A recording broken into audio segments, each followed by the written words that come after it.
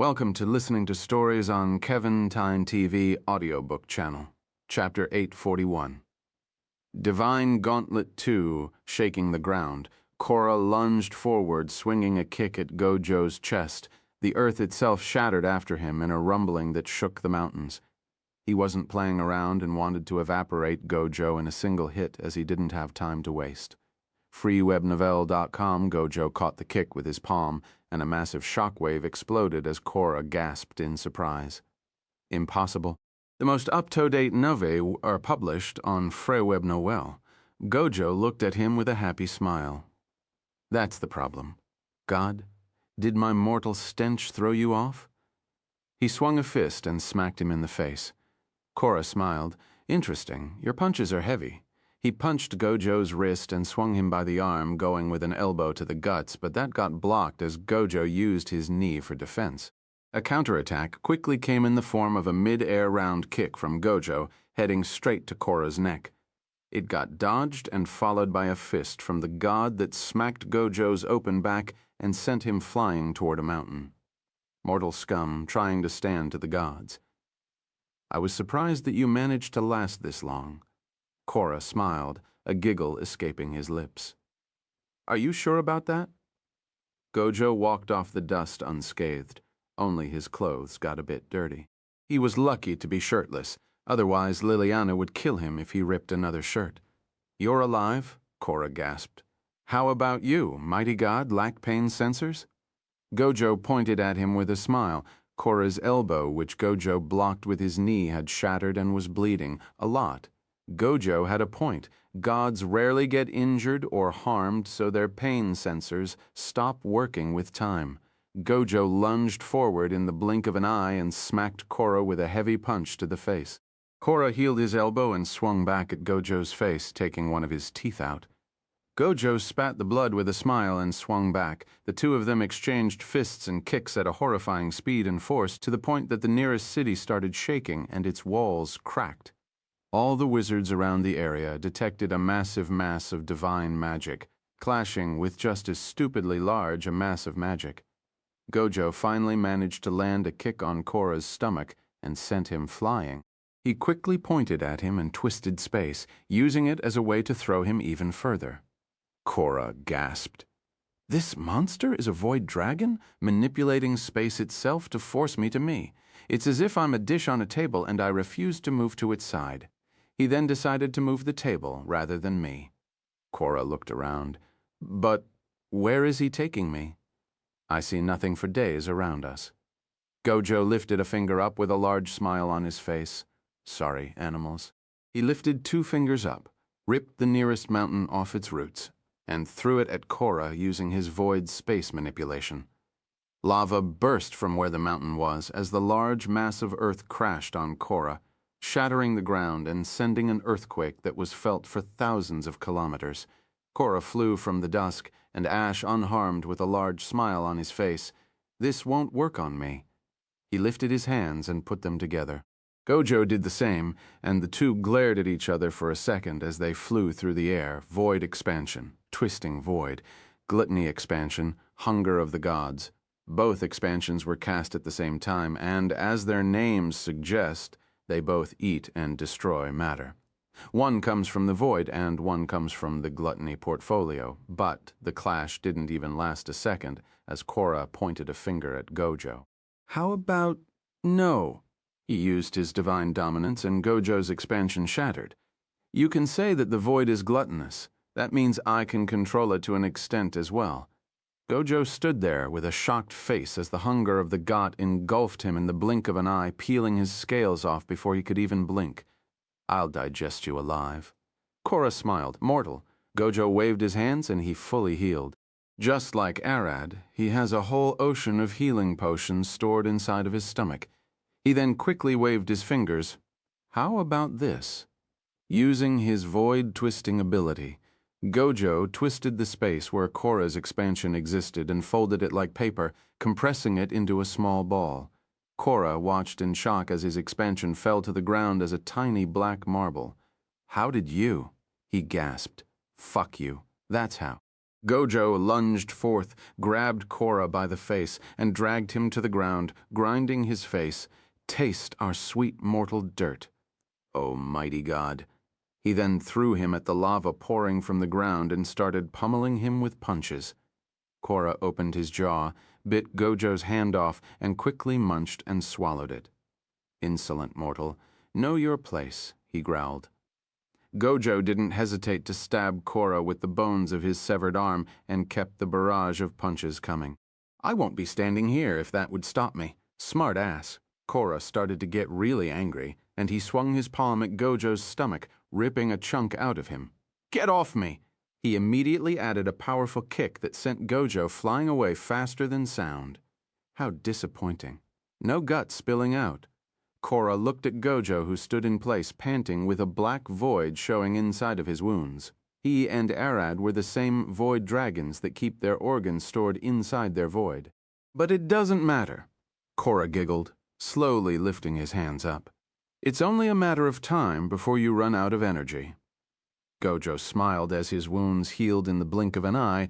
Even his severed arm had regenerated.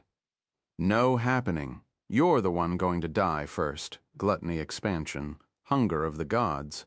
Korra cast his expansion without wasting a millisecond, and Gojo immediately countered with his void expansion, twisting void. The same result as before happened. Gojo's void shattered as Korra interfered with his godly powers, but not before. Gojo managed to use his expansion to shrink Korra's expansion into nothing. Gojo put his hands together and fired a massive beam of energy at Korra the moment the expansions shattered. "That's good. Waste your entire energy, mortal." Korra dodged the beam, but he was surprised to see Gojo lunging at him with a smile, swinging a fist crackling with lighting and raw energy. He tried to dodge, but was too late. The punch kissed his nose, caving his skull onto his brain as his head almost exploded from the impact. Korra's body flew back at a blinding speed as Gojo flew after him, going for a second hit. "It's over." As Gojo said those words, he saw a barefoot rushing toward his face, kicking him back with immense force. A woman of unreal beauty and perfection flew between them with her massive white wings, staring at Gojo with an emotionless face. Korra giggled. "It's not a one-on-one." Gojo stood with a smile. "She's far weaker than you. I've only taken the kick since she's beautiful. Nice feet, Angel. You're a beauty." Gojo stared at her with a grin. "She's an archangel, mortal fool." Korra stood. His wounds were nowhere to be found. "You say those foolish words," she spoke. "But you weren't able to avoid my kick." Gojo pointed at her. "I'll be honest, I've never seen a woman as beautiful as you. You might also be the strongest woman I've ever seen until now. I won't kill you, and I'll even lick your beautiful toes. Just don't stand in my way." He tried some of Vars's lines. "Have you gone insane, mortal? Since when an archangel would abandon her god?" She conjured a sword of pure divine magic. Crack. Gojo appeared by her side in the blink of an eye and punched in the face so hard that her head exploded and her body flew through the nearest mountain. "Told you? What waste of beauty." Korra growled and flicked his fingers, summoning her back again. She gasped for air, unable to process what had just happened. But this time Korra didn't bring her alone. Beside the archangel stood a large, muscular fallen angel. "He's my fallen archangel. Say hello to him. It's 3-on-1. Korra smiled. "Fine by me." Gojo stood there with glowing blue eyes, glaring at them with a menacing smile. Chapter 842. Divine Gauntlet. Blue Sparks of Magic. Chapter 842. Divine Gauntlet 3. Blue Sparks of Magic. The archangel conjured a large war bow of divine magic and fired a shot at Gojo's head as the fallen archangel lunged forward, swinging a massive sword. Gojo dodged the arrow and deflected the fallen sword with his bare hands, only to be greeted by Korra swinging a fist at him. With a smile on his face, space twisted around Gojo's body, teleporting him away. "Even if I don't have enough time to move out of the way, that's only a function of space and time. If I make the space shorter or longer, I'll be able to dodge. Cora flew after him. You're one annoying mortal to fight. I've been enjoying this fight for a while, so how about I try this? He smiled. Die. Just as the gods are supreme beings that cannot be killed by mortal hands, they also have so much dominance over mortal beings that they can just order them to die, and it shall be true. Once a god tells a mortal to die, they die. If they told them to go insane, they lose their minds, and their mere words become a reality as the souls of mortals are obliged to obey their call. Tap. Gojo took a step forward, T-posing. He lifted his hand to his ears and looked at Cora with a stupid face. Huh, what did you say? Sorry, but my ears are busted. Cora gasped, looking at Gojo with a shocked face. Speak louder. Gojo lunged forward and swung a fist, smacking him in the face with a burst of energy that flashed in a beam of white light. Magic dragons are extremely sensitive to magic, especially Gojo, who had dedicated his whole life, as short as it may be, to magic. The moment he noticed word magic was about to be used, he used the void to take his own hearing. That has rendered that magic useless. Gojo's soul doesn't have to obey orders that it didn't receive. Cora tried to regain his footing and counter with a straight punch, but Gojo quickly dodged his hand and smacked him with a left hook. The Archangel rushed in this time, thrusting a spear toward Gojo's neck, with the Fallen coming right after her with a massive ball of divine magic. Cora held Gojo in place by standing behind him and wrapping his arms from beneath his armpits to his neck in a spinal choke. He knew that to kill dragons, destroying both the brain and spine are crucial parts. He applied as much force as he possibly could and tried to shatter Gojo's spine if possible. Gojo still kept his smile as he swung his legs, kicking the Archangel's spear out of her hands and wrapped his tights around her neck. Hello, beautiful lady. Sorry, but I've got no balls. Your god's friend refuses to give them back. He twisted her whole body around and smacked the Fallen with her legs. Suck, stupid might. How could he achieve such a feat? No matter how much a mortal increases their strength or stats, they shouldn't be able to fight against angels, let alone gods. It only left Cora baffled at how Gojo is still able to fight this well. The answer lay within Gojo's void. If he can't move something, he'll just twist the space around it and force it to move with it. By Cora's previous analogy, if a disc is glued to a table, Gojo would just move the table, and if the table doesn't move, he'll move the entire house. Gojo dislocated his shoulders and slithered out of Cora's grasp and immediately grabbed him by the ankles and swung him like a rag doll. What's up with you, God? Can't you just send me to hell? Come on. His lowly mortal is still well and alive. For about a minute, Gojo kept blocking and dodging the three's combined assault while still hitting back, throwing them everywhere like they were nothing. His void was extremely tricky for them to counter, as he was affecting one of the fundamental pillars of the world. Space itself, you know. Gojo glared back at the Fallen with a crazed face. This fool is hard to kill, and I don't mind wrestling the beautiful lady. You're an ugly man. I want you gone. In a blue flash of magic, Gojo pointed a finger at the Fallen and gathered a mind-boggling mass of matter between them. Using his void, he crushed that matter and blasted the Fallen with the equivalent of a breath, evaporating him out of existence. freewebnonal.com, Cora gasped. He didn't expect that Gojo didn't need to use his mouth for breath attacks. He can just shoot them from wherever he wants, knowing that Gojo might still be hiding a lot more power than he had shown. Cora decided to try one trick.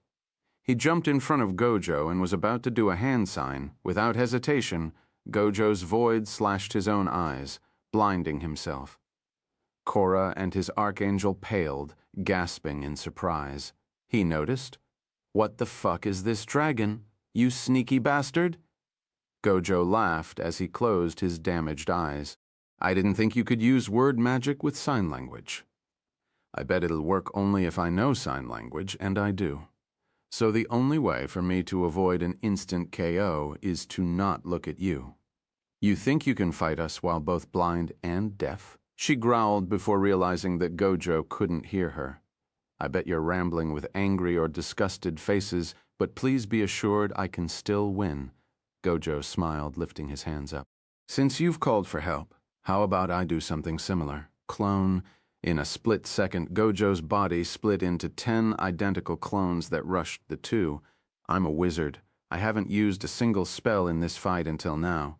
With 4 Gojos pummeling each of Korra and the Archangel, the remaining 2 started casting spells. One pointed at Korra, Elemental Splash. In a flash of rainbow light, Gojo unleashed every magical element at Korra as he tried to find any possible weakness. The other clone cast Symbol of Slavery on the Archangel, trying to dominate and enslave her. She gasped, feeling the link between her and Korra. Shaking her bones crackled as she did her best to resist the spell, but was met with a nasty surprise at the end. The 4 clones fighting her infused the spell Symbol of Slavery into their fists and kicks as they beat the living hell out of her, all laughing and screaming, "Submit." Rad latest chapters at Free Web Novel, Alma only. Lighting Thunderdome, one of them mixed a jolt of lighting within his attacks just to make fun of her. She tried to escape from them ganging on her, but she was caught in the face by one of them. "Listen, you don't have his immunity," Gojo said. "You either bow your head, submit, or this beat down will keep to the end of time." He glared down at her with his eyes closed, but she could see the magic flowing in them flash with lightning blue light. On the other hand, Korra was finding it extremely hard to deal with a whole 5 of Gojo's. He blocks a punch only to get kicked in the face, or deflect the magic to be hit with another spell. Infinite Maze, with a finger swing, Gojo mixed his void manipulation with magic to create a whole maze of twisted space around Korra. This wasn't your average maze of walls. The fabric of space itself got twisted like paper to form the walls. Korra takes a step forward and finds himself back in front of Gojo's burning fists. As a god, Korra only needed a second to analyze the magic and space around him to determine how he should move to get out of the maze. Up, up, down, down, left, right, spin, and then fly left. Cloup. Gojo smacked him in the face with a burst of energy. "I'm modifying it in real time, and there is no exit. Fool." Gojo was winning. Chapter 843, The Slayer, Chapter 843, The Slayer, GWebNovel.com. Alcott the Dragon Slayer. It doesn't matter how much power you amass, you're still a human. You'll never reach the peak of dragonkind. We've got an early start, a pretty large one. Samulgian clenched his fist and his veins bulged out with shards of ice. We're stronger, have more mana, and are far better at controlling it. Alcott started at him with a passive face, slightly offended. Dragons? Got an early start on humans? Don't joke around. Alcott took a step forward and glared at Samulgian with glowing golden eyes. Humans are stronger than dragons. We're always the ones to slay your kind, spitting nonsense. Samulgian smiled. It's not nonsense. We're the ones who first hunted your kind with spears and bows. We're the ones who gave birth to vampires and werewolves. Gods rose from us, and most races, except elves, diverged from us. There were 3 primordial beings, Adam, the first man and father of humanity, Yggdrasil, the world tree and the mother of elves. She is the strongest cultivator in all of existence and realms, and none tops that old tree. The grandfather of dragons Asgarath was next, and lastly, the youngest of them all, Lucifer, the first angel. Alcott glared down at Samulgian. Let's fight somewhere else. We'll fight here so the weak humans can die as they are. If you don't understand why Erod must die, you should die with him. Samulgian grabbed Alcott by his shirt. Read latest chapters at freywellnovel.com. Only Alcott grabbed Samulgian by the face and jumped away, bursting through the window as he flew away and threw Samulgian into the mountains. Samulgian gasped as he smacked on the ground, staring at his own hand as his face still ached from the violent grab. "He threw me all the way here?" Fighting me inside a city is a common tactic of dragons. They knew I couldn't go all out if I had to worry about innocent people. Alcott said as he took a step forward. But I'm not that sick anymore for it to work. You're one tough nut to crack, Samulgian growled, but someone has to do it, and that would be me. He stood and pointed his arm at Alcott, about to cast a spell. Clack! In the blink of an eye, Alcott had already slashed Samolgian's arm from knuckles up to the shoulder with a single downward swing. Samolgian gasped. He wasn't able to see Alcott moving. "Get away from me!" He growled and his body burst with ice, freezing half of the mountain. Alcott landed on the peak and looked down at Samolgian with a smile. The dragon tried to heal and Alcott let him do it. "You're a fool." Samolgian smiled, but that didn't last long. As Alcott pulled a long golden spear from his pocket and pointed it at the sky, black clouds covered the sky as thunder started rumbling, shaking the whole world.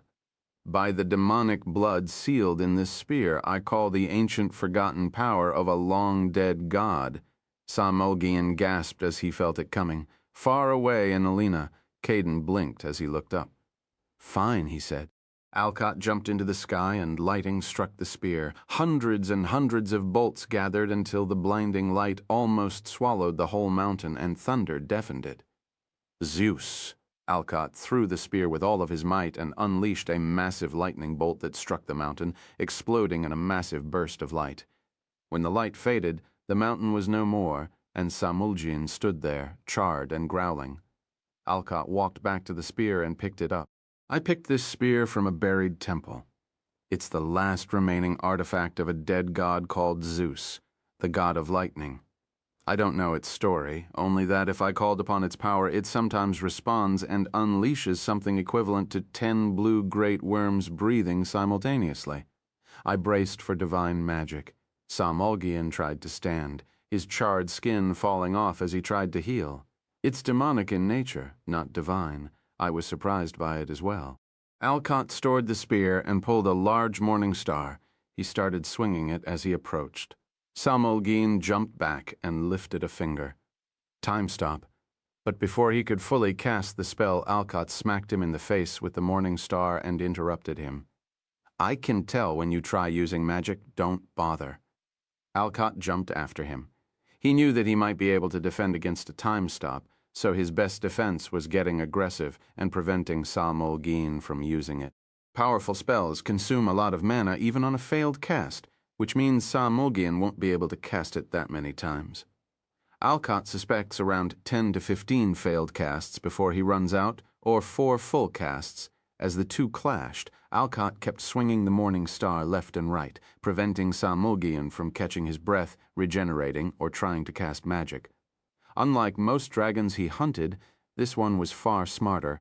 Samolgian swung his arm and caught the morning star from the chain right beneath the steel ball. "You think this small weapon would keep me at bay?"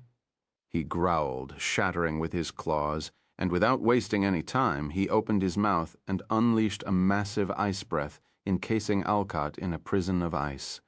"And now I can cast magic with ease." Samolgian lifted his hand and put them together. "It's been fun, Dragon Slayer." Alcott pulled a paper from his pocket and ripped it. A spell pre-inscribed onto it teleported him right behind Samolgian. It was a common thought. What if I was locked up and couldn't escape? I better have a spell for that. Samolgian spun around with his claw flying at Alcott's face, but the attack was easily dodged from the weakest S rank. She even retired to work as a maid. That woman never liked fighting, and this was only a means of self-defense for her. As if Alcott's body was dough, he swung his palm at Samolgian's neck, slapping him with enough force to rip the skin off and send him screaming and rolling on the ground. It's not lethal unless you count heart attacks due to the extreme pain. Alcott smiled and lifted his fist, pulling a dagger out of his pocket.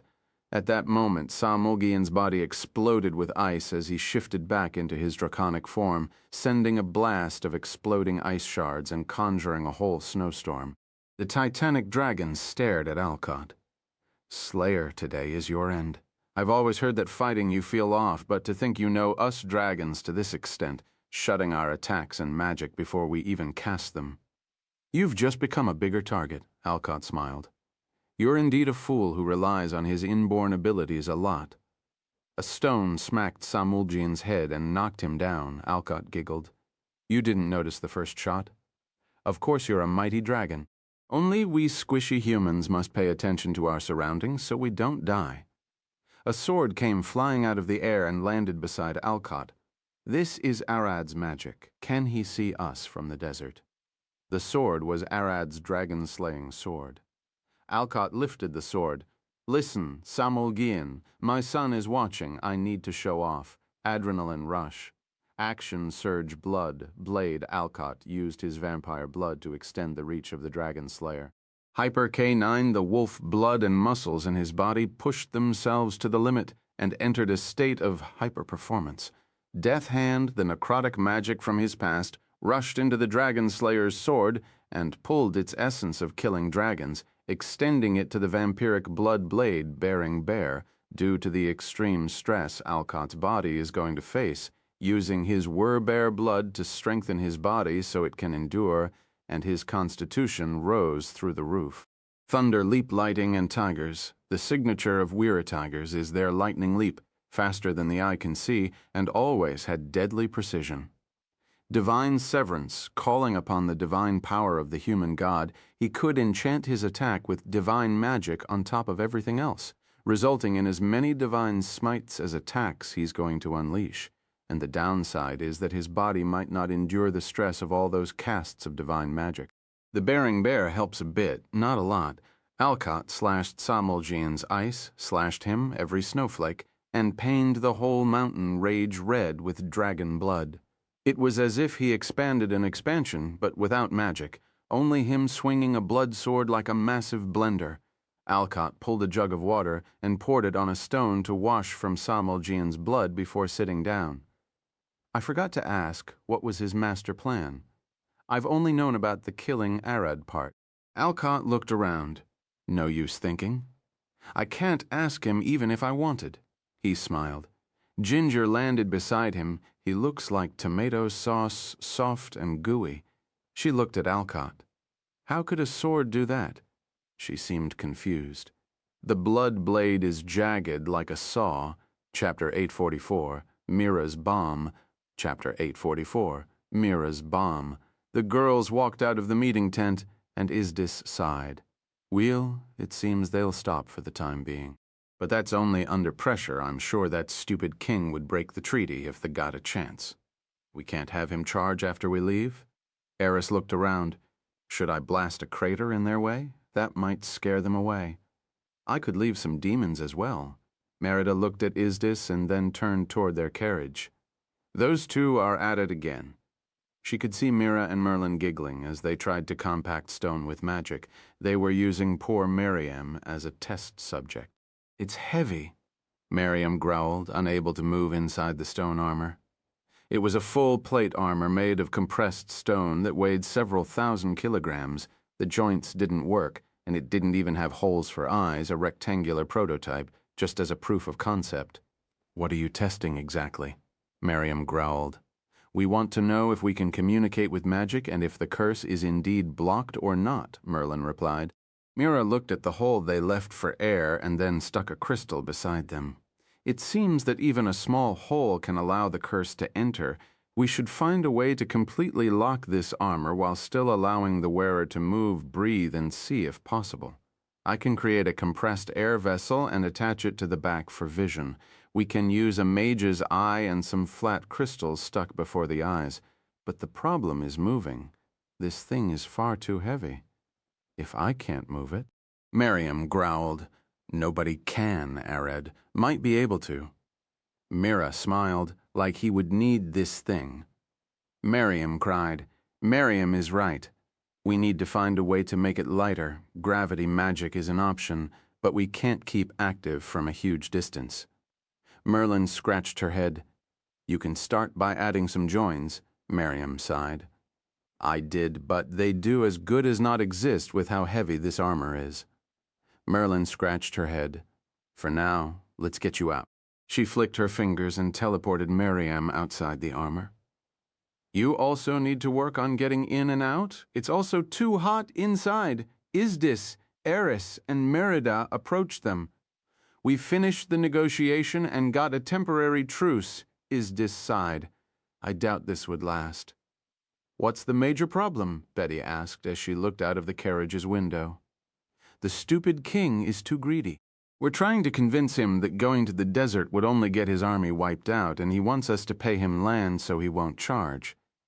Isdis shook her head as she sat on the ground. "We don't have anything too big for him, so he would bend down. Like what?" Betty looked at Eris and Merida. "You can intimidate him. That doesn't always work, and I'd rather not build a relation that would cause us a war in the future." Isdis looked at Betty. What would Arad do if he was here? "The problem is that he believes whatever in the desert is a powerhouse, and that the kingdom that gets it first could dominate the world. No matter what you say, he'll always take it as a lie." Tempo approached. "But I've got a plan. We need to show him how dangerous Arad is." "How?" She tilted her head. "Well, we only have one person who can hit as hard as Arad himself." He smiled and slowly turned toward Mira.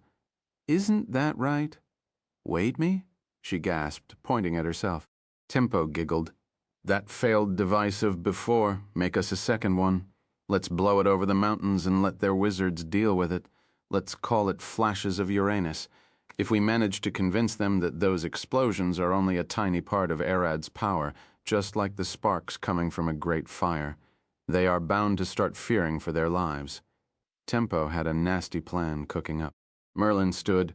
"We'll use the previous explosion to calculate the radius of the blast and the spread of the curse if we knew the wind direction and speed." She smiled. Ayla approached. "Leave figuring the wind to me, but the plan is to have their mages push the curse away with wind magic, right?" "Yeah, you just give us the wind's speed and direction so we can make sure the bomb is safe.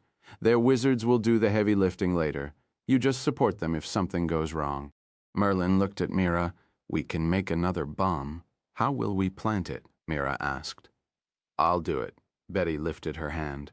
"If someone could run away before the explosion kills them, it has to be me." "What could I do?" Miriam looked at them. "Get your children beneath the ground and shake when I give you a signal. We want them to feel like Arad is a natural disaster that's above their understanding." Merlin smiled. "He's too big for them to even think of fighting." "That needs to be the case." Tempo looked at the soldiers. "I'll create a wave of heat before the explosion, freewebnovel.co. And I'll create a massive wave of magic and send it toward them from the desert. That would be like the warning signal before the explosion, and since the other kingdoms saw a similar explosion, it'll now become a pattern. The mere existence of Uranus in the desert causes massive explosions that could wipe a kingdom. Fighting him is impossible." Merlin was confident this plan would work. Isdis and Merida looked at each other. "That's all well and good," Merida said, and Isdis finished. "What if it went wrong, and this place was about to be blasted?" "I'll take care of it." Eris lifted her hand. "If I used all of my magic and divine power and conjured one massive purple sun, I'm confident that I could at least shield this place from the curse with it. So you'll just hit the coming blast with a purple sun to negate it." Tempo nodded. "And I'll tell the people that I'm a demigoddess that's keeping Uranus in check as his wife. That's bound to make them confident Arad is not something they can handle." Eris suggested, "Visit viggiwebnov.com for the best novel reading experience," with a smile. "That's bound to increase your influence as well. A goddess that saved a whole kingdom. You'll quickly rise in ranks with such a feat." Tempo looked at the mountains. "But those are going to be our first barrier." "Then I'll get to it," Mira smiled. "Merlin, help me get this bomb ready." About the name. Ayala looked at them with a smile. "For now, we'll call Uranus's spark, but later we'll call it Mira's bomb. I bet it'll be a powerful artifact." "Wait, let's just call it Uranus's bomb." Mira gasped. "It's your creation." Eris looked at her. "I'm sure Arad would also want you to keep the credit for it." Tempo nodded. "Now that I'm thinking about it. A weapon of mass destruction capable of erasing a small kingdom and cursing the land. I want some for our military." He looked at Mira. "Yeah," Ayala scratched her head. "If this information spreads out, kingdoms are going to fight over Mira. Isn't Merlin helping?" Isdis looked at them. "I'm only using earth magic based on her calculations and needs Any wizard worth their salt can replace me." Merlin looked at them. That's her creation. Aye. Mira looked at them with a worried and scared face. Don't want this to be used as a weapon? I doubt it. Tempo shook his head. I'll throw one or two around to show their power and scare people off, and I'll keep the rest as an intimidation. He pointed at the mountain. We're doing the same here. Yeah, scare them with the first shot and threaten them with another. Betty giggled. See that? If you don't behave, I'll throw one on your heads. Merida shook her fist. Fine, Mira sighed. Just don't go blasting people left and right. Keep in mind that whatever this bomb could do, Arad can do more. Tempo laughed. Don't worry, I don't want you to send Arad to blast us for using this weapon. The wrong way. Then let's get to work. Merlin walked with Arad behind the carriage to make the bomb while Miriam dug underground toward her children. Betty started stretching and getting ready to plant the bomb, while Ayla flew away to measure the wind's speed and direction. Eris sat alone to focus on her magic, in case she needed to shield the place, and Merida kept guarding the carriages with Tempo. The plan, Intimidation Bomb, was set in motion. As the girls began to move in silence, the king also had plans of his own. For a starter, he sent a messenger back to the capital, which was almost an hour's ride from their location. But he didn't know what a nasty surprise awaited him. Chapter 845, Jordan's Attack. Chapter 845, Jordan's Attack. That was a nasty day. The sky turned red as people prayed to the gods' magic and the world itself. The horrid heat burned and the light flashed behind the mountains with such force that the shadows themselves ran away. Those who dared look lost their sight for an hour, and the fine hair on our bodies burned alongside the horses' hay. Till now my skin still burns from the heat. The ground quaked as a large wall flew from behind the mountains toward up, ripping the ground to shreds. We saw our death coming. We thought it was the end. People started crying, praying, and begging for their lives as we saw the trees of the distant forest get pulled from the ground like grass eaten by a calf. Our wizards panicked. None of them knew how to act.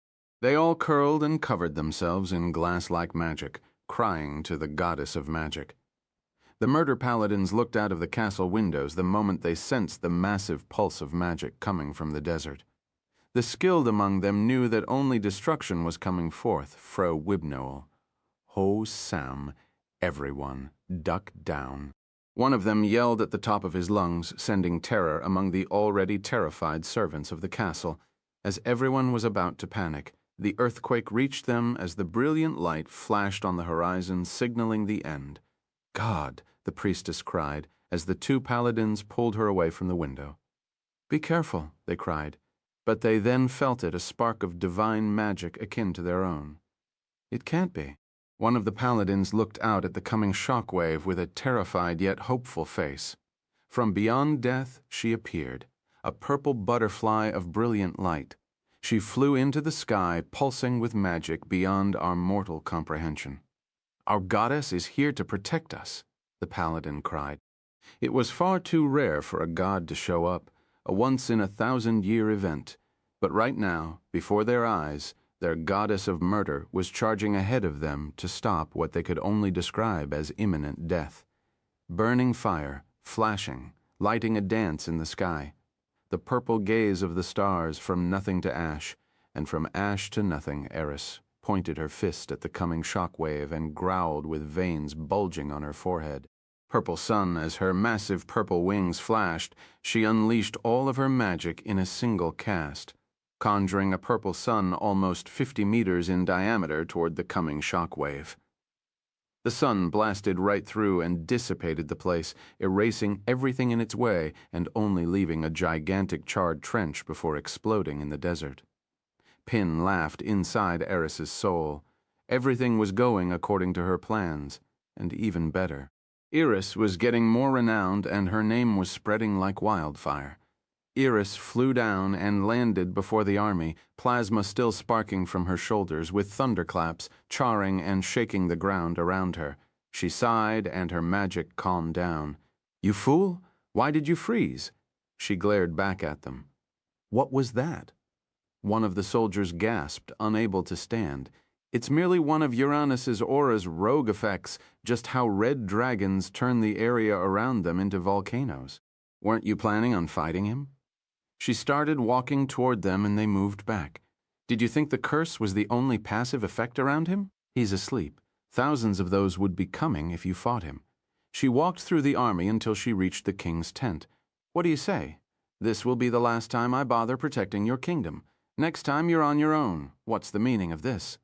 The king growled. Your magic had some divine sparks in it. Your job is to protect the people, right? Paladin, join the army and I'll pay a lot. I'll even build countless churches for you, God in my kingdom. I'm not repeating myself. I'm not a paladin, but a demi-goddess. She opened her palm and conjured a melon-sized purple sun. Are you asking me to fight my husband? The soldiers around Eris started crying as their armors heated up, and the king growled, This can't be, Your Majesty! Look! A soldier screamed, pointing back toward the capital in the distance.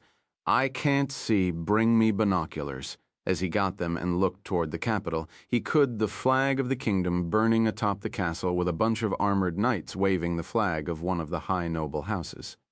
The fuck is that? A riot? He gasped. The paladins of murder managed to recruit one of the highest-ranking nobles of the kingdom, a marquis, to their ranks. The king's dominion was in shambles. Every soldier in the army was certain at this point that there was no fighting when Uranus was involved, only death. If this is what one blast could do, the death curse will be the last thing they need to worry about.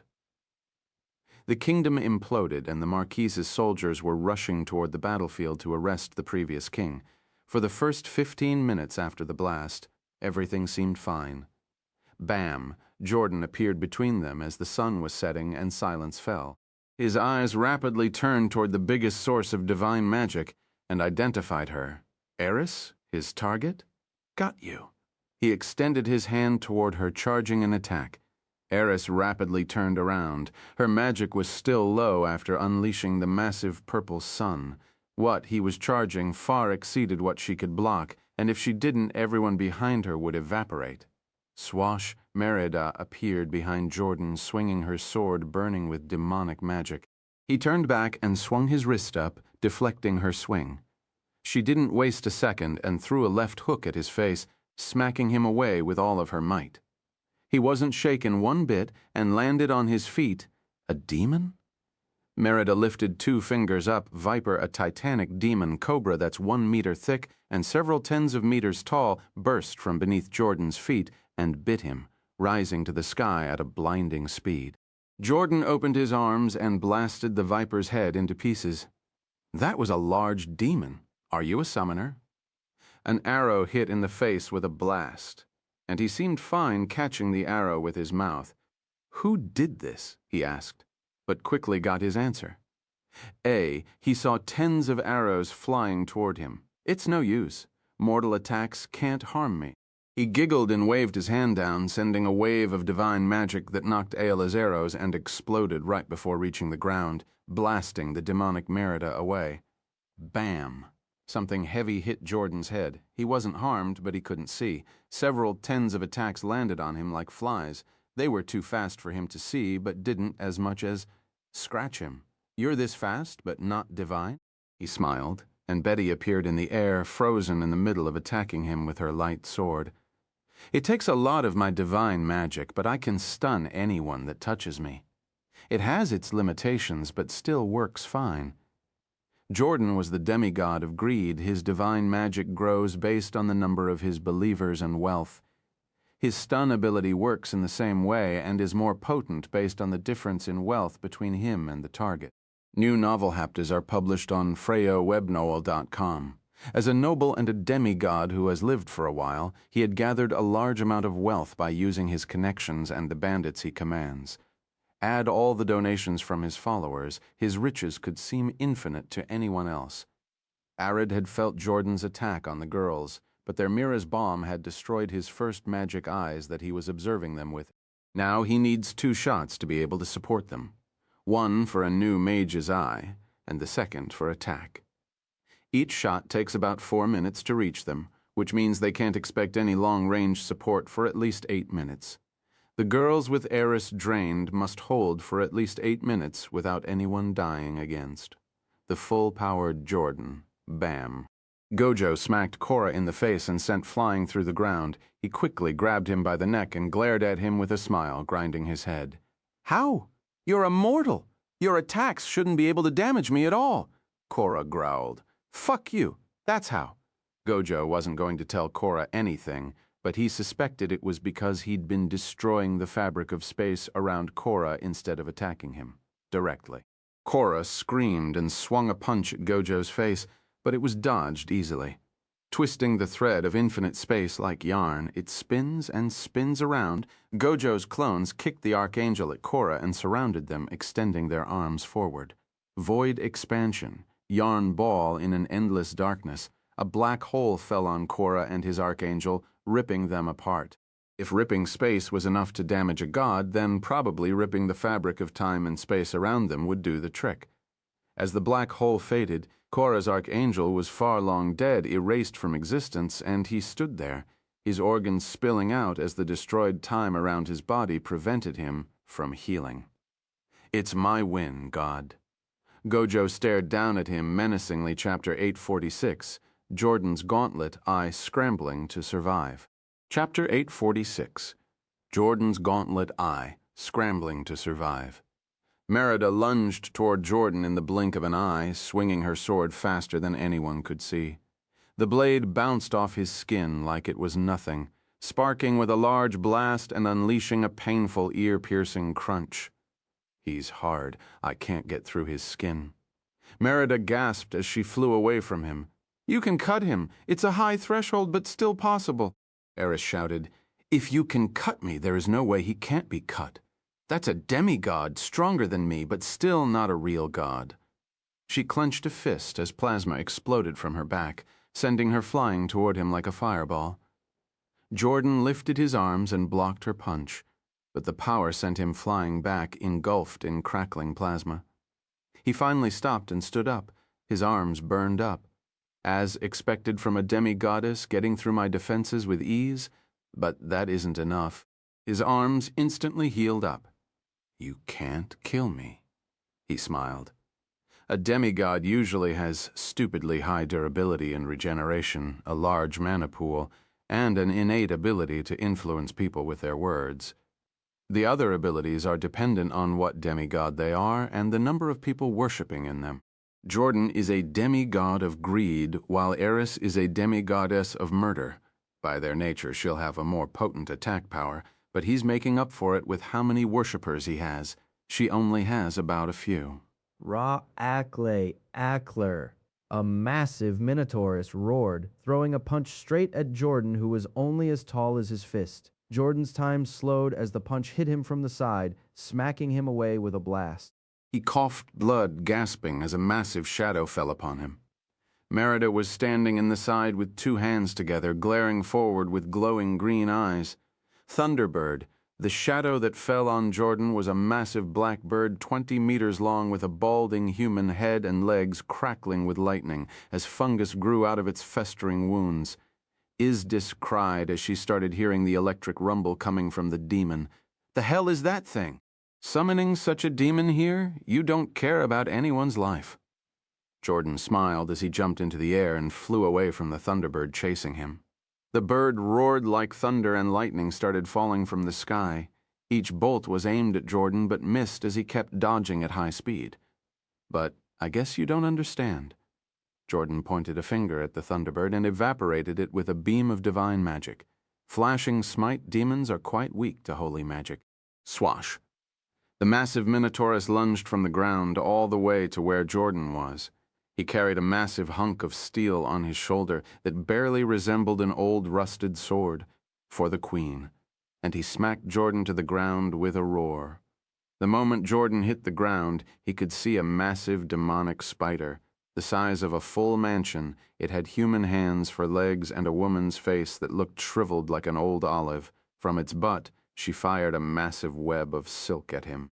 "Just how many demons can you command?" Jordan smiled as he was about to kill the spider with another beam, But at that moment he noticed something strange.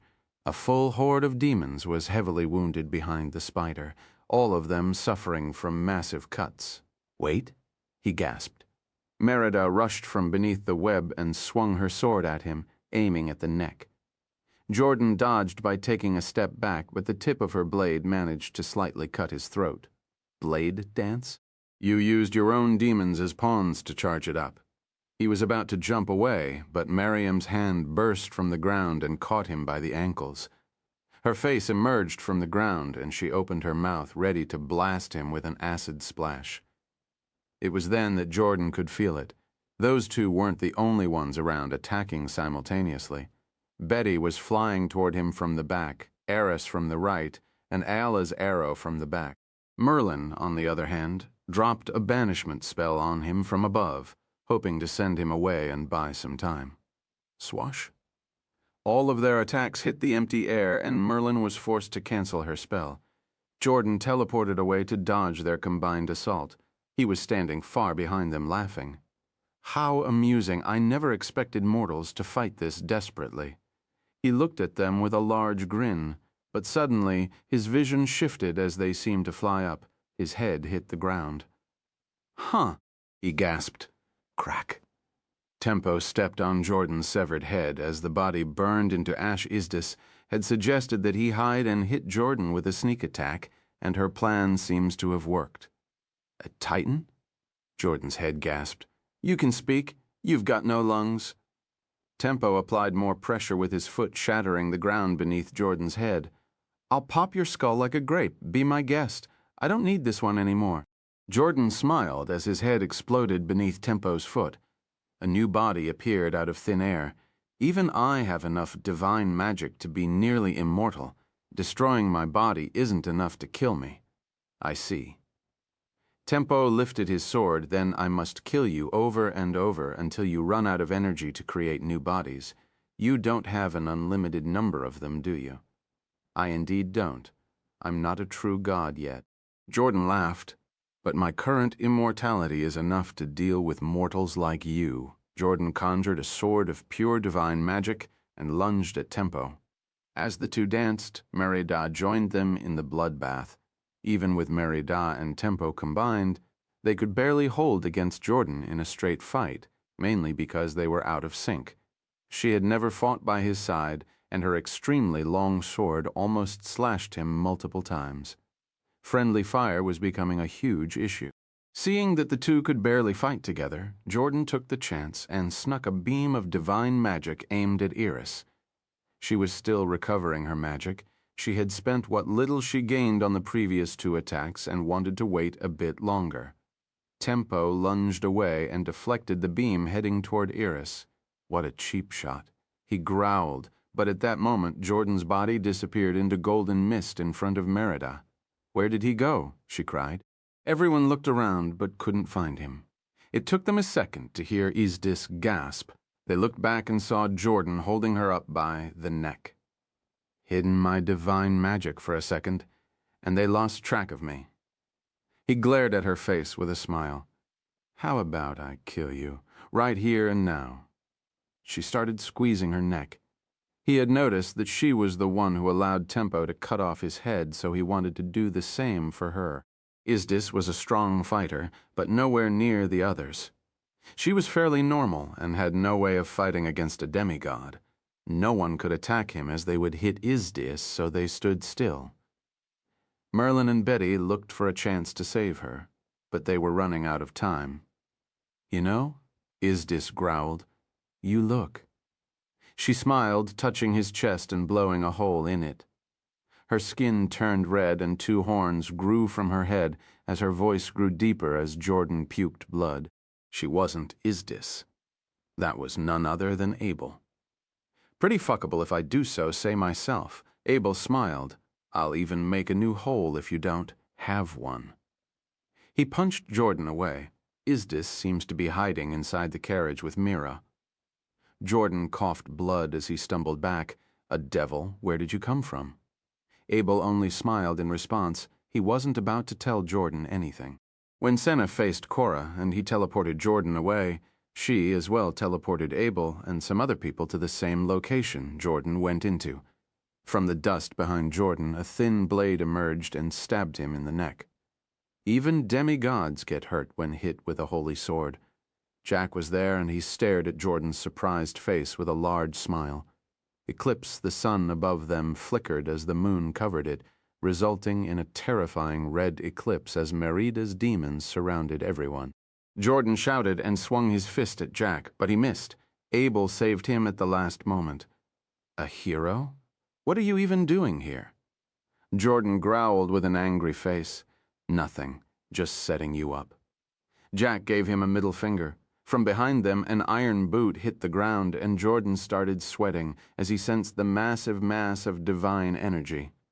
For a moment, he thought it was another demigod, but he quickly figured it was just an overly powerful paladin, a triple oath paladin. He gasped as Lydia walked in, glaring at him with divine magic burning out of her body. Do you know what the red eclipse is? Jack smiled. It's when day and night mix, and so is Amaterasu's power. Jordan could feel Eris's magic spiking behind him as well. Follow current novels on Free Webdensvel TM, Chapter 847, Jordan's Gauntlet. I, Labyrinth of the Goddess. Chapter 847, Jordan's Gauntlet 2, Labyrinth of the Goddess, new novel chapters are published on rewebnovel.com. As Jordan looked back, he found himself surrounded by hordes of deformed demons, all cackling with hungry growls. Eris, Merida, Aela, Betty, and Merlin stood on the hands of the giant Minotaurus, glaring down at him. He looked to the side and saw Lydia approaching him with her body burning with both curse and holy magic. For this many powers to gather in one place, it's not normal. Jordan growled as he looked at the eclipse. Arya, it's playing with me in the background. He ground his teeth. Cora was right. That vile Archon loves to mess with us. Demigod, Lydia said as she approached him, the grass around her withering from the rotting curse and burning from the heat of her divine magic. I've healed Celica from her wounds. Those were nasty, she growled. Do you really think a paladin can defeat a demigod? We're the seedling of the beings giving you power. He smiled and clenched a fist. There isn't a god out there insane enough to lend one of his paladins enough power to face a demigod. Unless they want to get killed and eaten by the overgod, you better put your sword down before you get your goddess Amaterasu in trouble. Lydia took a stance with a voice ringing in her head. The overgod is my husband, so go all out. You dare encroach on Amaterasu's domain, seduce her worshippers, deceive the people, harm our dear friend, and now you're violating the god's law and attacking more of my friends. She pointed her sword at him. By my oath of protection, I shall shield them with my body. By my oath of vengeance, I shall deliver judgment for breaking the cosmic laws. Jordan lunged at her with rage burning in his eyes. A clenched fist flew at her face faster than anyone could see. Lydia's sword flashed with black flames and exploded forth, sending a beam of cursed light that ripped the ground apart and left it rotten. She looked around, trying to find if Jordan survived the blast. From the ashes, he lunged forth, his fist inches away from her face. She swung her sword and smacked his side, sending him flying away like a baseball. Abel and Jack landed beside the carriage and looked at the fight. Now she's scary. Did she just fling a demigod away like he was nothing? Her power gets boosted under Amaterasu's eclipse, but she won't be able to move after it ends. She must finish the fight within about 2 minutes. Jack replied and looked up. What are they doing up there? From the magic, I can sense they are trying to charge Eris's magic and divine power. They might be right. Only a demigod could finish another one. Abel nodded. You asked Erad to fight him, knowing that? Jack growled. Erad is special. I can imagine all of us dying here, but I can't imagine Erad losing to Jordan. Abel looked inside the carriage. Are you ladies all right in there? We're fine. What's that thing? Isdis replied. A demigod of greed, he wants to kill Eris and steal her divine portfolio of murder, Abel replied. Arid was watching us from afar. He must be boiling now, Mira said as she looked out, seeing Lydia clashing with Jordan. So, Abel smiled. Whether we die here or win, that demigod is fucked either way when Arid comes. Can I speak, ladies? Flatail, who was hiding inside the carriage, looked out, and Abel blinked twice. You were here? Did you forget about me? Flatail sighed. I've got no doubt my Lord Arid would kill that wrinkly, glowing human. But what I fear is the destruction to come. When Arad gets angry, he can get carried away easily. He's mostly like burn the whole area with him. Isdis growled. Not just that. Flatail looked outside. When I was in my lord's stomach, I saw him burn countless civilizations to ash as he chased Vorvados. It didn't matter who they were and what they were doing. Some of them begged, some prayed. I bet there were some innocent slaves in there, but my lord didn't see them. When blinded by rage, all were equal in his eyes. Flatail tapped the seats with his tail. Humans, gods, animals, monsters, evil and good are all equal when my lord rages, and all shall be destroyed. He'll chase that human all over the world and kill anything on his way. Jack looked at them. Arad is a world power. If Jordan harmed anyone here, he could actually start an apocalypse. That was the whole reason the girls didn't want the kingdoms attacking Arad, as he would retaliate back and cause havoc. Arad won't be coming back for days. We must win, or Abel looked up and immediately touched his ear. Eris, you hear me? A voice rang around Eris's head. Who, Abel? How did you? She gasped. Doesn't matter, Jordan is after you, right? Can you withstand Arad's curse? He growled. I don't know, she replied. Our safest option is using you as bait. Fly as close to Arad in the desert as you can. I think Jordan would follow you. You're still Arad's spawn, so he should be able to swallow you into his blood. You only need to reach him alive. Arad would be even more pissed. We must fend Jordan ourselves, she replied, charging her divine magic even faster. I'll deal with him. Just buy me some time. You've got as much as Lydia can buy, but she isn't rich. Abel shook his head as he looked at the fight taking place under the demon's watch. They were allowing the human army behind them to escape. Bam, with a massive blast. Jordan kicked Lydia in the chest and sent her rolling on the ground, digging a whole trench with her body in a second. She immediately stood up and took a stance, only to get punched with an uppercut to the chin that sent her flying into the sky. You're only a paladin. Demigods are one rank higher than you in every way. Foolish woman. Jordan laughed as he jumped after her, ready to kick her back to the ground. Return to the dirt which belongs to. He clenched a fist and swung at her face. Lydia's eyes flashed with divine magic. They were far away from everyone else. Cursed solar wind. With a single swing of her sword, she shifted her divine magic into the rotting curse and blasted him into pieces with a flash that blinded everyone on the ground. Jordan's body fell to the ground, burned and rotten with all of his limbs missing as he used them to protect his torso. She landed beside him with a passive face. Arad is tougher. He would have at least ripped my arm off. If she had tried to pull such a large move on Arad, he would have taken it, but not without countering at the same time. Arad this, Arad that, Jordan growled as he healed. Even Cora, what are you all afraid of about him? He glared at her with rage in his eyes. If he was here, this fight would have ended long ago. Lydia lifted her sword as she looked around. She needed to keep her attacks in check to not harm Merida's demons, the carriage with Isdis and Mira, or Miriam's ants beneath the ground. Crack! Crack! The two heard heavy steps approaching, and they looked to the side, seeing Miriam walking toward them with black magic seeping from her skin. What are? Lydia gasped. She was certain Jack had sent them a signal to not get in the way. She can't fully control her cursed smites normally, let alone under the eclipse. Jaro AK a 00000. Miriam roared as her eyes turned red and the veins on her body bulged as her skin turned dark brown. The ground beneath them shook. Jordan immediately figured it out. Barbarian's rage? He gasped, but the next thing he saw was Miriam's fist bashing his skull into his torso with a downward punch. Since her fighting style was brutish and relied on her strength, she was taught by Nina how to use it best.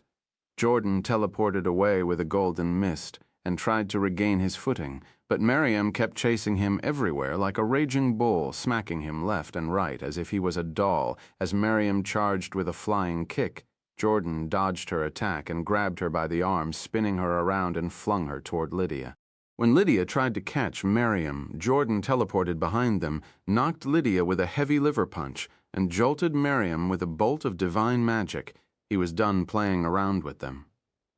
Elemental expansion, a voice came from behind him, and he could a titanic amount of magic shifting around. For a moment he panicked and rapidly spun around. Is this the Arad you've been all crying about? What he wasn't Arad, but Merlin putting her hands together. Labyrinth of the goddess shit.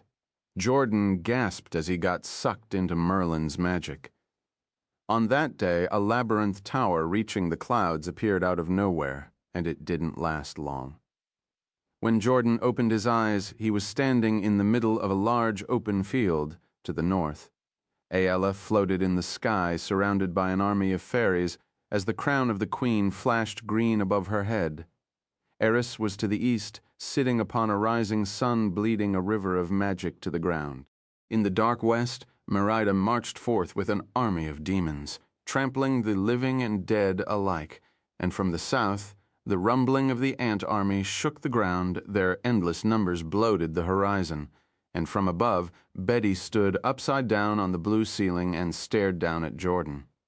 Merlin was sitting on a golden throne in a separate room, operating the labyrinth with hundreds of glowing magic circles. This labyrinth is my world. As the goddess of this space, I decree all magic shall flow into the five of them. She shouted at the top of her lungs, Chapter 848, Jordan's Gauntlet, IEI, Attack of the Underrated. Chapter 848, Jordan's Gauntlet 3, Attack of the Underrated. Jordan growled, Do you think this playhouse could give you mortals an edge? You might rule this place, but you're nothing more than a false goddess playing a pretending game. He lifted his palm and divine magic started flowing into it. You can't shut off my power no matter how much you try. The labyrinth was a massive space that was far bigger on the inside than it looked from the outside, a dimensional rift created and sustained with magic. With Jordan now trapped in Merlin's house like a rat in a closed room, she could freely use that space to their advantage. A large prismatic barrier formed around Jordan, spanning into a spherical shape that's almost 1 kilometer in diameter. What are you planning? Jordan growled, keeping his eyes on the girls surrounding him. They were keeping their distance, but that didn't mean they couldn't attack him, especially that elf. Her bowstring is strained and already aimed at his head. Betty extended her hands toward the barrier and started helping Merlin to maintain and reinforce it. Merlin smiled. In this place where everything is under my control, we can pull the heavy hitters who never get a chance to shine. I can guarantee their safety and provide the perfect conditions for them to burn brighter than the sun. Isn't that right, my old friend? Jordan looked around and spotted a red flash flying in the distance, circling around the edge of this vast labyrinth like a comet. He lifted an eyebrow. What in the 9 hells is that? Zalaria's. Only then that Jordan realized how bad the situation was. He gasped and lifted his arms to protect himself. It was already far too late to try and dodge it, and even if he tried, the barrier would prevent him. The comet turned and headed straight for Jordan, as it burned even hotter. A small hole opened in the barrier where the comet flew in, and Jordan's skin started charring as the impact was just a fraction of a second away. Amber shouted, "Flash," as her flying kick hit Jordan's boxer's guard, incinerating him whole and the whole area within the barrier in a bright burst of flames. As the barrier cracked from the unimaginable force of Amber's burst, a massive bolt of lightning fell right outside as Tempo transformed into his true form, roaring like an erupting volcano. Tempo caressed the barrier with his massive hands, helping Merlin and Betty maintain it by providing his expertise, trying to make it as resistant to heat and fire as possible, and also supplying it with mana. Amber returned to Merlin as a tiny, palm-sized fairy burning in fire. That was exhausting. My lower back hurts, she cried, flying around like a distressed bee. Good work you've got under control. Merlin smiled. It's still a suicide attack.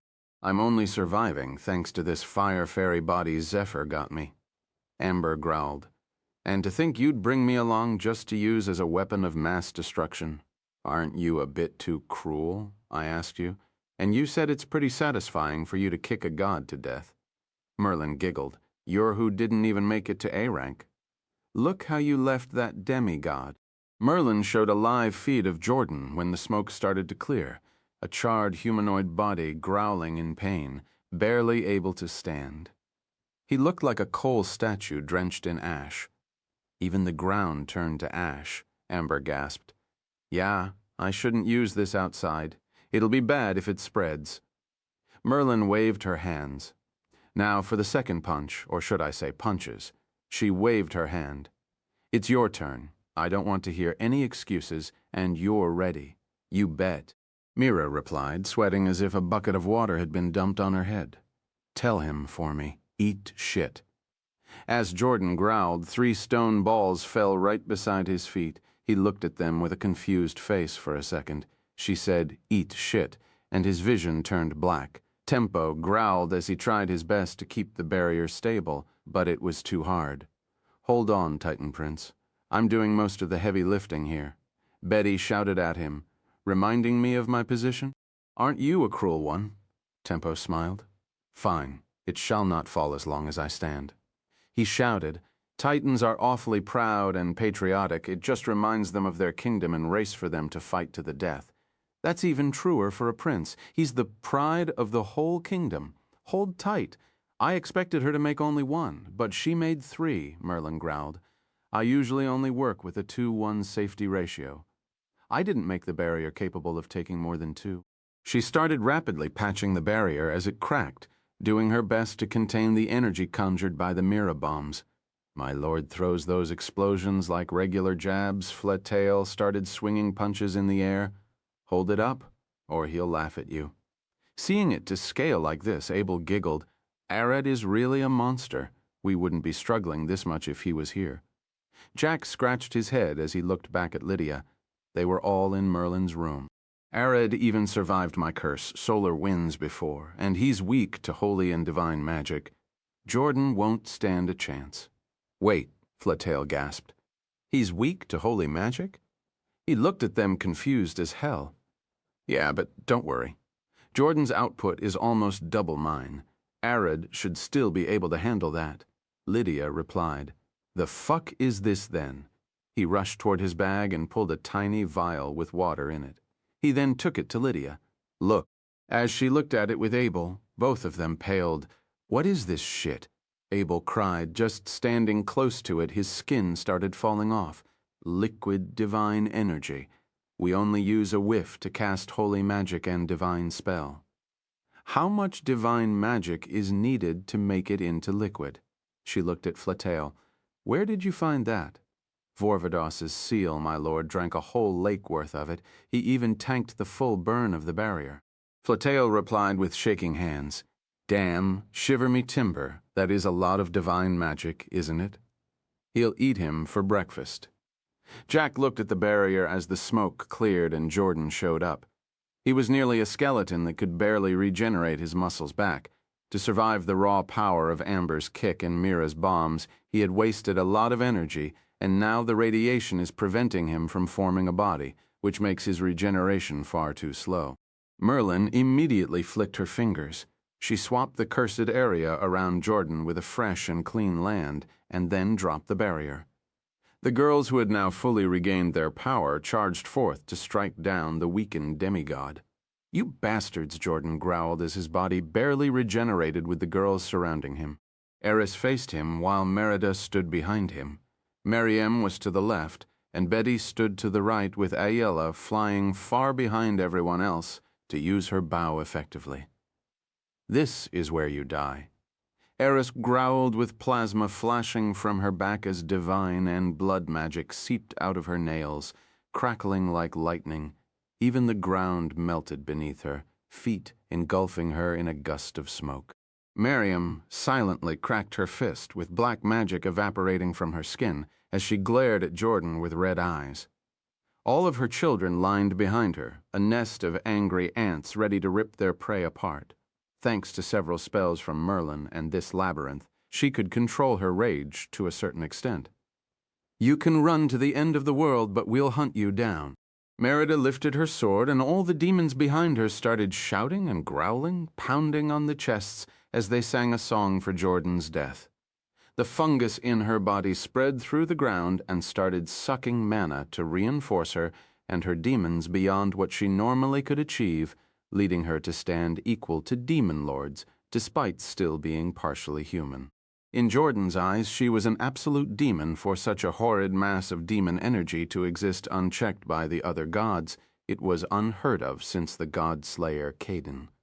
Betty's body flashed with blinding light, engulfing everyone in a pure white haze. Despite not being one, she had the godliest glow of them all. A short but pure white girl glowing with all the light of the world as unbelievable magic gushed from her skin and nails. I guess you're screwed. As she glared at Jordan, her eyes changed into those of a dragon.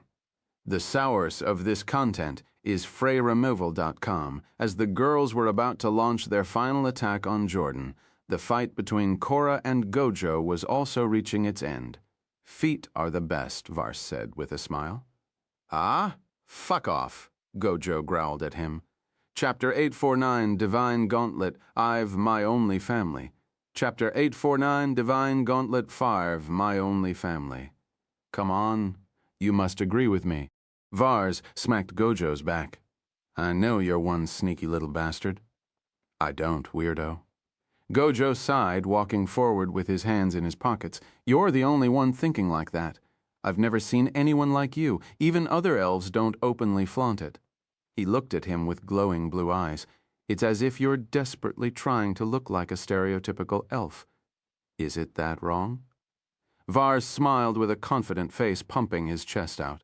I say what I want, and I love what I love. I don't care what anyone says. They can go and cry themselves to sleep. Feet are the best. Vars pointed at a random passerby. Hey, I want you to know something. He approached him. What is it? The man asked. I love feet. They're the best. What do you think? Vars smiled. What do I think? The man looked at him confused. Honestly, I feel it's at least weird, I know, right?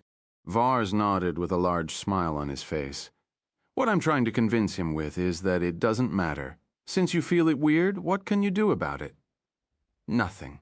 You can kiss all the feet you want. It's your problem. Just don't do it in front of me, the man replied. Did you hear that, Gojo? This is reality. He nodded and looked back at the man. Thank you for hearing me out. He then returned to Gojo. The source of this content is freewimnovel.com. A stranger's opinion should be as meaningless as their strangeness to you. Vars waved his hand. For example, that man would have no impact on my life. Whether he thinks I'm weird or not, it doesn't matter. He then looked at Gojo's glowing eyes. But it matters a lot for those close. Is there a difference? Gojo sighed as he started to get tired of Vars's weird conversation. If I got a sister or a wife and they thought me loving feet is weird or gross, I'd probably try to stop. Since they have an impact on my life, I'll be literally sharing my whole time with my wife. You better, but doesn't that mean I'm a stranger to you? Gojo looked at him with a confused face. We're friends, not family. It's more beneficial for you to know me better instead of a forced fad. Vars waved his staff. It's just like magic. You need a deeper understanding of a spell to you on yourself than cast away.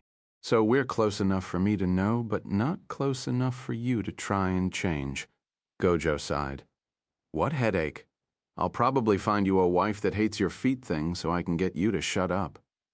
I'll be happy if you found me one, with nice legs and thighs if possible. Vars laughed. Free Wibsvelk. Arad is your brother? Liliana looked at Gojo with a confused face as she sat on the stairs in the middle of Alina's plaza. You two don't look alike at all? He's large and beefy. His hair is black and his eyes are reddish-purple. I can smell it. We have the same scent.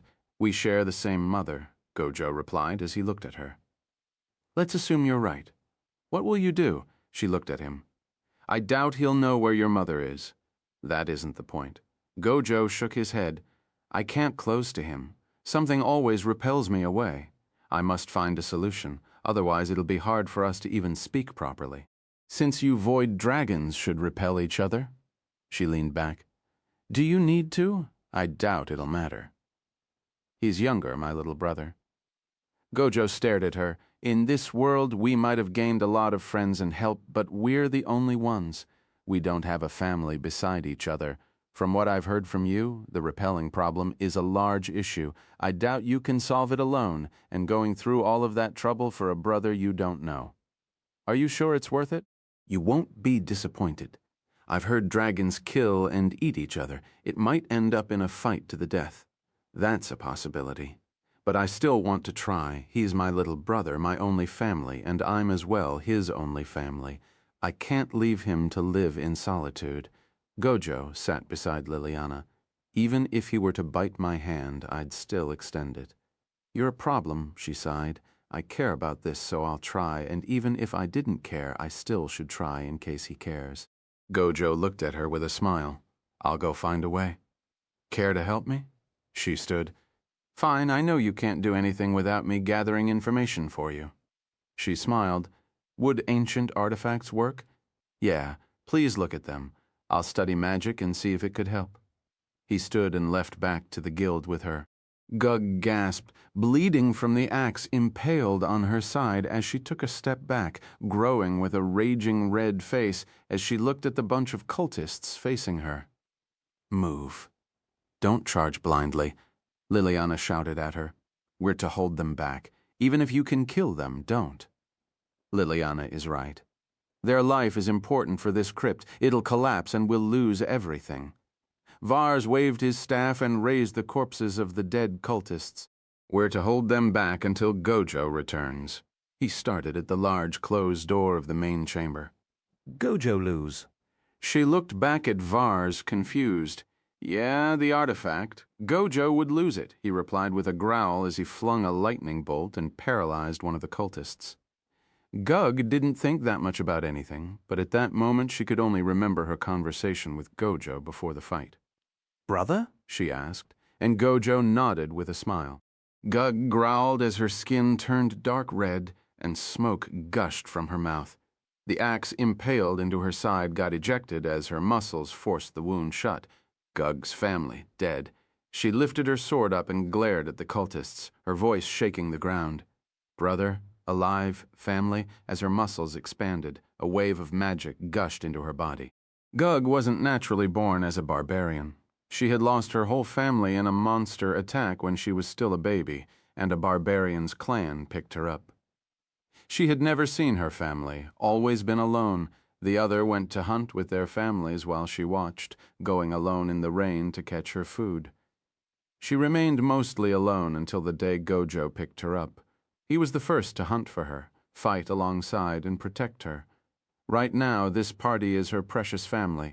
Battle wounds hurt, but what hurt her most was the solitude and loneliness of not having a family to rely on. Seeing her worst and most hated pain creeping its way toward Gojo made her blood boil. She couldn't withstand it. She lifted her greatsword up and glared down at the cultists. Won't pass. She growled menacingly, ready to tank all their attacks and keep them in one place. Gug, it's enough. Gojo's voice came from the main chamber as the door slowly opened up, and he walked out, engulfed in a gust of white smoke as he froze the entire room. The moment the cultists laid an eye on him, they knew it. This wasn't someone they could fight. He has their sacred relic in his hand. I've got what we came from. He walked between, the cultists like a ghost, and none of them dared breathe. Those who dared breathe had their lungs frozen from the inside out. They coughed frozen blood, fell on the ground, and died a slow, painful death. Do you think Gojo looked at his party with a worried face, sitting on a chair and shaking his legs? This will be fine. What are you worried about now? Vars sighed and looked toward Liliana. Consult him a bit. He needs a hug. Gug sat beside Gojo and gave him a hug. Wait, that's my job, Liliana gasped. Vars looked at Gojo with a smile. There is no need to worry. I just can't help but imagine us fighting. I don't want that. He looked at Vars. What should I do? Just go meet him. He's your little brother. I'm sure it'll be fine. Vars approached Gojo with a smile. Trust in him. Yeah, you're right. Gojo Orion, welcome, and my deepest condolences. Gojo looked forward at the beautiful white angel standing before him. She opened her arms. Pick and choose. There are over 15 different heavens. Gojo looked down at the countless specks of light rising from the black ground. This down in the world, Korra stared at Gojo's lifeless body with a smile. To think a mortal like you existed, I need to rethink all of my plans. Chapter 850, Divine Gauntlet v. Too Angry to Die. Chapter 850, Divine Gauntlet v. Too Angry to Die. You were, indeed, above all mortals. Korra smiled as he turned around, ready to teleport after Jordan. Only blame your mortal limits. As Gojo charged at Korra, ready to finish him off, something happened. It wasn't anything strange, but an expected event. He ran out of mana. That wasn't a problem to Gojo. It'll only take him a fraction of a second to absorb and fully regenerate his. It had already happened before in this fight, but it wasn't a problem. After seeing it happen once in the fight and missing it, Korra had taken a defensive plan, slowly lowering his output and focusing on defense. He held tight and took the beating, even letting his angel get clubbed to death. He gritted his teeth and waited patiently for the second time that Gojo ran out. When Gojo's mana hit 0, Korra sprang into action with an unorthodox move. Gojo had a barrier spell in place to defend himself in that situation, but due to Korra's plan, it failed. Free web novel. Simurth Sam the move Korra used threw all of Gojo's defensive plans into a loop. He healed him instead of attacking. The barrier wasn't designed to reject beneficial spells, and those allowed the healing in before breaking. It's a one-use spell, but could pretty much block anything, and it got wasted. Gojo's eyes and ears healed, and the first thing he saw and heard was the hand sign and the word DIE. It was but a fraction of a second, but Korra's divine dominion took over, and Gojo's mortal life vanished. You've transcended mortality. It's near impossible to see a mortal stand to a god like that. The angel pointed at the countless heavens. Pick and choose. Come to mine. From the side, a 6-armed, blue-skinned woman said with a smile. That was Kali, the goddess of orphans and destruction. You might be faithless, but Liliana isn't. She'll end up in my heaven, so come here so you'll too ends up in the same place. Gojo looked at the heavens at his right and then turned to his left, seeing other plans of existence. Those are the plans of torment.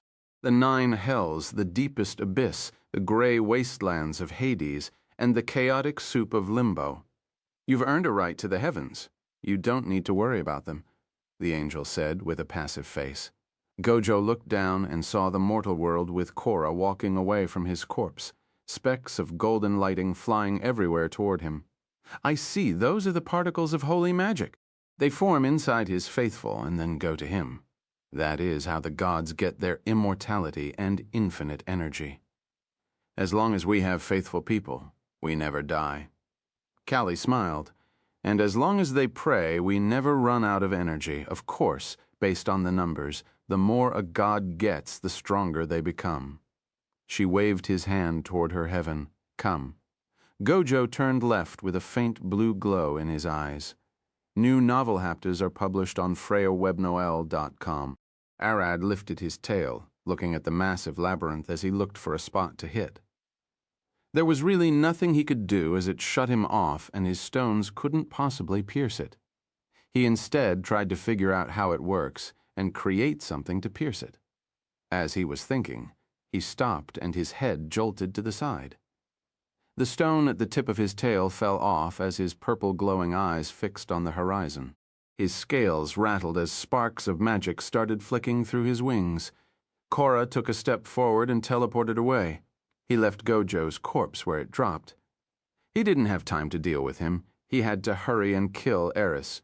Jordan might be a powerful demigod, but he could get the job done faster. He landed a fair distance away from Merlin's labyrinth and looked at it with a stunned face. What a massive amount of magic. His stunned face shifted into a smile. Jordan must be struggling, but it can't be helped. He stepped toward the labyrinth. His divine magic had already fully regenerated, and he felt better than ever. Gojo gave him a real scare, but killing him had given him a newfound confidence. A yellow light flashed from the desert, and Korra saw his shadow dancing. He looked to the right toward the desert only to see a massive bolt of lightning falling from the sky. People's prayers, Callie said with a smile, looking at Arya, are only worth as much as the god they pray to. A creature that feeds off those prayers can't be worth more than them. They look down on the insects, yet aren't worth the dirt they walk upon. She waved her hand. Gojo had already left. What is that? Korra gasped, but it didn't take him a fraction of a second to realize. Compressed magic, something massive was in there. As he looked, a massive explosion erupted in the desert, shattering the ground all the way to where he stood. As the lightning and mushroom cloud of ash, smoke and lightning reached the heavens, a massive beam of light flew straight at Korra. He immediately used all of his power to defend himself, conjuring a massive barrier. The hells, this power wasn't divine, so it was not from the gods, but from another mortal. He looked back and quickly growled. The Glayman and Corleone empires are behind me. I can't have them burned. As the beam grew stronger, with each passing fraction of a second, Korra twisted his shield backward to deflect the beam upward. Everything between him and the explosion in the desert had burned into ash, leaving nothing but a titanic line of burning ember and fire. No regard for life, pure destruction. It was clear to Korra that whatever shot that, it wasn't human and doesn't consider anyone else when attacking. Where Arad stood, the mountain he had built a hideout inside had already evaporated. With his claws, he gripped on his wrists, crushing them with a roar. His void gushed out violently as he compressed matter around him, standing in the middle of a burning ball of raw energy. All sanity had slipped away, and he could only see the bastard ahead of him. Tales of large cities and kingdoms burned by a raging dragon were common, especially among red dragons.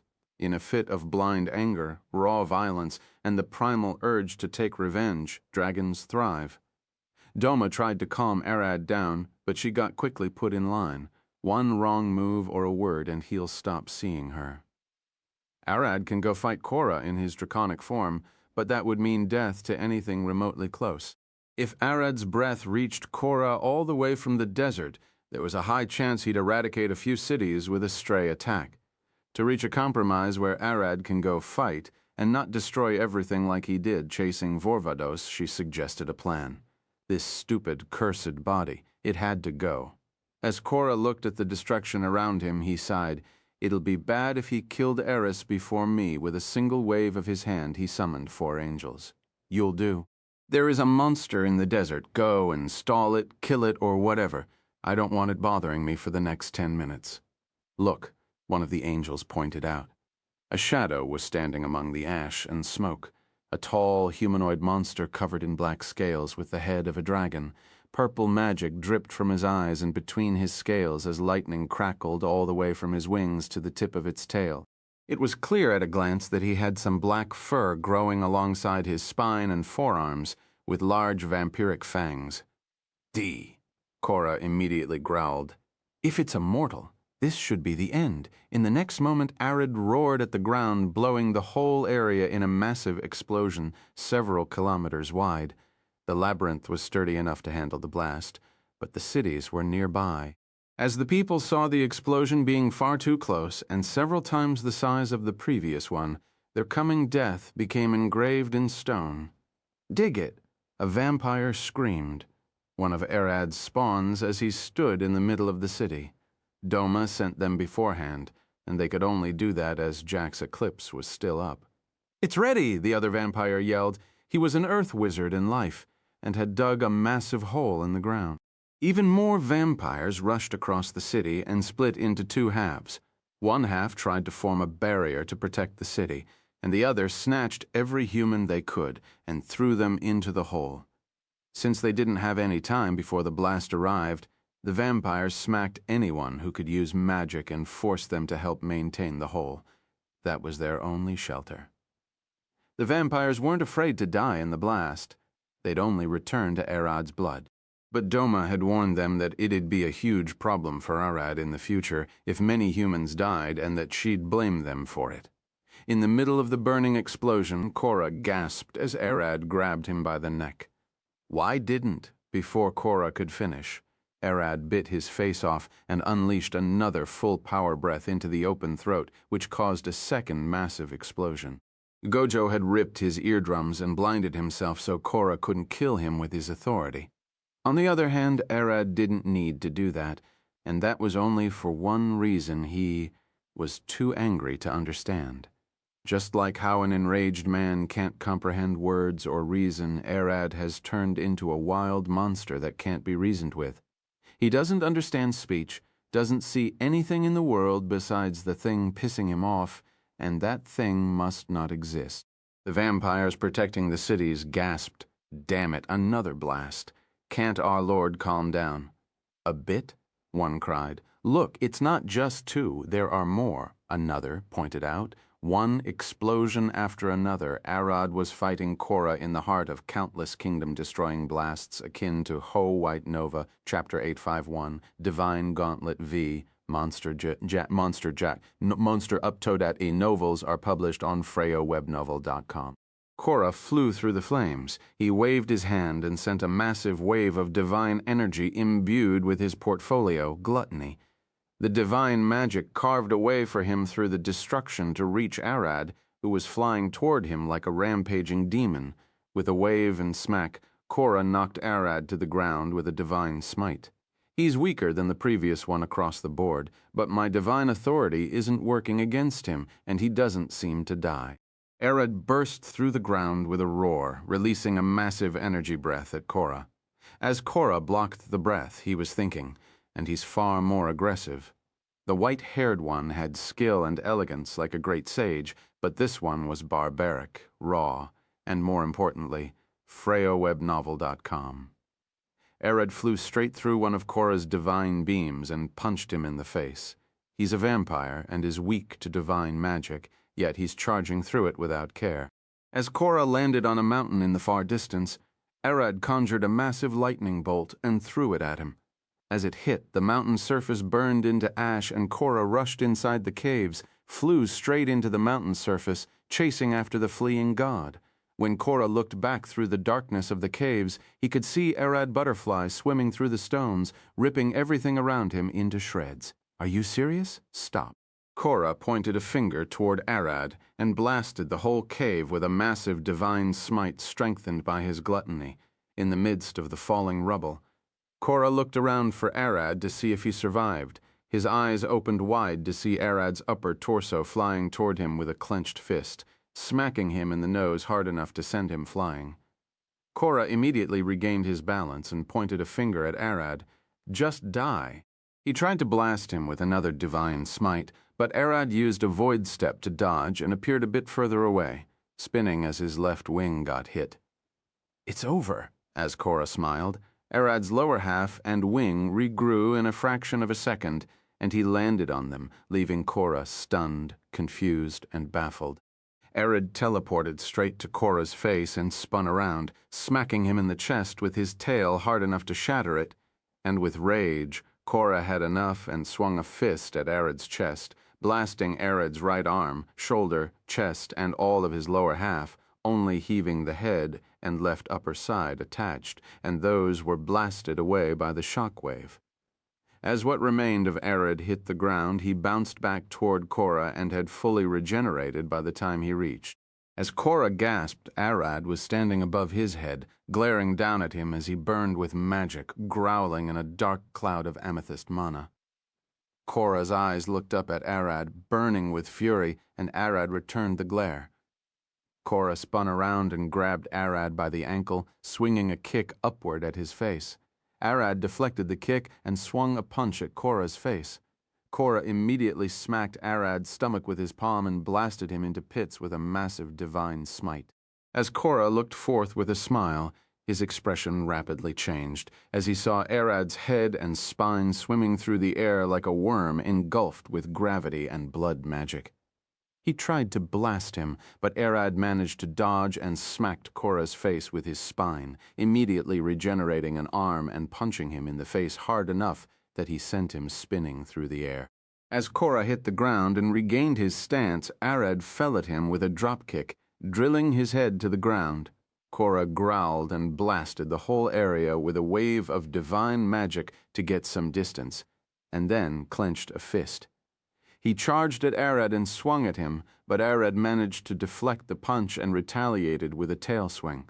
Korra blocked the hit and used that force to get some distance. He then pointed at Arad. This is the end.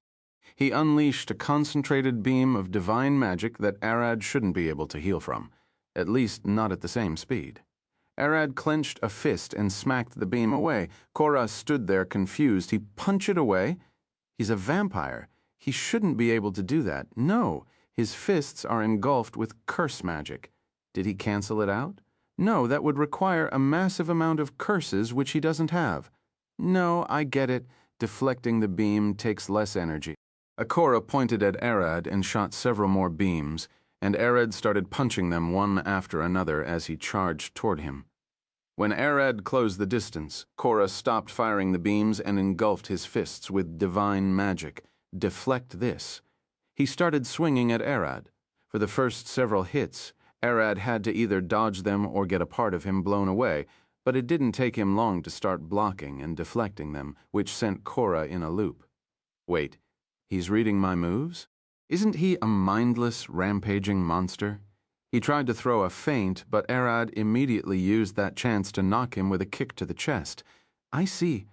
All of his intellect is directed toward killing his target. The longer we fight, the more used to this he'll become, and the harder he'll get to kill. He's adapting and learning as time passes. I must finish this quickly. Korra changed his fighting style and kicked Arad away. Fine, I'll end you quickly. Today had been a weird day, 2 mortals actually managing to put up a fight. Arad bounced back like a ball and opened his jaws, unleashing a massive burst of energy as a breath. Korra formed a barrier and deflected it upward with a smile. Useless. Arad extended his hand forward and then pulled it back, dragging Korra toward him with a powerful wave of gravity magic. You wanted it. Korra laughed as he opened his palm and charged it with a massive amount of divine magic and his portfolio of gluttony. With a single punch, this divine smile should eat Arad's body and soul, erasing him completely from existence, as if he were never born. All he needs is one hit, and it'll be all over. To make sure that Arad doesn't deflect it, Korra changed the spell's function and limited it.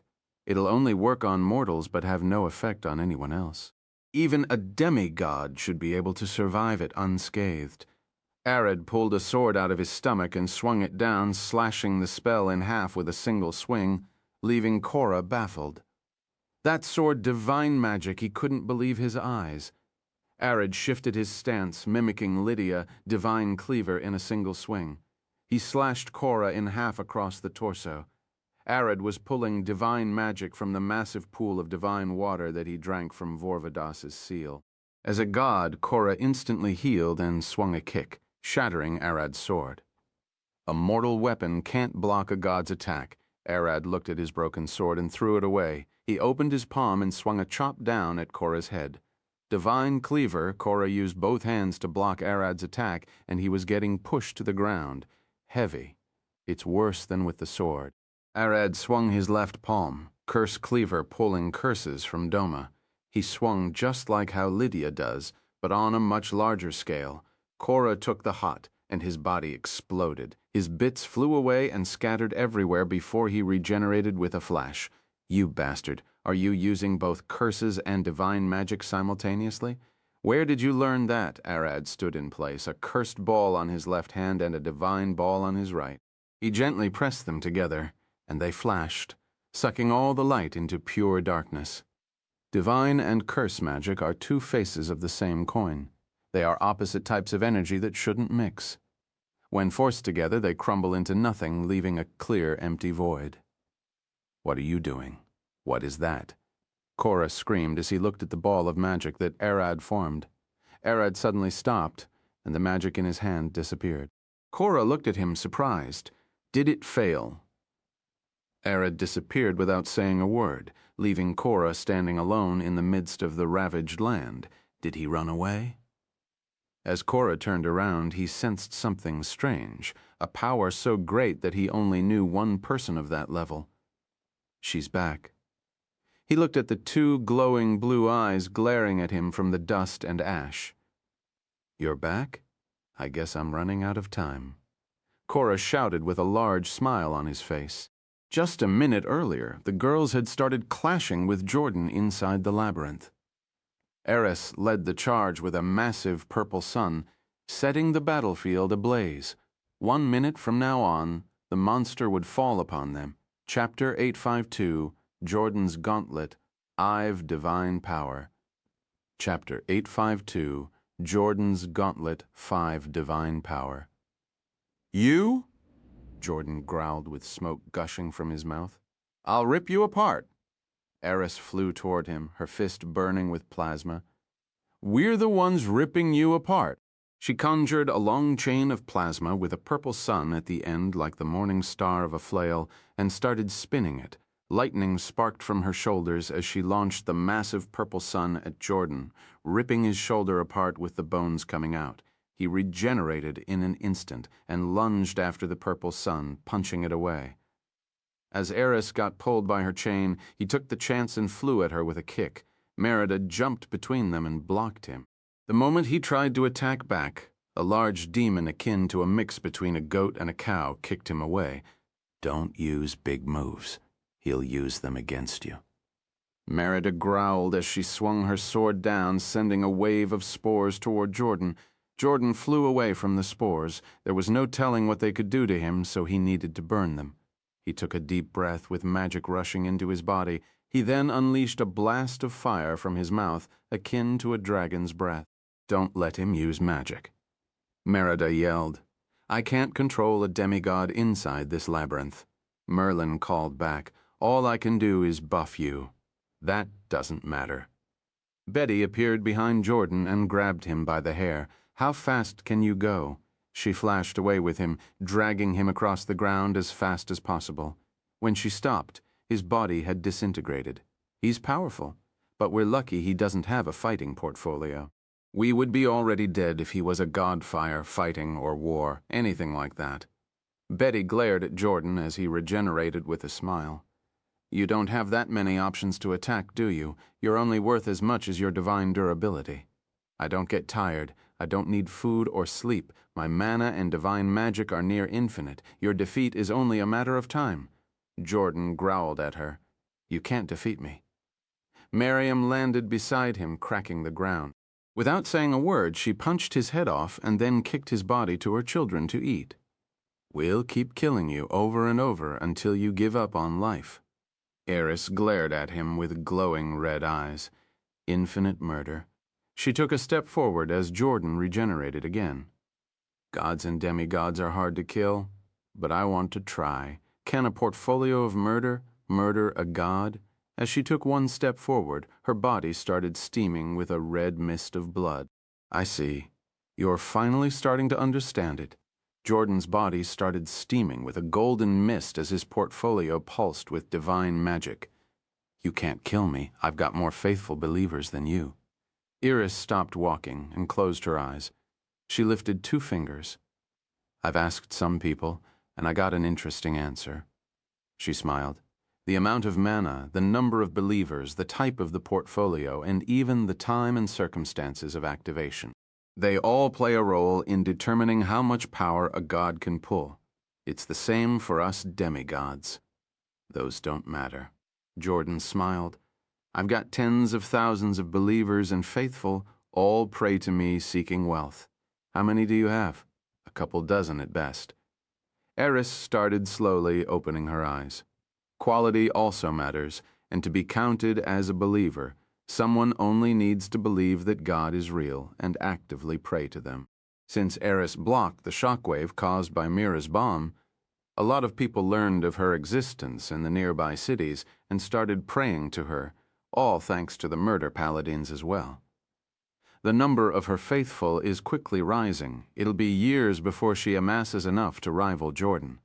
It was here where they cheated. If the quality of the believers mattered, she should be able to get more power if she managed to convince powerful people to pray to her. Since Eris herself is a believer of Amaterasu, she falls under the great sun pantheons, which include Amaterasu herself, Evander, the god of rebirth, and the Mother Earth Jemima. Lydia informed Eris that since Amaterasu kept supplying her with divine magic even after she became a demigod, that implies that Amaterasu supports her as a part of the pantheon. That means the great sun pantheon now holds 4 gods: Amaterasu, the goddess of the sun, Evander, Jemima, and now the demigod Eris of murder. "Do you know what that means?" Eris said with a smile as Lydia landed beside her. "She's a paladin of Amaterasu first and the pantheon second. That means I'm a believer of her as well."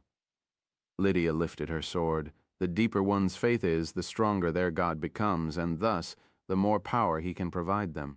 Her blade burned with blood and plasma. "So she's a paladin of murder as well? That falls under the oath of vengeance." Jordan giggled. "So what would having 1 gem change? Nothing. She's worth 1,000 believers, but that's still nowhere near me, and I doubt you can even provide her with enough power. 1 humanoid equals 1 believer equals 1 divine point. Some believers like Lydia are worth more based on how much faith, trust, and belief they hold in their gods. But the more they are worth, the more divine magic they suck out of their god. She provides 1,000 points passively, yet consumes 1,000 when she's active. Right now, Eris has 26 paladins, each worth from 3 to 9 points, and consumes just as much when fighting, which leaves her with around 160 DP. In the nearby cities, she has a total of 1,323 people who started to slowly believe in her, each worth 1 point. That means Eris has a total of 1,483 DP, while Jordan is around 67865 DP. She can't compete against him even if she had Lydia sitting aside, which would put her around 2,483 DP. Utterly meaningless. How pathetic. He lifted his hand. "You'll die as worthless as the dirt you walk upon." "I'm not done yet." Eris smiled. "Do you know how much she's worth?" She pointed at Merida. 0. She doesn't believe in you, I can see that clearly. He giggled. "Merida," Eris gasped. "We talked about this. Just one time. We can't win like this. We'll keep fighting until tomorrow without a result." Merida sighed. "Fine, but just me. The demons are pledged to Callie, and they don't want to piss her off." She lifted one hand. "Wait?" Jordan gasped as Eris's divine magic spiked to 6,506 DP. Merida was worth a bit over 4,000. She's linked to a whole demon lord after all. That's a decent jump, but it still doesn't make a difference. What will you do? Make them all your temporary believers. He smiled. He didn't want to keep getting killed over and over, so he was giving them time while thinking of a way to finish this fight quickly. Aiello was already tied to Sylph, the elvish goddess. Mira already belonged to the Great Sun portfolio, as it was common in Alina. She's only worth 1 point. Miriam is also worth 1 point. She has no idea about religion even is. Jack provided 0 points. He lacks any kind of faith, even if he tried. Rebwensvel. Com 6508 DP, Merlin, Amber, and Betty are a part of the magic pantheon, so they can't help. Tempo belonged to an ancient Titan pantheon, so he's out as well, which almost left Iris stranded. But she had one last hope, so she asked Merlin to send a message, and she was waiting for a reply. "Come on, Arad. I know you don't like religions and such, but at least give me a try. You're quite strong, and I'm sure you'll be worth a couple of thousands, just like Merida. It's rare to have a void dragon, after all." Merida was 4,000 DP, so she hopes Arad is worth at least a bit over that. 5,000, 8,000 maybe? With that much DP, she should be able to damage Jordan enough to force him to retreat. "Got it!" Merlin screamed into Eris's head. He said, "Okay." Eris immediately lunged at Jordan, swinging her fist. "We can finish this now. Visit Free Web Novel. Com for the best novel reading experience. 6508 DP." Jordan blocked her fist with a passive face. What's this? It barely changed 6808 DP. Eris growled, damn it. She turned around and swung a kick at Jordan as everyone lunged in to help her. I probably asked a bit too much. I doubt Erod understands the bet 7536 DP. Her divine magic started slowly rising. Unlike everyone who gave an immediate flat. Boost, Erod seemed different. Iris swung her palm at Jordan and slashed him across the chest. Guess he had a bit more faith in me. I've over 1/10 of your power. She could finally damage his divine core. Jordan smiled and swung his fist down, smacking her away. Are you stupid? I'm only not killing you since I want to absorb your portfolio. I need some time to adjust. Her being 1/10 of his power only meant he was 10 times stronger than her. 9562 DP, Iris could feel her divine magic surging up again. The amount she was receiving from Erod started increasing rapidly. By the time she jumped back at Jordan with another attack, she was at 13251 DP. Even Jordan started to feel that something was off. Why was this Erod granting her so much divine power, and it kept increasing? He can't be a normal person. Iris kicked Jordan away with a divine smite. Her DP had reached 18652. Chapter 853. Jordan's Gauntlet V to cook a god. Chapter 853, Jordan's Gauntlet V to cook a god. She's getting stronger, and rapidly, Jordan jumped from left to right and blasted Merida's demons with a massive divine smite round kick before lunging at her. He kept eyes on Eris all the time. He couldn't underestimate another demigod. Ella fired a blindingly fast arrow at him, but he caught it and threw it back at Miriam, all while tanking several hits from Betty. They all knew that great magic wouldn't work on him. They needed Eris to deliver the finishing blow, as Eris's divine power kept rising. She and Jordan quickly outscaled everyone else. Even Merida started finding it hard to keep up with them. Merlin, can't you teleport him around? Merida yelled as she barely dodged a divine blast from a swing from Jordan. I can't do that. He's a divine being. He's nearly impossible to teleport against his will. Merlin replied, That's also because I don't understand how divine magic works. I'm neither a god nor an angel. If we can't teleport, then we should be able to trap him. Mira said as she looked around, Give me some wood. She pulled a saw, her hammer, and a bunch of nails. What are you trying to do? Merlin stared at her.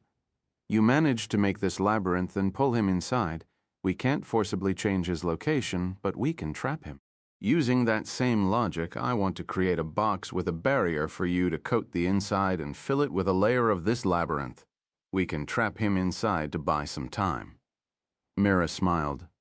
Time for what? Merlin waved her hand and pulled some wood from her magic pocket. Time for me to create a forge, using the compressed stone cursed metal, tempo fire, Eris's plasma, Lydia's curse, Betty's powerful light, and Ella's air. She smiled. I'm confident we can cook a god. So Abel giggled. Trap him in a box to buy time, then mage a powerful force and throw him inside to burn. If she can make it. Jack shook his head. Is it that easy to make such a thing? It's not. I doubt it'll be stable. A few minutes is probably all we'll get. Making the artifact isn't the hard part. Making it last is buy me a minute. She smiled. Eris, hold on for a minute. Merlin sent a message and Eris shouted back, You bet. Her divine magic had started stagnating at 24658 DP, but it's slowly increasing. But that was enough to hold back against Jordan, who doesn't have a fighting-oriented. Mira lifted her hammer and swung it down at a nail on the wood, sparking with magic with each hit. She sat on her desk alone behind everyone else, engrossed in her work like a god focusing on his creation. Her concentration reached its peak as she slowly pieced the box together with Merlin's magic circles. Creating the box itself wasn't that hard. She had created hundreds and thousands of them, and each room she furnished had needed at least one, but engraving the magic circles was the hard part. She had to write it on the wood using a chisel while slowly dripping it in magic water. all above a circle of Merlin's magic, and lastly, integrate a power source in the form of a magic crystal. In the meantime, the fight had taken a bad turn. Iris's divine magic had completely stopped increasing, and she could feel what she got from Arad fluctuating, and then, out of nowhere, all of it disappeared, leaving back at the starting point. Iris gasped. "What did happen?" she cried, as Jordan punched her in the face hard enough that he sent her flying. Miriam and Merida engaged him in a close fight, but he was slowly getting used to them and growing faster and faster. Even Betty's light, fast, and powerful attacks seemed to quickly lose all of their power. They were the ones getting tired first. The main three aspects of a god's power are their immortality, infinite energy, and dominion over mortals. Jordan is a demigod, a near-immortal being with seemingly bottomless mana, but he lacks the ability to dominate mortals, as he isn't a true god yet. "Everyone," Merlin shouted as she sensed a large burst of mana in the desert. "Arad is going berserk."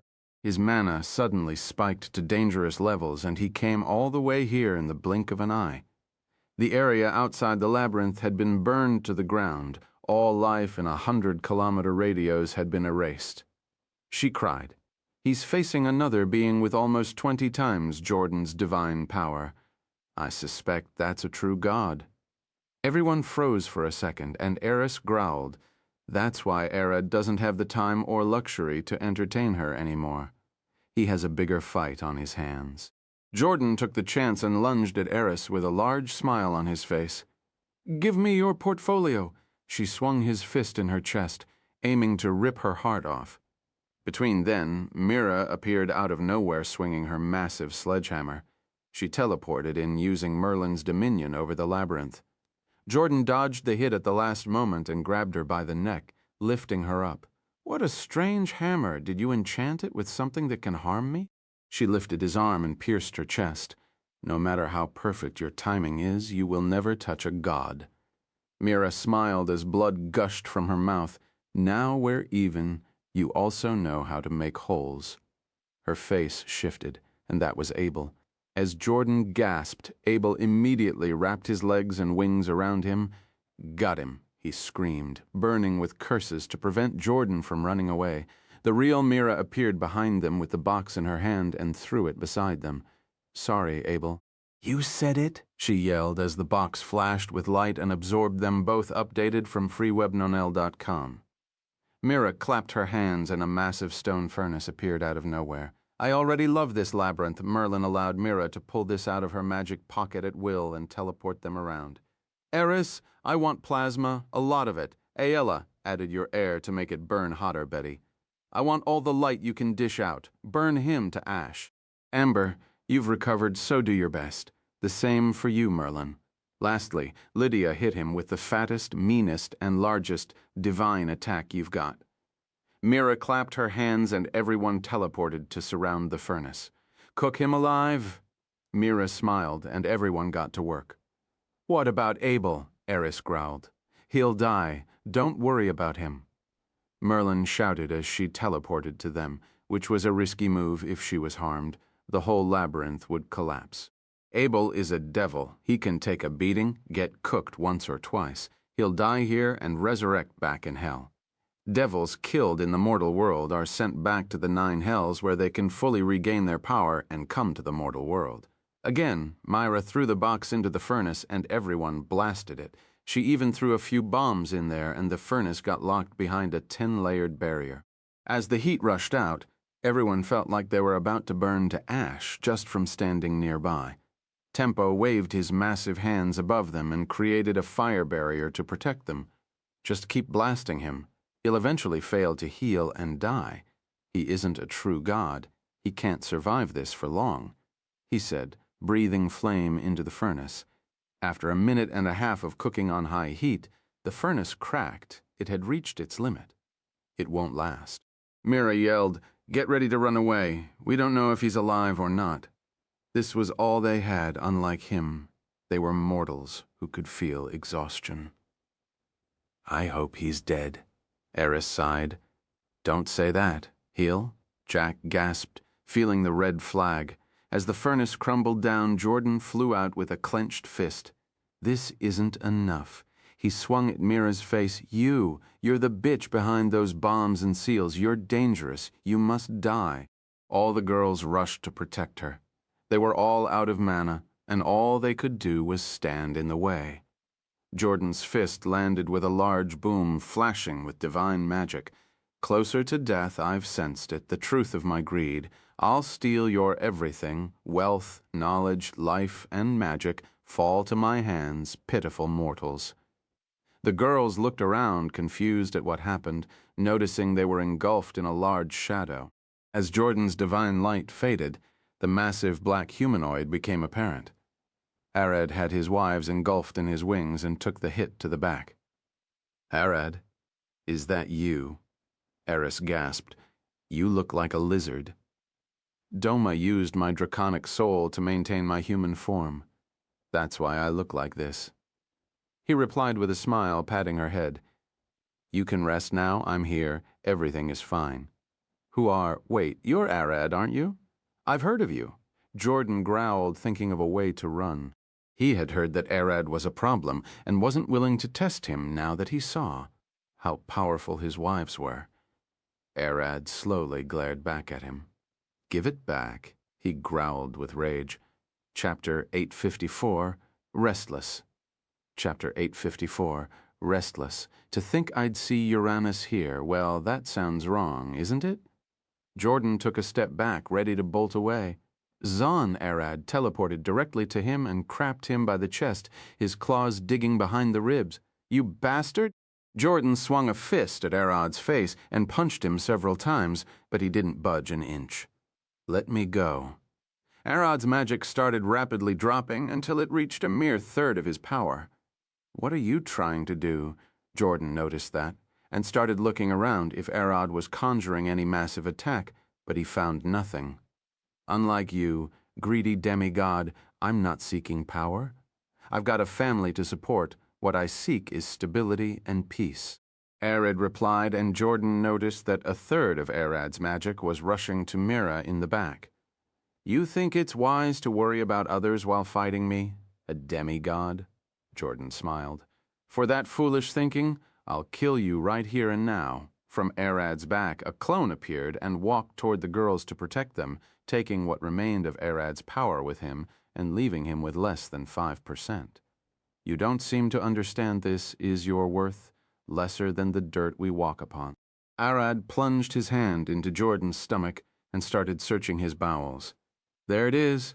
Arad pulled Gojo's golden nut from Jordan's stomach. "This isn't yours, so I'll be taking it back." "Give it back," Jordan growled.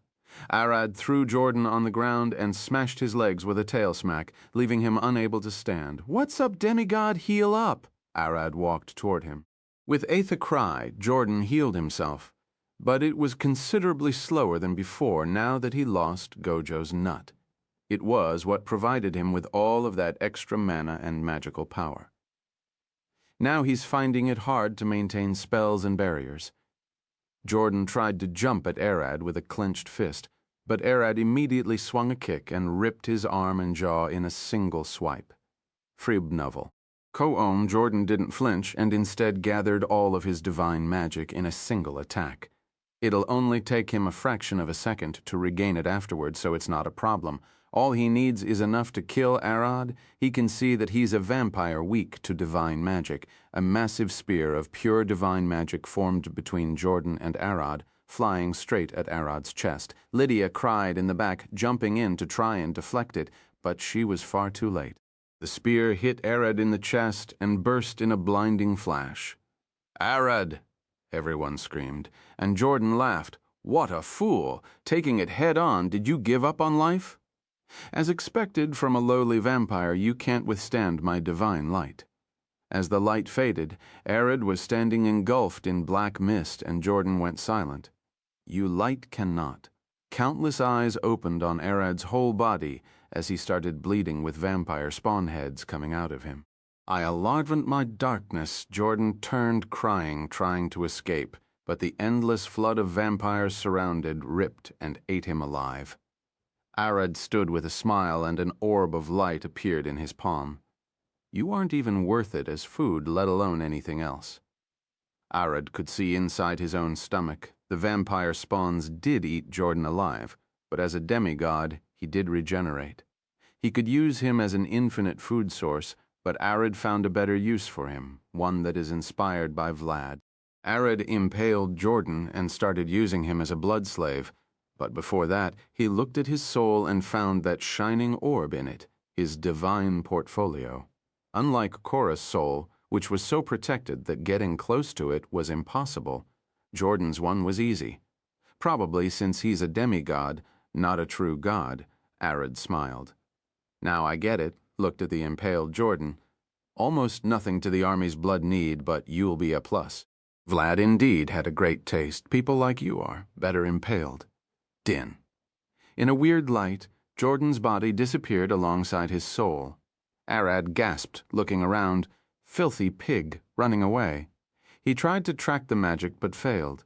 Wait, this sensation, it's like when Vars died, he sighed. Didn't run away but died, your soul got erased. Deserved, but a waste of a perfectly fine blood bag. Arad looked at the shining orb with a smile. At least we got this back. He held the divine portfolio of greed in his hand. Arad walked back toward the girls holding the divine portfolio in his hand. That thing is done. They all sighed and lay on the ground, exhausted to the bone. Told you this fight wouldn't last if he was here. Eris giggled. Lydia looked at Arad's hand. He showed it to them. It's his portfolio of greed. Eris smiled. I guess. He was here to kill Eris and take her portfolio of murder. It ended up with you taking his... Aella sighed. And now you're a demigod as well. She smiled. We've got a lot of work waiting for us. Arad looked at the portfolio. I don't need it. He looked at them. Who wants it? It'll be better to make you stronger so you can survive when I'm not around. Everyone looked at him in silence. No, you killed him. The portfolio is yours, Merida gasped. She's right, Aella stared at him. What are you doing by giving it to us? You're the one who defeated a demigod. She's right. We barely managed to hold him in one place. No matter how much we damaged him, he kept coming back. Eris shook her head. That's what I'm saying. Arad nodded. You're the ones who need more power, not me. He stored the portfolio in his stomach. Feel free to discuss it between you and decide who'll get it. Arad smiled. But for now, I need to leave. I've had Doma curse me into this form, a mix between dragons and humans to patch my human soul and allow me to move and take control for a while. He extended his wings. If I remain in it for long, it might become permanent, so I must go.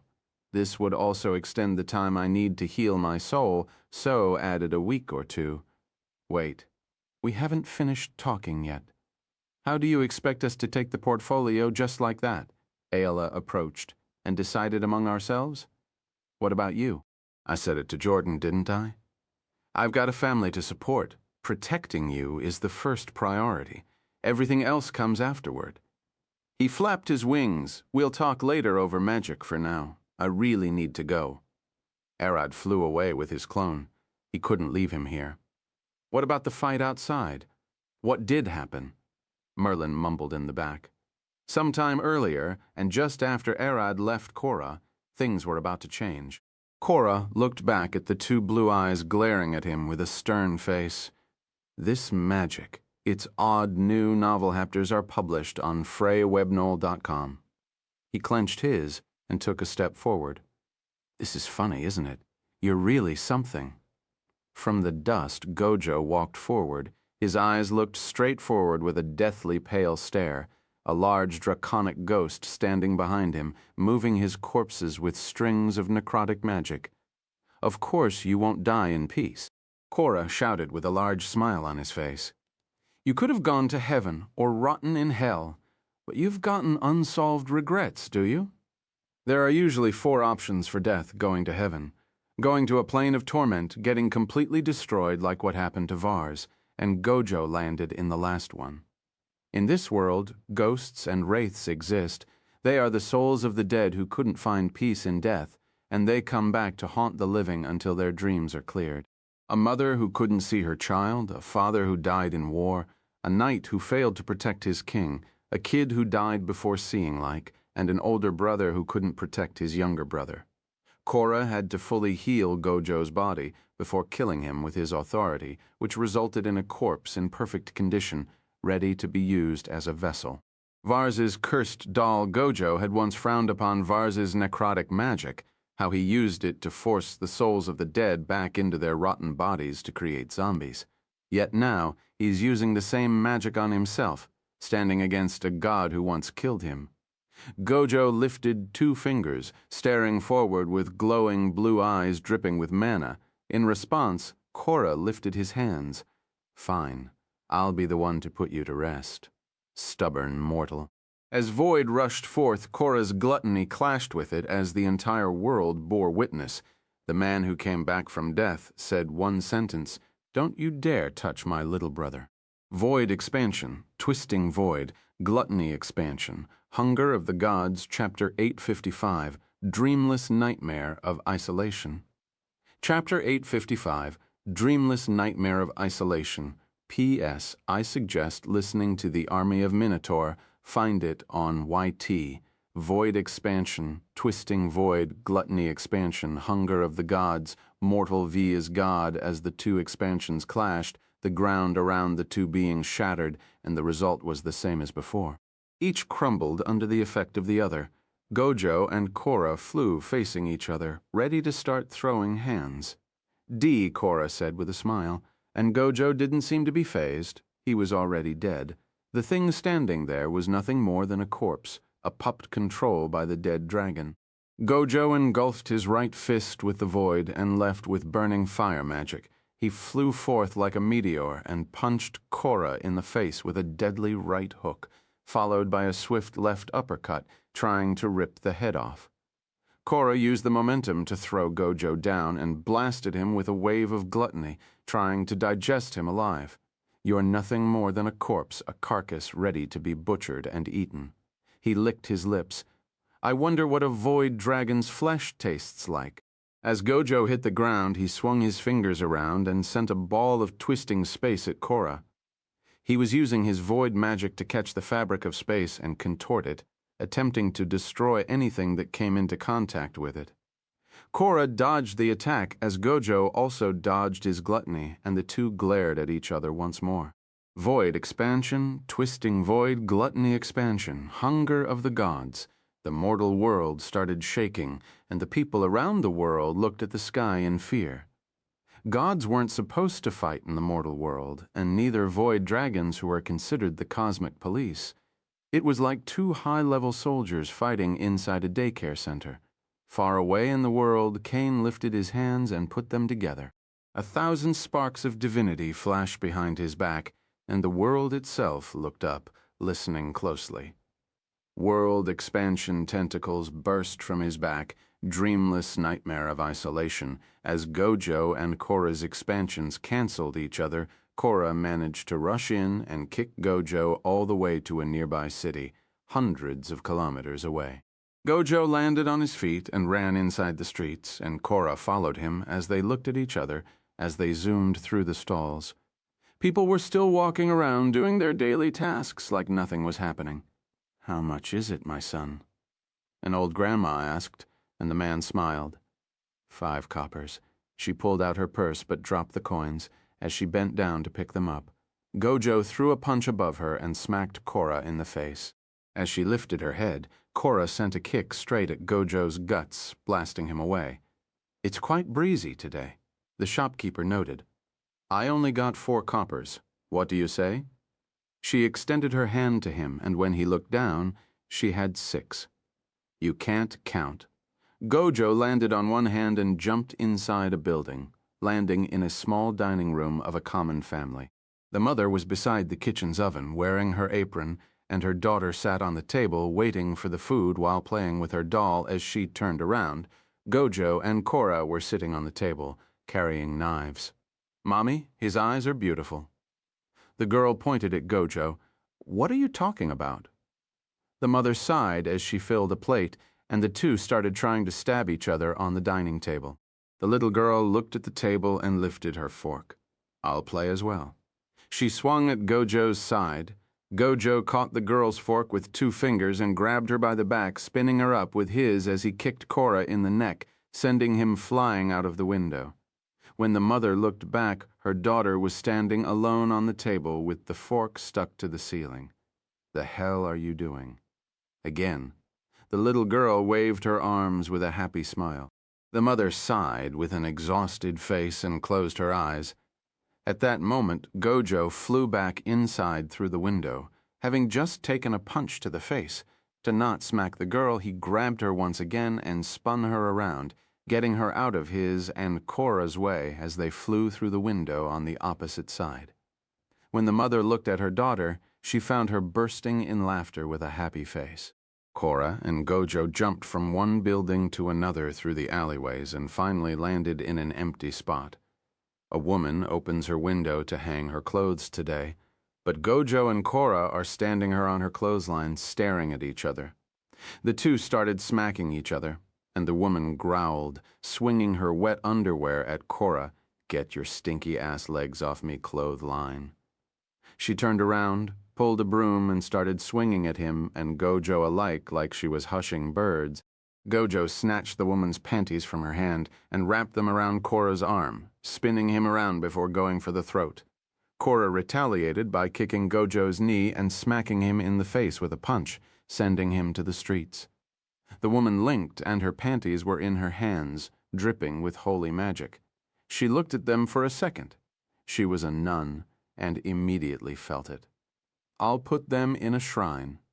She smiled and walked back inside with them. Gojo landed on the ground and jumped over a carriage before landing on a noble's house outer wall with his left hand, lunging into the garden as Korra chased him. Inside the main chamber and behind closed curtains, a maid said with a stern face, "Take a deep breath and push hard, milady." She was helping the lady of the house give birth with 2 nuns in the back ready to cast holy magic. The lady of the house took 2 deep breaths, only to see Gojo and Korra standing right behind the maid, looking at each other. With her legs wide open, she was about to panic.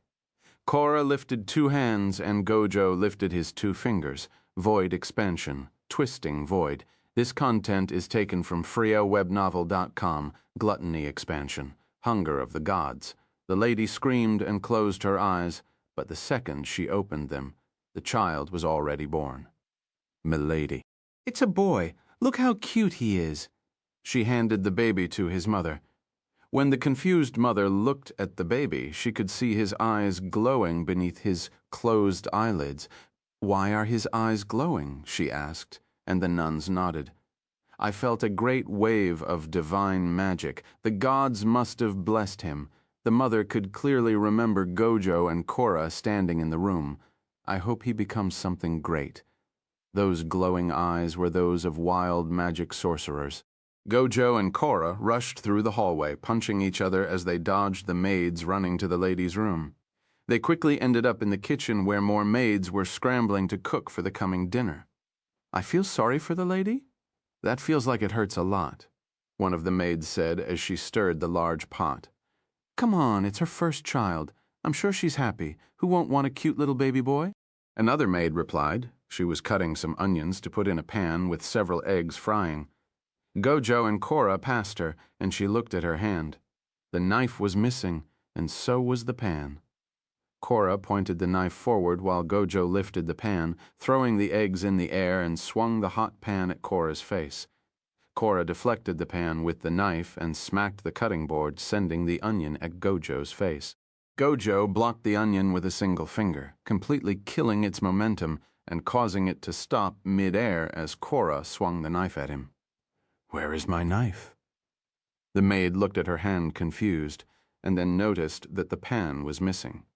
Clang! The pan fell back on the stove. Korra added olive oil from a nearby jar as Gojo threw the diced onion in, and the eggs that flew before fell right back into the pan. That was a nice trick. The maid stirring the pot looked at her with a smile. "But we're cooking for an important occasion. You'll be punished tonight for messing in the kitchen. Free Wibsville Coom," she pointed out. "Cleaning the toilets is your job alone." No, on another side of the city.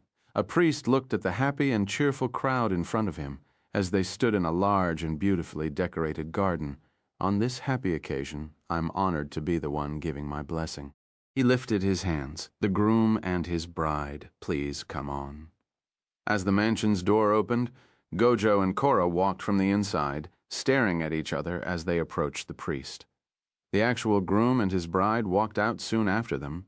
The priest gave his blessing, and the groom and his wife were about to kiss. In front of them, Gojo and Korra were boxing. Chapter 856, Brotherly Jumping. Chapter 856, Brotherly Jumping, as the Gojo and Korra clashed. The wedding proceeded as normal, and drinks were brought out. The maids poured the wine into glasses and shared them across the tables. It's quite windy. One of the maids looked around. They didn't expect it to be like this. The two walked toward the edge of the garden, and Korra picked a wine glass on his way. The blood of the gods want a taste. Korra enchanted the wine with his divine magic and splashed it on Gojo's face. Gojo didn't bother to dodge and took the splash in the face, punching Korra in the guts hard enough to send him flying through the sky and above the city walls.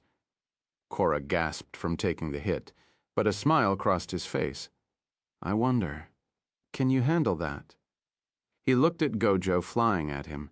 With just a bit of divine magic, I can make that wine several thousand times stronger.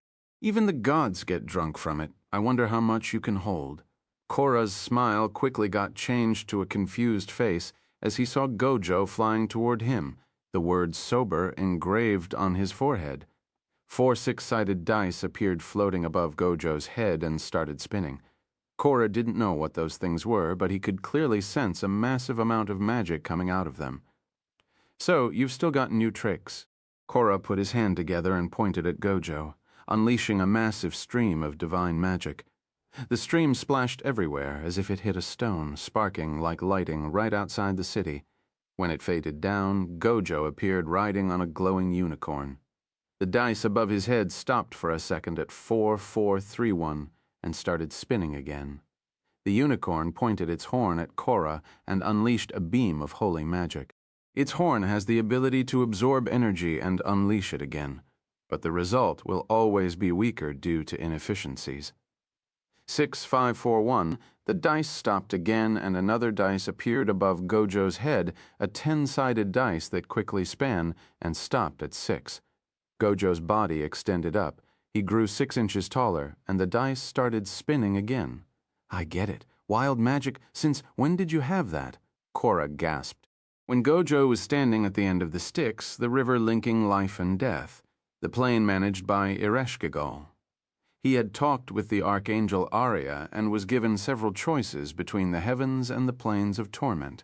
Gojo had picked a peculiar choice, even though granted the right to access all heavens, and being especially invited by Kali, he instead chose a plane of torment, the chaotic primordial soup of limbo. After one look at the plane of insanity and uncontrollable magic, the place where trees grow upside down and where frozen water boils with meat and turns into sparkling gems of immortal frogs and laser zebras, Gojo's understanding of wild magic started growing deeper and deeper, even more than the time he swapped bodies with Lucy. The plane of nonsense mixed with Gojo's relentless search for the height of magic, and with his body now being detached from his soul, a power only achievable by transcending death was achieved. Dragons can't use wild magic. Korra shouted at the top of his lungs, flying toward Gojo with a clenched fist and swinging at his head. The punch missed 5221. His fist slipped past Gojo's body, which now exploded with grease and oil. 5354. Gojo teleported away, leaving the grease behind, and it blasted into flames, burning Korra alive. The dice above Gojo's head kept spinning. This wild magic belonged to him and not Lucy. It functioned on different rules than hers, and still far away from Gojo's full grasp. He didn't know what are the chances and effects of wild magic until he rolls each of them at least once. The numbers above his head are an indication of the roll, but neither he nor Korra understands if it's their combination or addition that corresponds to each effect. Due to the current situation, Gojo didn't have time to play with his wild magic or even test it, so it's a gamble, testing if it can help in this fight, and there is one effect he hopes to be in his pool of choices, one that could change everything. Crack. A fist landed on Korra's burning face, smacking him to the ground with a burst of energy. Arad had arrived to help his elder brother. "You're back, coward?" Korra growled, but Arad lifted a finger, and so did Gojo. Void expansion, nuclear chaos. This content is taken from vwebnaviel.com, Void expansion, magical chaos. Despite looking vastly different, the two brothers were strikingly similar, both taming the uncontrollable nature. While Arad specialized in taming and controlling matter itself and commanding it, Gojo had his hands stretching in the chaos of magic. As Arad focused on crushing and burning Korra's body with endless beams of pure nuclear energy and heat, Gojo used his superior understanding of magic to challenge the divine barrier protecting his soul being clubbed to death like this. Korra pulled all the stops and said, "Fuck it. Let the gods come if they want." He unleashed his entire divine magic, committing the sin no god should ever do, using their full power in the mortal world, with a body burning in divine magic. He forced through Arad's nuclear energy and clenched a fist, swinging at him and Gojo at the same time. Gojo noticed that several new layers were forming around Korra's soul, reinforcing its protection by several folds. They must hurry before he reaches peak performance. Arad and Gojo surrounded Korra and started swinging at him left and right, each of them helping the other with their part. Gojo assisted Arad in oppressing Korra's physical body, while Arad did his best to help with the soul hacking. Korra gasped, getting beaten to death. Those two are in sync. It's like they know what each other's thoughts. No, Void dragons communicate telepathically. That must be it. Communication using direct brain waves and emotions. It's hundreds of times faster than words. And since I don't understand how they do it, I can't cut it in time.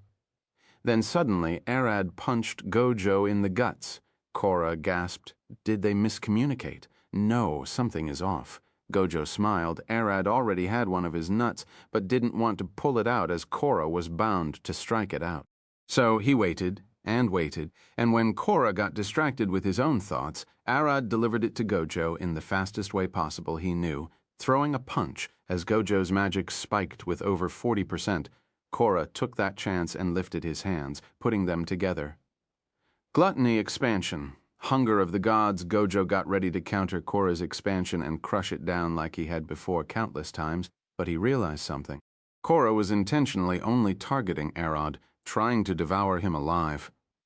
Arad had never seen Korra's expansion before, and getting hit with it, now that he's using his full divine power from the get-go, might kill him. Gojo abandoned all defenses and lunged forth to protect his brother, engulfing him with his expansion. As Korra's domain collapsed, he stood in place, staring at the two brothers. Gojo was standing in place, his left arm and a large chunk of his chest missing, with Arad standing behind him. "Brother!" Arad cried. Gojo's wounds weren't bleeding. He was already dead, a corpse controlled by his soul and magic. In that state, he clenched a fist. "I'm not done yet. Never, ever." He smiled, lifting two fingers up. FreyaWebNovel.com, Arad growled and stood by his side, clenching a fist. "I'll help."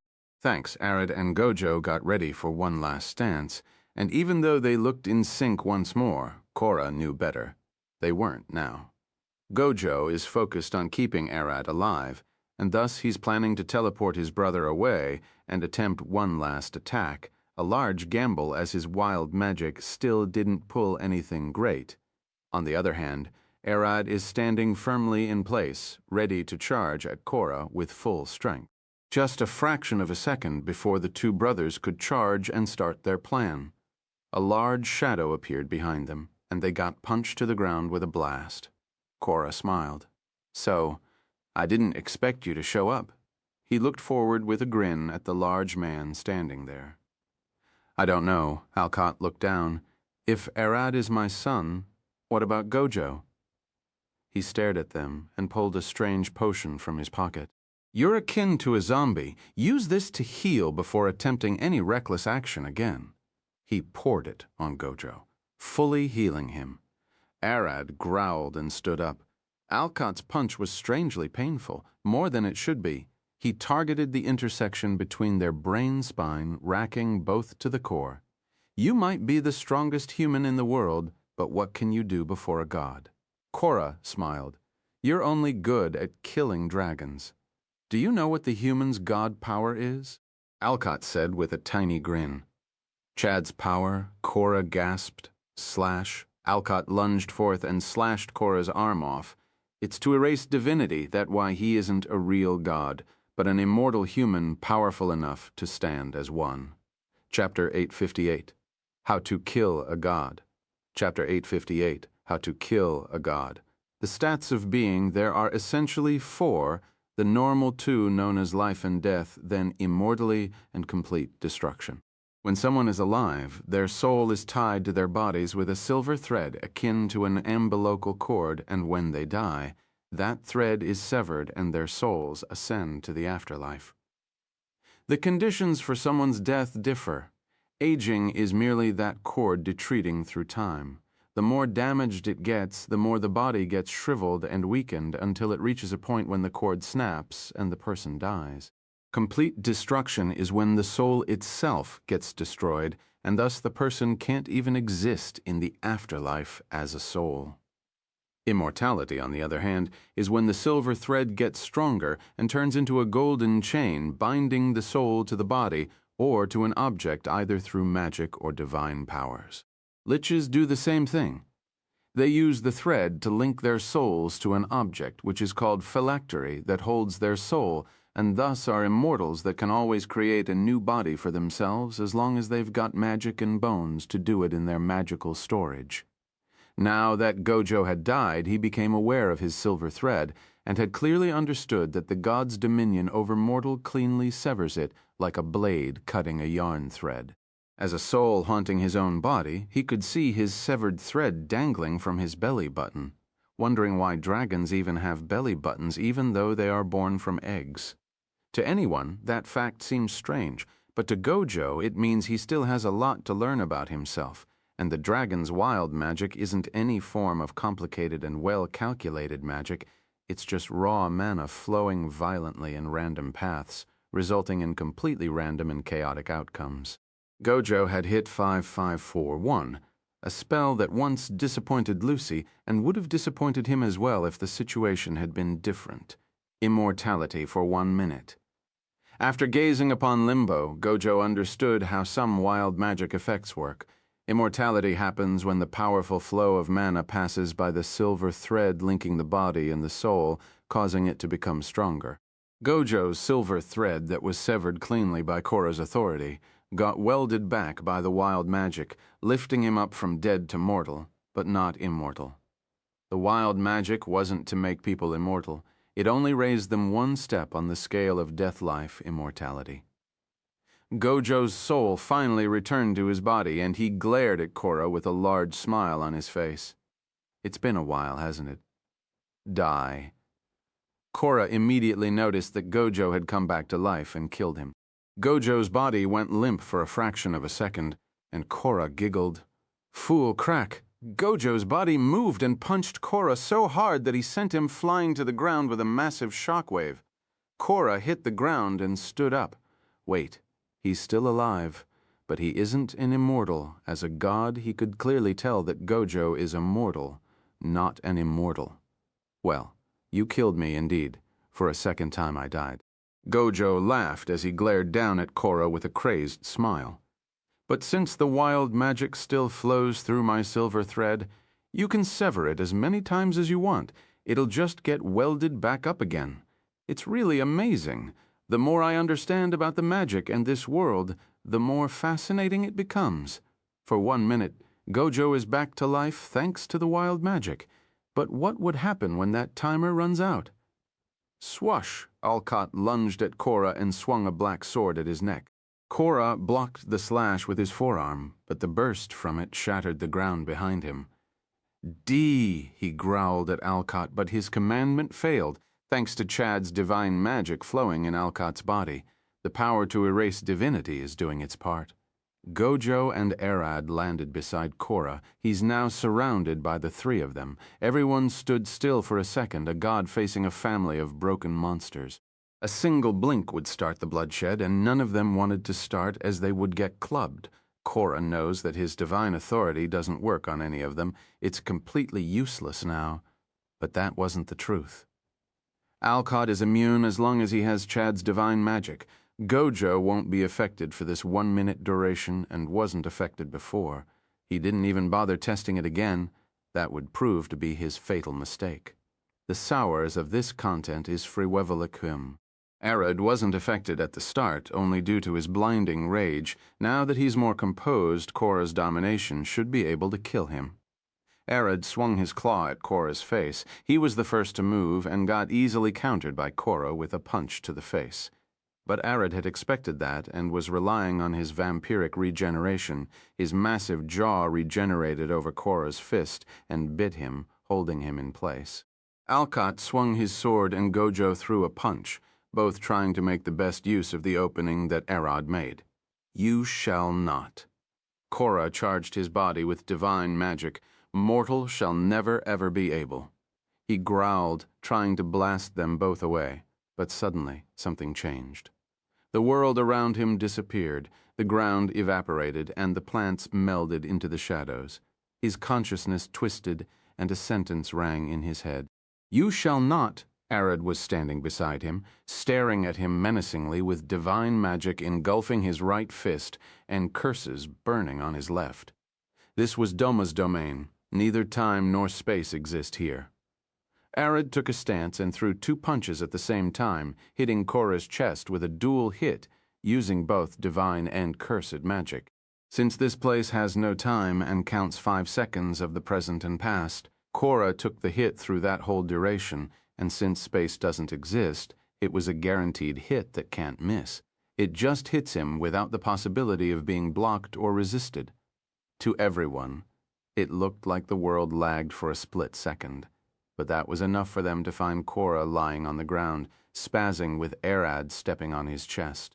He didn't create an opening for Gojo and Alcott. He created it for himself. What did happen? Alcott gasped and lunged forward, aiming to behead Korra. Not yet, brother. You've got a plan, Arad shouted, with a large smile on his face. Gojo lifted 2 fingers. Yeah! I've got a guess. I might be able to kill an unkillable god. Gojo could remember his time in death. When he looked down, he could see. Speaks of divine magic rushing from Korra's believers toward him to heal him. Those people were the source of Korra's energy, for a demigod to finally accent and become a lesser god. They need to gather a lot of believers, which means the number of believers affects the god's divinity. It's not that a powerful god would have a lot of believers, it's the god who gathers a lot of believers that will ascend higher. Gojo could still see it, the divine magic, those golden specks of light falling from the sky toward Korra's body to heal and energize him.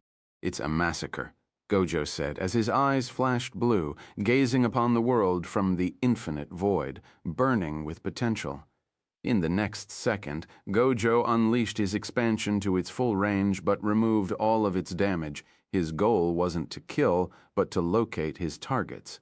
Using his after-death knowledge and expertise in magic, he traced all of the divine magic Korra was getting back to his believers and located each and every one of them. Those praying in the church, in their houses, in shrines, on the street while working. Those drinking, all of them were living under the gaze of the stars as Gojo's will reached the magic around them. The stars of Orion twisted in the sky as Gojo closed his eyes, and Korra immediately knew what was going to happen. "You're inhumane bastard," he screamed, lunged with as little power he had regenerated, and tried to interrupt him. "I'm a dragon." Gojo replied, and his magic started working, cutting, beheading, burning, and killing every one of Korra's believers that he found. People were peacefully praying in the church, on for a spark of magic to split their bowels open. A woman was looking out of her window, and her head fell to the streets. An old man tapped, his hurting back only for his torso to be cut in half and relieve him of the pain. Those who offered foot at the shrine ended up getting cooked themselves in a burst of flames and nails of ice exploded in some. That day, Gojo claimed over 500,000 human souls, tanking Korra's divinity and regressing him back into a demigod with only a few couples of believers that slipped through the cracks in Gojo's detection technique. And with a single step forward, Gojo cut the weakened Korra and snatched the portfolio of gluttony from his soul. How do you feel being slayed by a mortal? He smiled and fell on his face. The 1 minute had ended. Chapter 857, Graveyard of the Slayer. Chapter 857, Graveyard of the Slayer. Korra gasped, jumping away from Alcott as he was startled by the attack. "What are you saying? I've never heard of such a thing." Alcott rushed after. "I'd expect no more from a lesser god." He then lifted a fist up. "You two recover. I'll handle this." Clenching his fists on his sword, Alcott chased Korra lightning, swinging left and right like a raging tempest. Anything that got in the way was diced like vegetables. "At least those two were dragons?" Korra laughed as his arm regenerated. "You're a mere human. What could you do against a god?" He stopped running and charged forth. As Alcott swung at him, Korra deflected the slashes with his bare hands. "Instead of using my divine magic to engulf and empower my arm, I'll instead leave inside to make more stronger and faster from the inside out. As long as your weird power doesn't reach it, you're as weak as a human." Korra locked and deflected all of Alcott's attacks and went on the offensive, swinging punches left and right. Slowly, he started pushing Alcott away, punching him in the guts, face, and chest, leaving black marks from the crushed flesh and bones. "You're even worse, a man who mastered hunting dragons. You're not as dangerous to anyone else." From what Korra and everyone saw, Alcott is an expert at killing dragons, but just like any other high-level fighter when it comes to anything else. You're awfully average, mediocre, with nothing special. You're neither fast nor strong. All of your skills and tricks are optimized to kill dragons, and they fall short against anything else. Korra started gaining the upper hand, swinging faster and fasting, throwing Alcott left and right. Crack! With a roaring fist, Korra shattered Alcott's sword. "Humans like you shouldn't be standing before me. I'll kill and then rip those two dragons apart," he smiled. In the next instant, Alcott's fist smacked into Korra's face, flashing with a golden spark with a thunderous boom enough to deafen Arad and Gojo. Korra's body flew away and landed on the ground. He puked as he looked at the sky with a dazed and foggy mind, his divine energy flickering like a dying light bulb. What did happen? Was I hit? I can't think straight. Something feels strange. His head was throbbing with a deathly headache. He instantly jolted himself and stood up. "You bastard, what did you do?" he growled. Alcott flashed toward him like a golden lightning bolt, throwing tens of light, fast punches that Korra only saw the marks appear on his chest, followed by a splash of blood. Korra rapidly conjured a barrier. He understood nothing of what had changed, but those punches hurt like hell.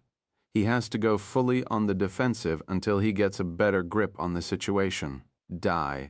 Alcott said, throwing even more punches at the newly conjured barrier, shaking and pushing it back at Korra.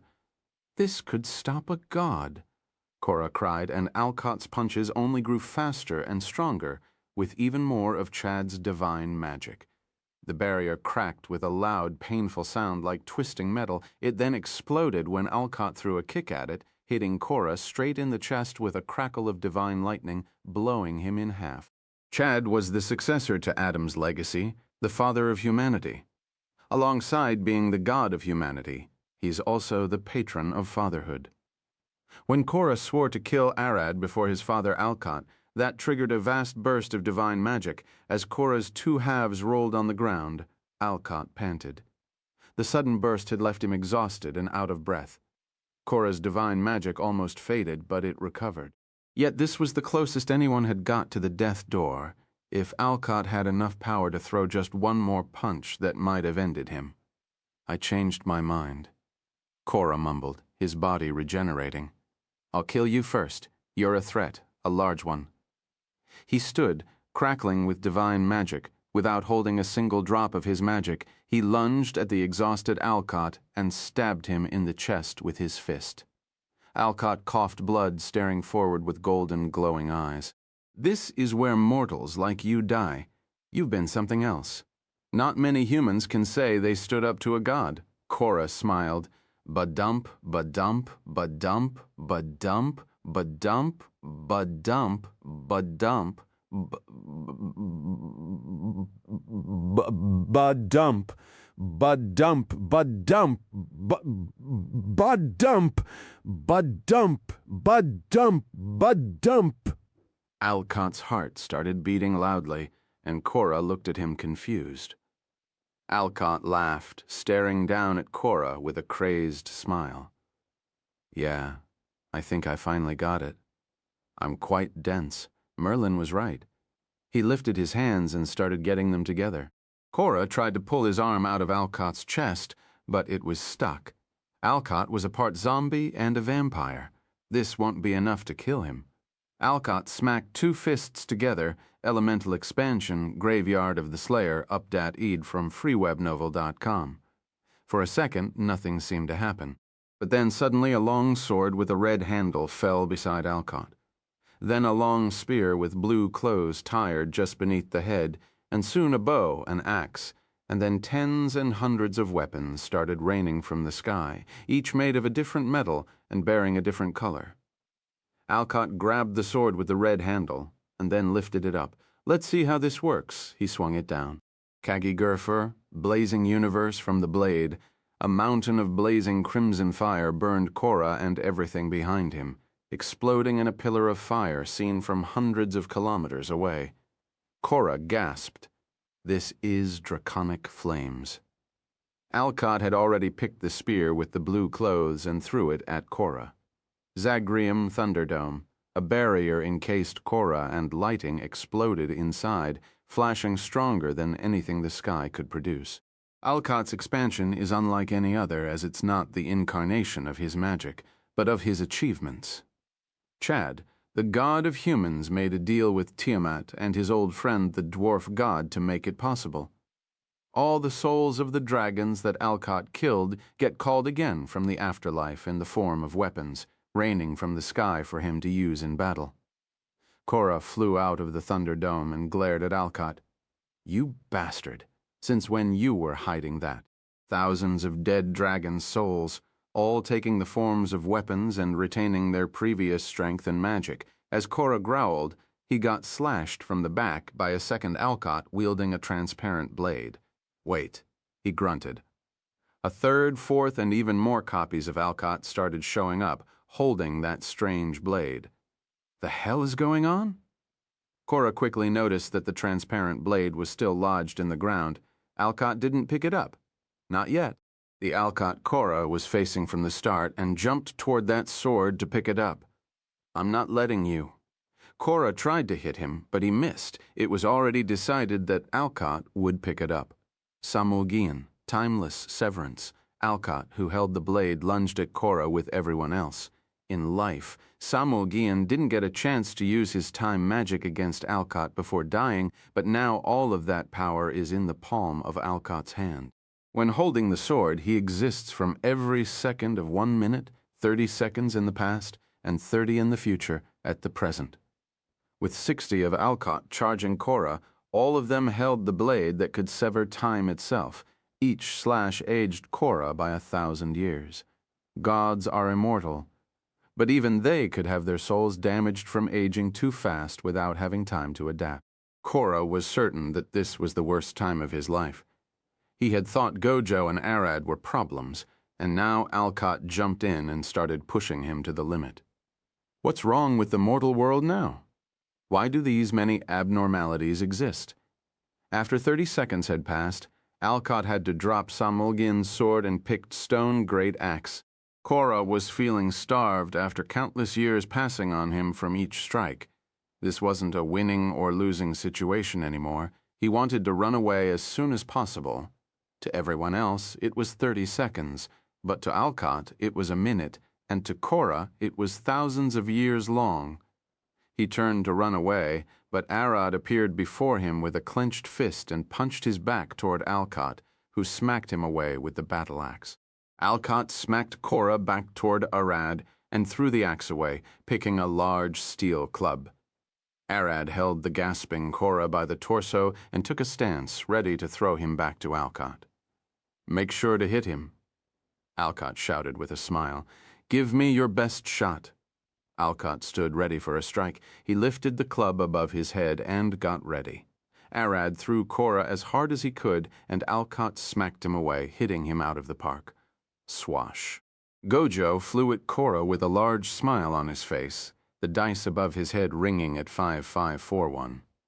"Not what I need to kill you, but it's something I need." Gojo's body flashed with sparks of golden divine magic. Chapter 859 slowly falling into place. Chapter 859 slowly falling into place. Gojo's face hit the ground, and he started thinking as fast as he could. He didn't have any more time. Whatever he decides in the coming fraction of a second will determine his life. "I'm a void dragon. Cora had severed my silver thread once, and I've died. That was a single cut that got welded. In the past minute, he had tried to cut my silver thread again, which had left it severed in multiple places. With the wild magic gone, it had grown still and would soon crack again. I need to stop stressing it out by being alive, but I can't just die." Arad and Alcott rushed toward him. Both could sense his magic rapidly fading. "Yeah, I've been in a human form for so long. That's it." The dice above Gojo's head started spinning faster and faster. His body turned into a tree, and then he came back engulfed in a blinding light and smelling of lavender, and then a massive lightning bolt exploded from him and almost grilled Arad alive. "Come on. I know it's here. If it can work with another person, it should work within me."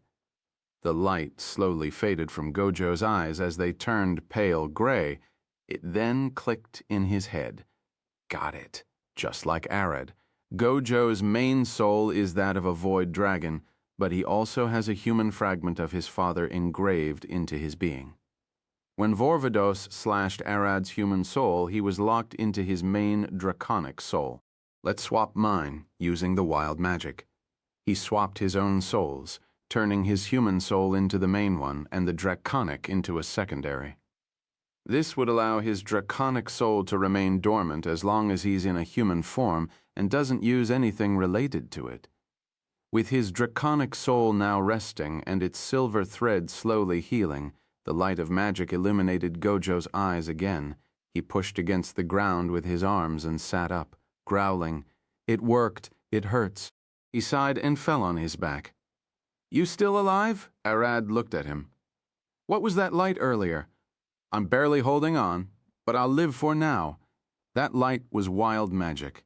I've got a decade's worth of gambling in a day," he giggled. Alcott sat beside him. "I thought that light was you absorbing the portfolio." "I've got other plans for it." Gojo looked at Arad. "What did you do with the greed portfolio?" "I gave it to the girls. They need the power more than me, and I'm not the kind to be praised as a god. Just not my thing." Arad shook his head. Alcott laughed. Most dragons would love to be gods. He looked at the sky. "What should we do now? Wait for Merlin to come pick us up." He looked at Arad. In a flash of light, Betty appeared beside them. "It'll be me. I'm quite low on mana, but I can teleport you back home. You were watching from afar?" Alcott looked at her. "Yeah, you three are really fools. Who goes around and fights a god like that?" She sighed. "I know that he attacked first, but I can't believe you really killed a god." She pulled a small wander and waved it around, hid it, and then pulled a crystal ball glowing with vibrant rainbow-colored light. "There is no secondary magic or residual curses. Let's get back home, or to everyone else at least." She smiled. "No." Arad lifted his hand. "I've really pushed myself beyond the limit coming here. I really need to return to hiding before my curses kick back again. I'll soon revert to my dragon form." He started flapping his wings. "Call me with magic. I doubt anyone would attack you now that we've killed a god, but stay vigilant." He flew away in the blink of an eye. I couldn't even get time to speak with him. Alcott sighed with a sad face and quickly stood. "Can't be helped. We'll get a drink when he gets back." "Me too." Gojo cracked his back. "To be honest, I'm spent. As brother said, you'll be fine, probably." We hope. He looked at Betty with a smile. I need to rest a bit. I'll be going back to my kingdom. He started walking away. Can you even use magic? Betty looked at him with a tilted head. You're as dry as a desert. I got some contingency spells. For example, one that teleport me home if I'm out of mana and willing to go back. He looked at her with a smile.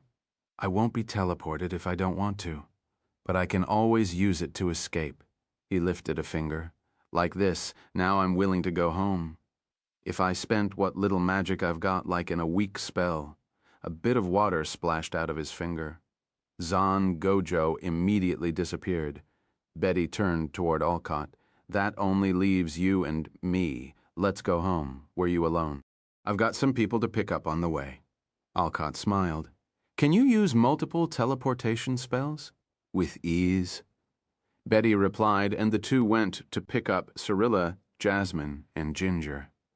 Back in the Arctic, Liliana rushed around the magic court with the royal wizards, minutes before they got notified of Gojo's death by magic, which caused mass panic, especially among those who knew how powerful he was. They never expected to hear of him getting killed in their lives. Under Liliana's directions, the wizards worked their brains off trying to locate Gojo and retrieve his body. Some even went as far as looking through ancient records of resurrection, or Lichdom, even spells like Speak with the Dead, to try and get back to their king. Unlike other kings, Gojo lacked a lot of qualifications, but also lacked any bad traits. He wasn't greedy. His only care was magic, and he didn't discriminate as all humanoids looked alike to him, who was a powerful dragon. With his power, the royal guard had far fewer things to worry about, and even natural disasters were immediately dealt with by him. Like a large avalanche that threatened the capital, Gojo had just pushed it away. As Liliana ran across the hallway with a large stack of paper, Gojo suddenly appeared mid-air and fell on her. She gasped, Gojo? You're back? She couldn't believe her eyes. You alive? He shook him. Don't. He grabbed her hand. Shake me, I'll throw up on you. He was at his limit, as the ministers and the wizards around started panicking again. They began shouting questions at Gojo, some concerned about him and some wanting to understand what happened. I'll explain later. I won, and that is what matters now. Gojo lifted his hand and then looked at Lillian. Take me to my room. She glared around and found two maids. Help me carry him. She grabbed him by the torso, and each of the two maids grabbed one leg, dragging him to his room. As they laid Gojo on the bed, Liliana looked at the maids once more. Get us a barrel of mana potions and get the kitchen to cook something big, 2 mammoths. Bring the 3rd carcass to the yard raw. Got it. The 2 maids rushed out. Liliana looked at Gojo. You're going to sleep? No, I don't need sleep. I need rest. He smiled, barely able to speak. You want to know what happened? If you can speak, if you can't just rest, we can talk later. She covered him with the blank. Korra, the god of gluttony. I've killed him, he mumbled, and she froze in place, sweat gushing across her face. A god? She gasped. Dead. Brother and Alcott helped, but I've landed the finishing blow. He smiled. Call a priestess of Bella. Tell her to ask the goddess of snow and ice about the matter. I believe you killed him, but I have to admit, even I still find it hard to believe that you killed a god. She looked at him, stunned. He was one tough piece of shit. I'd rather listen to Var's babbling about feet for a week than do it again. He smiled. But it's done. I've got this. He lifted one finger, and the portfolio of gluttony appeared floating above it. Liliana stood and rushed to bring the priestess. Minutes later, the priestess managed to confirm from her goddess that the divine order had indeed changed. Lesser god Korra is dead, and Jordan has disappeared. The portfolios of greed and gluttony were released, and one was with Gojo, but it still didn't merge with him. Gojo confirmed that he has no interest in the portfolio of gluttony, and thus wanted to give it away to a certain someone. Moments later, the priestess got a new promotion. The portfolio of greed merged with someone.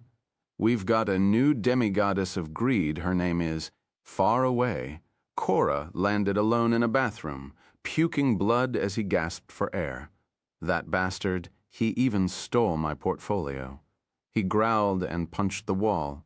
At that moment he could hear mumbling coming out of one of the stalls, followed by a large fart. A man groaned. This chapter is updat by freewebnovel.com, like a dying pig inside. Cora paused for a second and bit his finger. Summon Demon, the blue-skinned Oni woman who was 10 feet tall, appeared out of a dark magic circle. Kill and turn him into a zombie. The gods can't track me now. We'll run and gather our forces.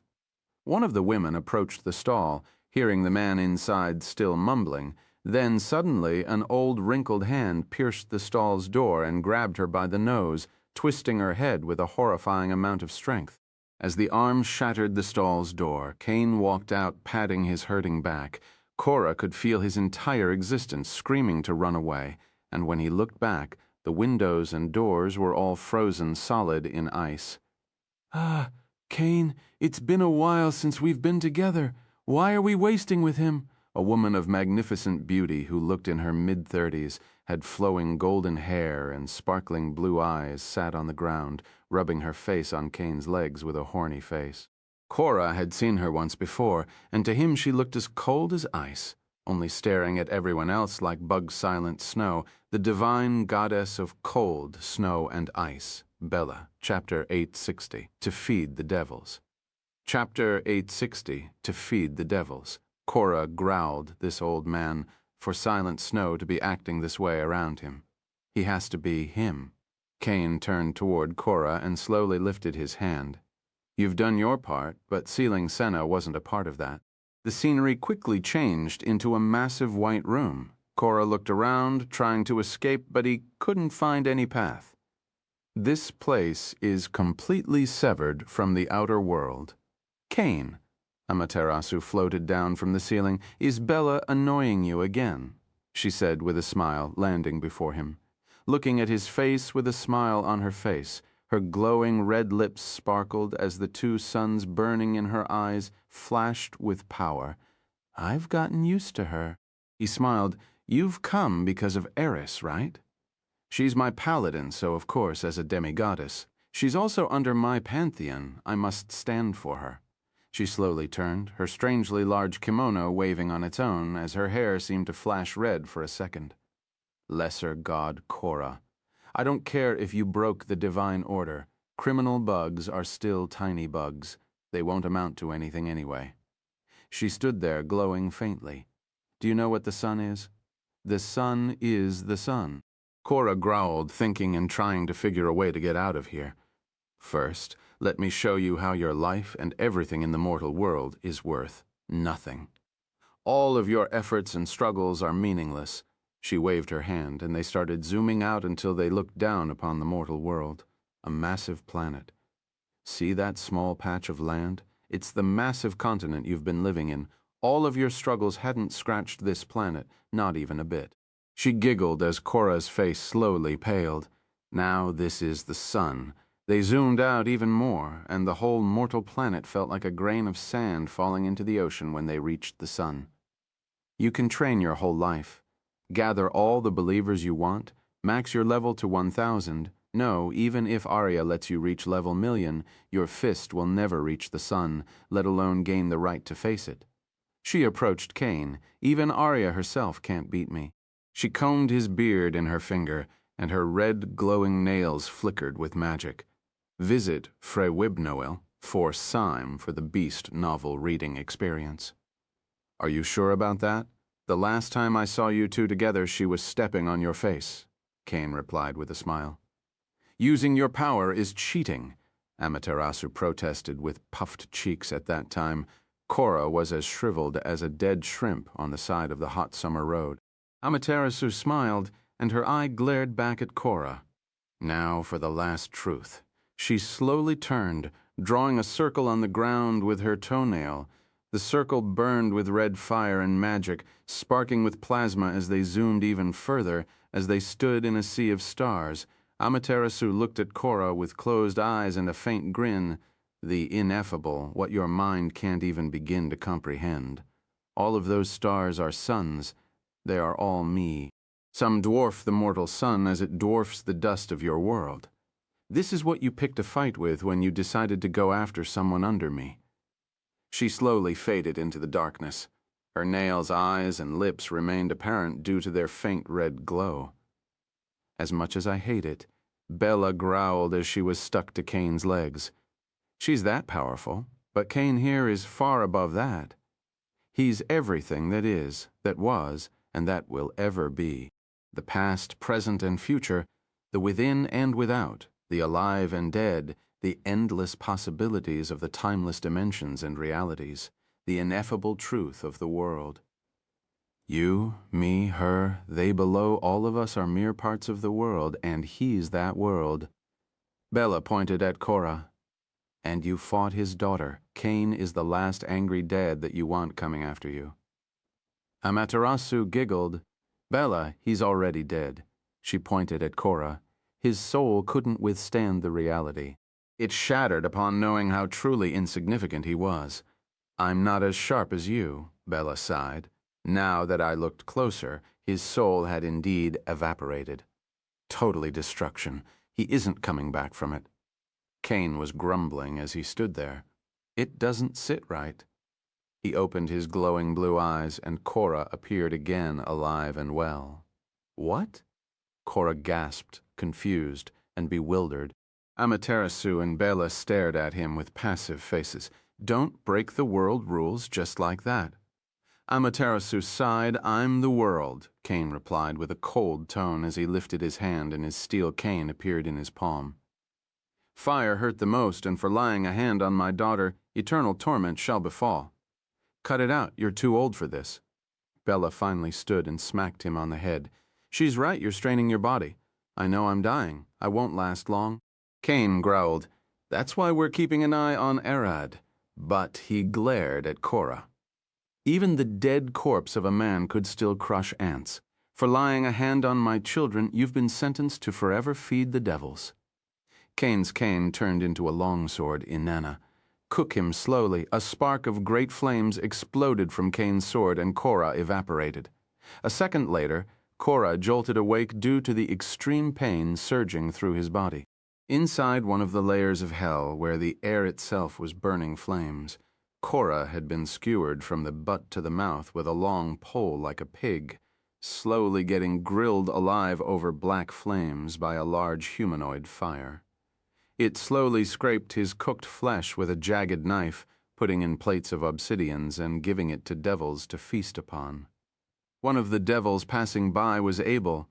He had just resurrected in the hells after getting killed in Mira's furnace. What's this? He said with a smile rushing toward the humanoid flames with a happy face. The fallen god of gluttony.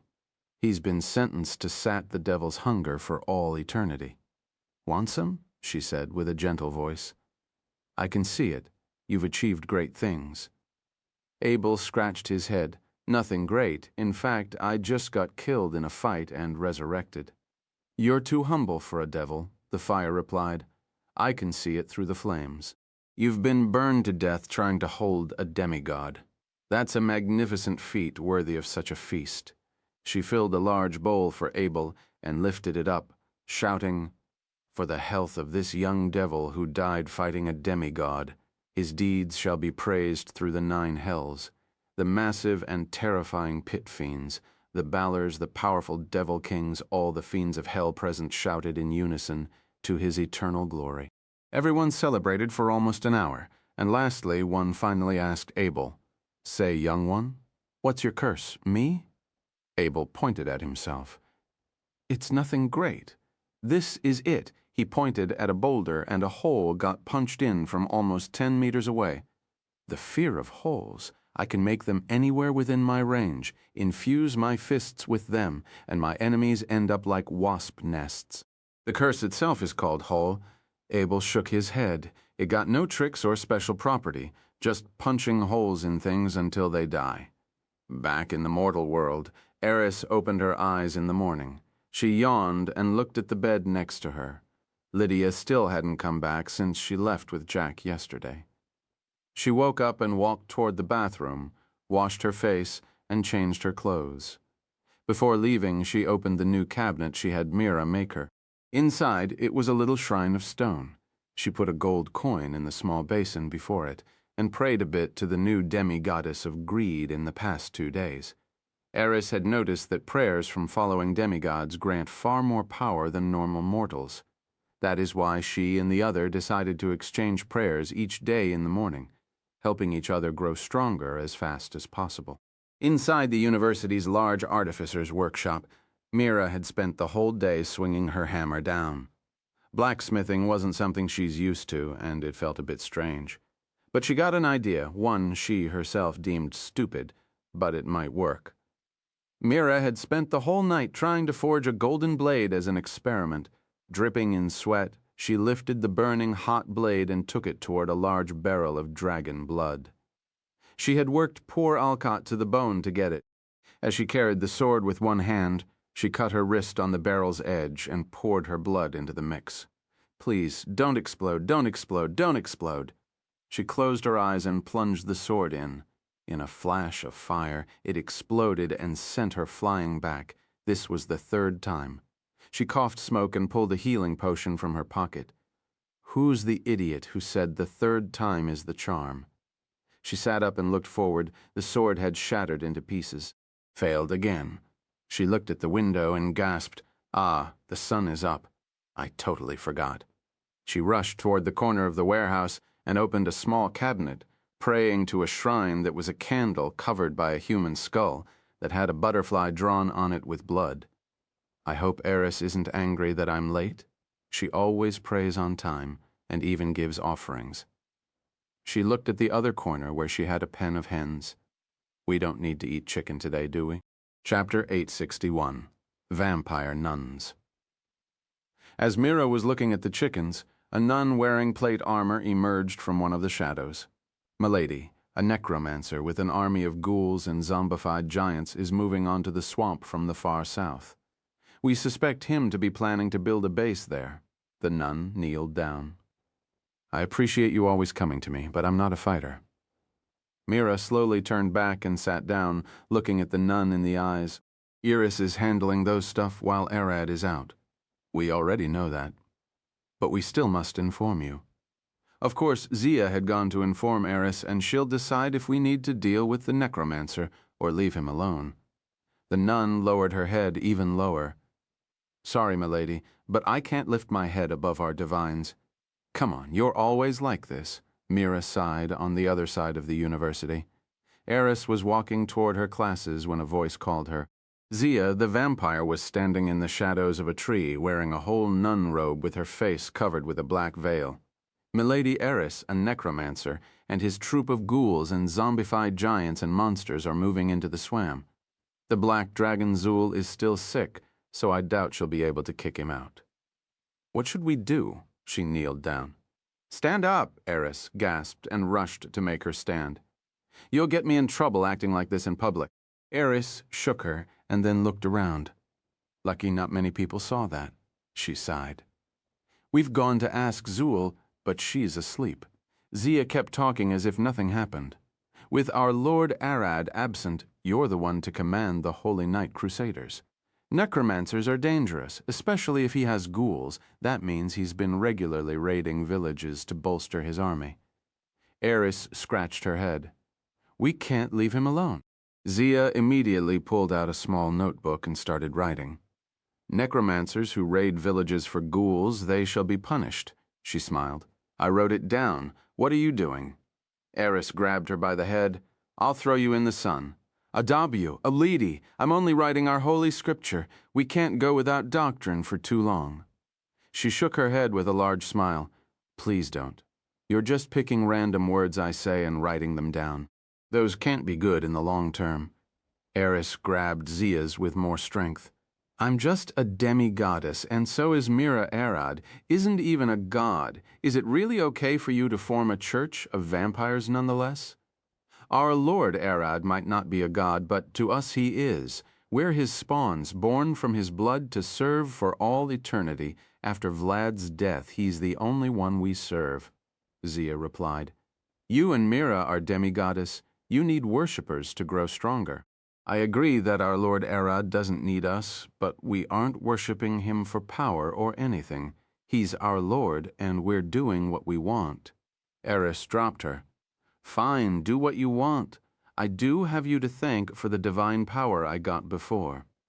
When Eris gained a large amount of divine power from Arad, most of it came from the vampires inside him, worshipping her, murdering each other in a bloody ritual to grant her power. They are vampires, so beheading and cutting themselves in half. Didn't kill them, but it was still painful. Do what you want, Eris sighed. But take them with you. They've been following me for days now. She looked to the side and saw a bunch of large men and women clad in thick steel armor staring at her from the university's gate, even though the guards told them. She waved her hand, and the guard sighed. You can go in, he said with a smile, his red eyes and fangs apparent. He is one of Arad's spawns, who got a job at the gate thanks to Betty, all just to keep those men outside without causing a huge problem. The armored men and women rushed toward Eris, but the moment they were about to kneel, she growled at her, Don't? I'll kill you all. They paused and looked at her. Our goddess, we want to serve you. After saving us and pushing our kingdom into salvation and a better path, we seek to spread your name and influence across the lands, so many more people can be blessed as we were. The largest man of them all said he was almost 6'1.5" tall, muscular, and looked like a slightly smaller version of Arad, but with blonde hair and brown eyes. Those were the paladins of murder, the people that Pin gathered for Eris behind her back. It seems that they turned into religious zealots in just a few days, exhibiting some fanatic tendencies toward Eris, worshipping her, and believing that she alone could save the world as she did their kingdom Zia, and the vampire nuns, on the other hand, don't hold Eris that high. To them, it was Arad who should stand in that spot, and so they sometimes disagree with those paladins. By our swords and blood, we shall spread the name of our Savior, Lady Eris, all through the foolish lands. The dark age of ignorance shall come to an end, and under the purple light of her sun, we find salvation. The man said, glaring at Zia, I saw Our Lady grab you by the head. You aren't on some heresy. He pulled his sword. Eris sighed. For Amaterasu's sake, go kill the necromance before he causes trouble and get along. She turned to leave.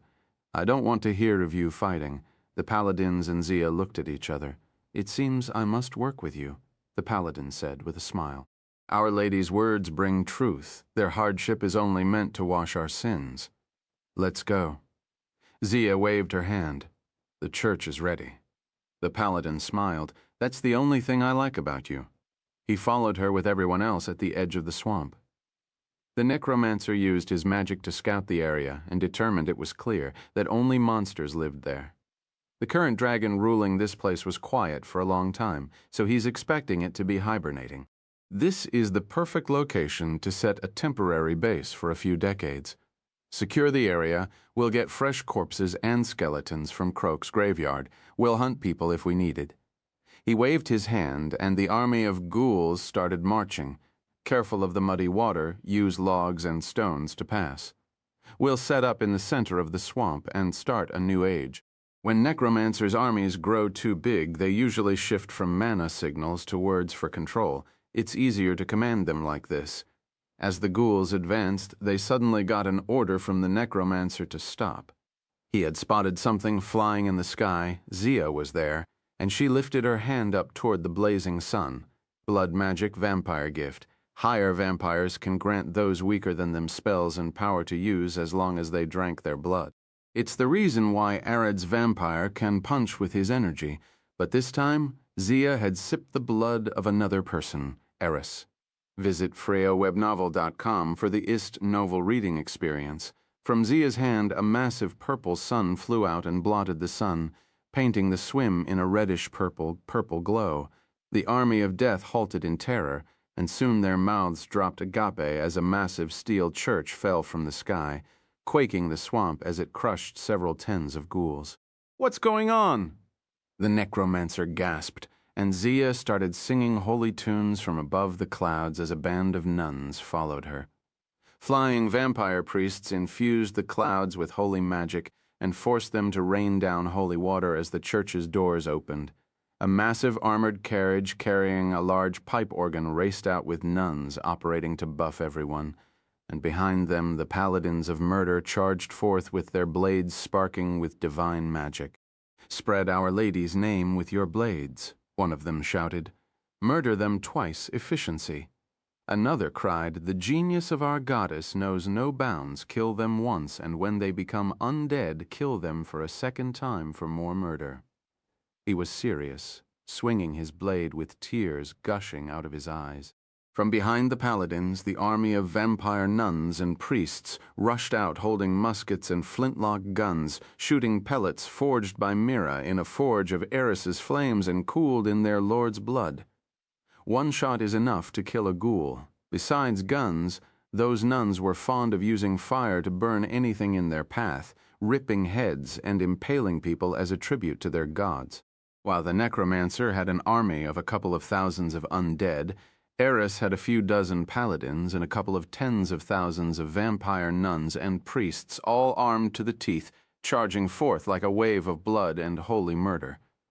The poor necromancer ended up as the first human sacrifice to Eris that she knew of before it happened. The paladins held him still as the vampire nuns skewered him from the butt to the neck with a still pole and drained him of all blood upon a sea of his dead ghouls. "Now that's a piece of art." The head of the murder paladin smiled. "I'm sure Our Lady would appreciate such an offering." "I know, right?" Zaya stared at the dead necromancer with a grin. "You might not be so bad after all. Care to worship Our Lady?" He stared at her. "Lord Ered is our god. She's second," Zia replied with a growl. "Now that's heresy, but I'll overlook it for now." The paladin giggled. Chapter 862, The Cold Festival. Chapter 862, The Cold Festival. While the nuns were raining havoc upon the poor necromancer, Gojo was back in his kingdom setting a whole festival. With a single order, he rallied lords and nobles from all the kingdom's lands, persuaded merchants to visit, and even dragged pilgrims and monks into the mix. Hundreds of thousands of people marched across the snow, melting it just by existing as they approached the capital. The capital's street buzzed with life, and the royal guards ran around in panic, doing their best to keep the people in order. The king had made a drastic decision. Using his powerful magic, he had emptied half of the royal treasury's gold and dragged it into the training ground of the knights. Everyone in the castle stared out of their windows in fear as the people of the city stared at the black, clouded sky. Lightning fell down, rumbling with extreme power and shaking the ground. The sundering fire of the lighting forge crackled with strange magic, putting most blacksmith forges to shame as he called upon great magic. From the gold and jewels he had taken, Gojo had melded a massive golden throne decorated with jewels and precious stones, dripping with mana and divine magic. With what was left, he called a group of 100 old gnomes, all masters of their crafts, and gave them one order: to craft a single set of jewelry. Gojo wanted necklaces, rings, wrist and ankle bracelets, earrings, a veil, hair accessories, and everything, all doubled, as the gnomes worked themselves to death. Gojo took his time as he dragged an army of 1,000 men and women, all of whom were called masters of sewing. He didn't care where they came from. What he cared about was their skill. Some of them were war prisoners, criminals, commoners, nobles, and even demons, devils, and monsters. As they knelt, their heads glued to the ground, Gojo walked before them, dragging 10 chained mother demon spiders. Some were massive spiders, and some were taking a humanoid shape. His only order was for them to put their lives on the line to make a set of clothes, the purest of the pure, a white robe of immaculate and legendary craftsmanship, decorated with gold, silver, and the rarest of jewelry. If he deems it to have a speck of imperfection, he'll skin them alive and make a robe of that instead. As he left them pouring their life into that, Gojo headed into another location where he gathered over 500 people, the smartest of the smart, the brightest of the bright. As those elderly and young geniuses looked at him, he provided them with a single image. Their job was to praise, write poems, describe, and knit the most intricate of words, glazing, revering, and crying their eyes and tongues over what he showed them. Every single person who would hear what they wrote, if they didn't think they were some insane and crazy boot-licking worshippers, Gojo would hang them by the tongue to dry in the sun. Life fish. On the other side of the castle, alchemists racked their heads trying to develop something they never made in their lives. By the orders of His Majesty, they've joined a certain craftsman to make makeup, nail polish, and different paints. Some would be used to dye fabric for the clothes, but Gojo had said he'd rather get silk with a natural white color rather than dye it. But he's willing to let it happen if there isn't any other option. But everyone's busy secluded seemed like fun compared to the people stuck in the most important part of the castle for this event, the kitchens. Gojo had riled over 5,000 expert cooks, housewives, maids, and servants from all regions of the kingdom and built them a kitchen inside the castle's inner arena. As thousands of carcasses rolled into the butchering section and knives started raining down, the massive white dragon, writhing in pain on the side, moaned in agony. Gojo had dragged him here and impaled him on the ground to cool the kitchen. Below each stove was a chained salamander, growling in rage as they couldn't escape and were used to cook food. This was the primary stage. Gojo had wanted to get one person to rule this hellish kitchen, and so he asked them all to cook. He'll be coming here personally with a certain person to taste the food and decide. The one who wins gets to lead the place. As Gojo walked between, everyone started shaking if any of their food proved too bad for him or his companion. Heads could roll. In the end, 15 people were killed as they had poisoned the food, trying to kill him and his companion. Gojo simply cooked them in their own pots and fed them to the white dragon. In the end, one woman reigned supreme over everyone else. Her cooking blew everything else away, and Gojo's companions seemed to love her food. Thus, it was decided that she stood above everyone else to rule the kitchen. Gojo wasn't just throwing a festival, but this was probably the most important event for his kingdom, something that might not repeat itself in 1,000 years. Everyone here understood that. All the people who knew what Gojo was announcing agreed that this event must be flawless, as it was the first impression of the kingdom's most important asset. Mages from all across the kingdom gathered to show off their spells and also investigate this new anomaly. To them, such a thing seemed almost impossible, and they would want to study it if possible. But all of them knew that such a thing was almost impossible. With Gojo around, the next morning quickly came, and all the people of the kingdom gathered to witness it. This is what they were waiting for, a sight that no commoner nor noble had even dreamed of having the chance to lay their eyes up. A large palanquin carried by 100 powerful men. 50 on each side marched forth as their footsteps quaked the ground and stopped beside the massive golden throne. They all keeled, and the door opened. From those massive doors, Gojo walked out, and with a smile on his face, he extended a hand into the palanquin. A small hand with sparkling golden nails held him, and she took a step outside Lucy, donning everything that Gojo had made. The purest white robe and all the jewelry that he ordered on her tiny body, almost 2 kilograms of gold, rested.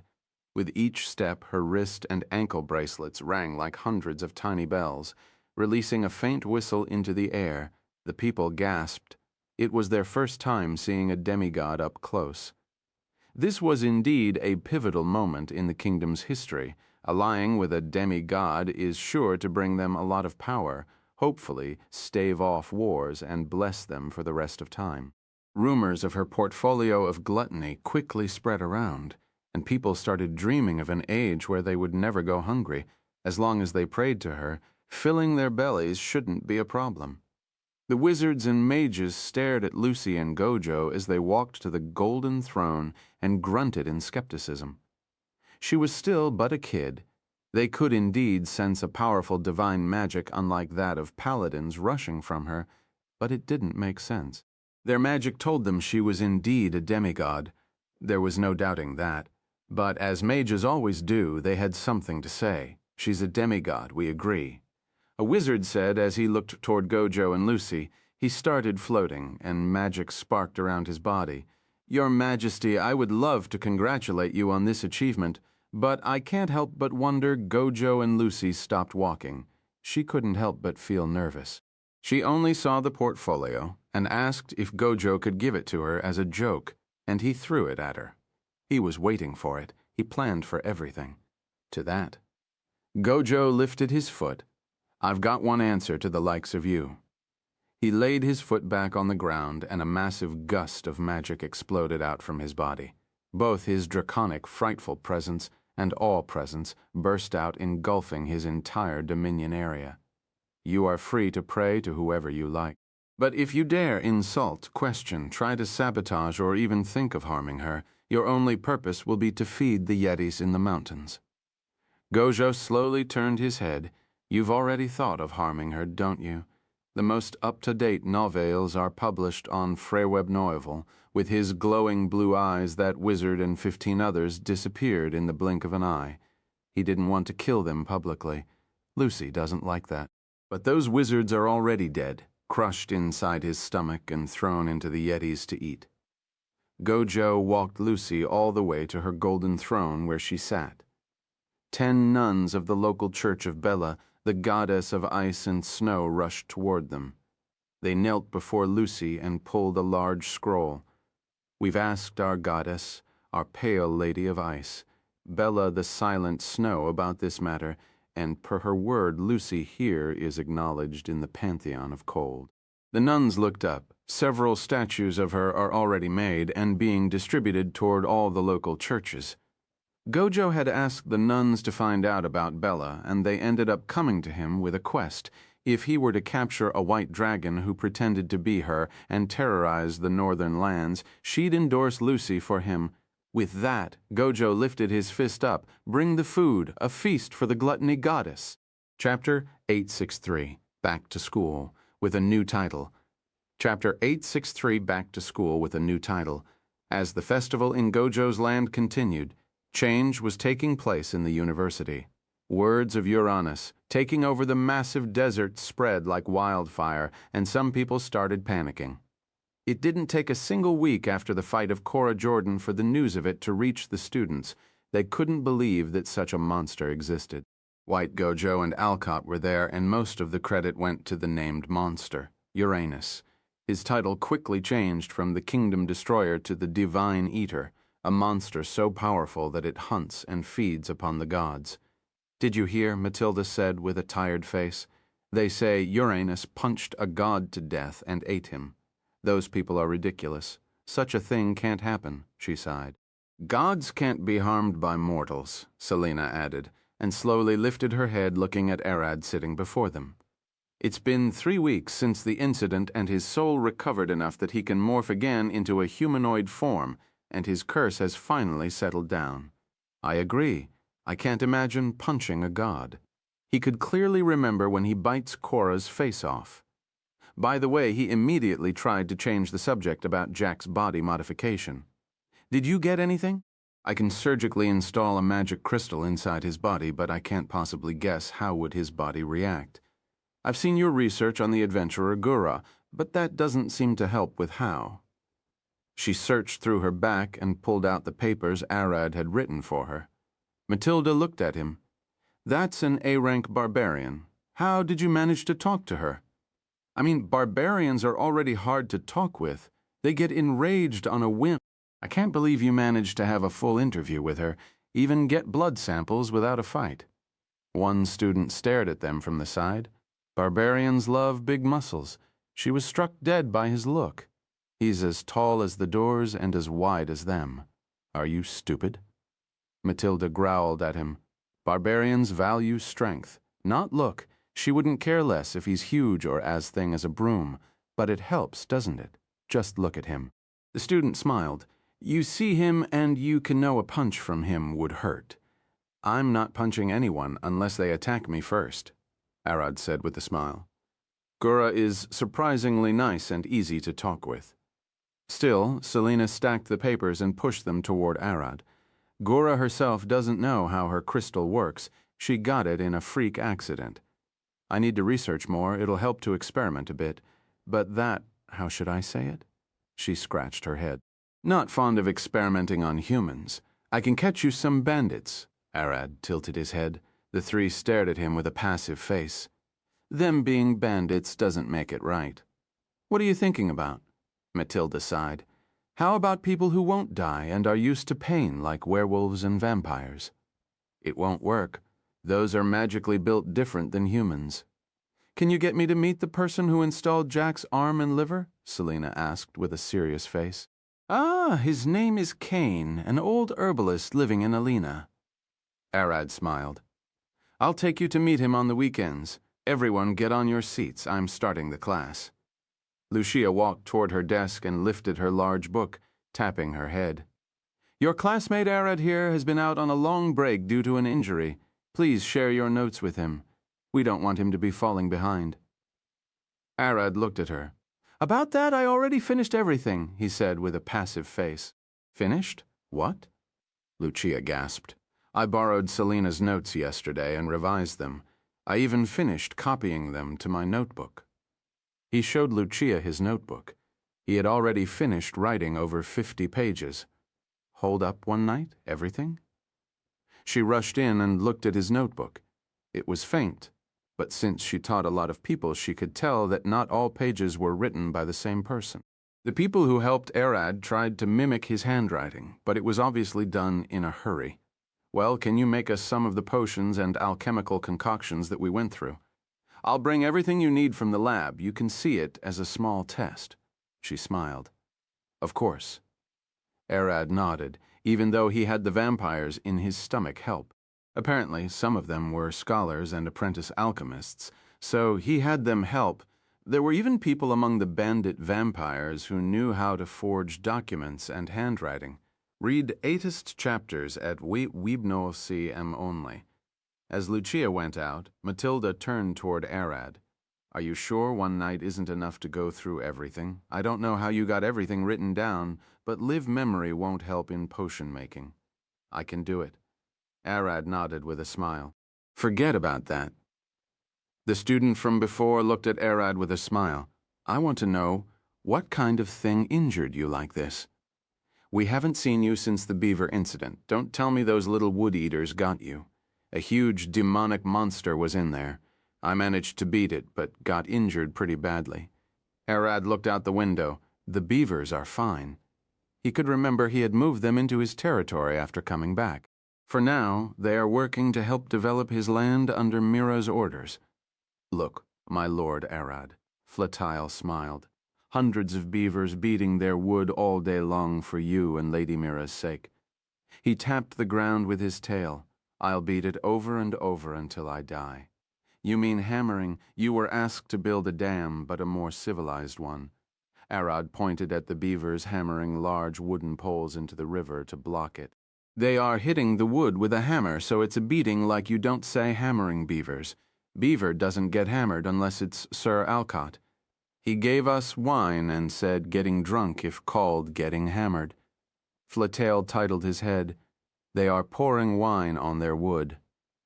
I don't know, Arad said with a slow voice. I know how to speak, but not why words were chosen. But forget about that. Since you're building a dam, what about the river after it? The farms still need water. About that, Flatale lifted his hand and shouted at the beavers. Ah! They say the wooden pumps are already deployed. The responsible beavers would start pumping their wood as soon as the river starts to dry. He waved his hand, pointing at the wooden water pumps on the sides. I see, Arad smiled. If everything is going fine, I'll go back. Just work as Mira and Isdis ordered. I'll come check on you each week.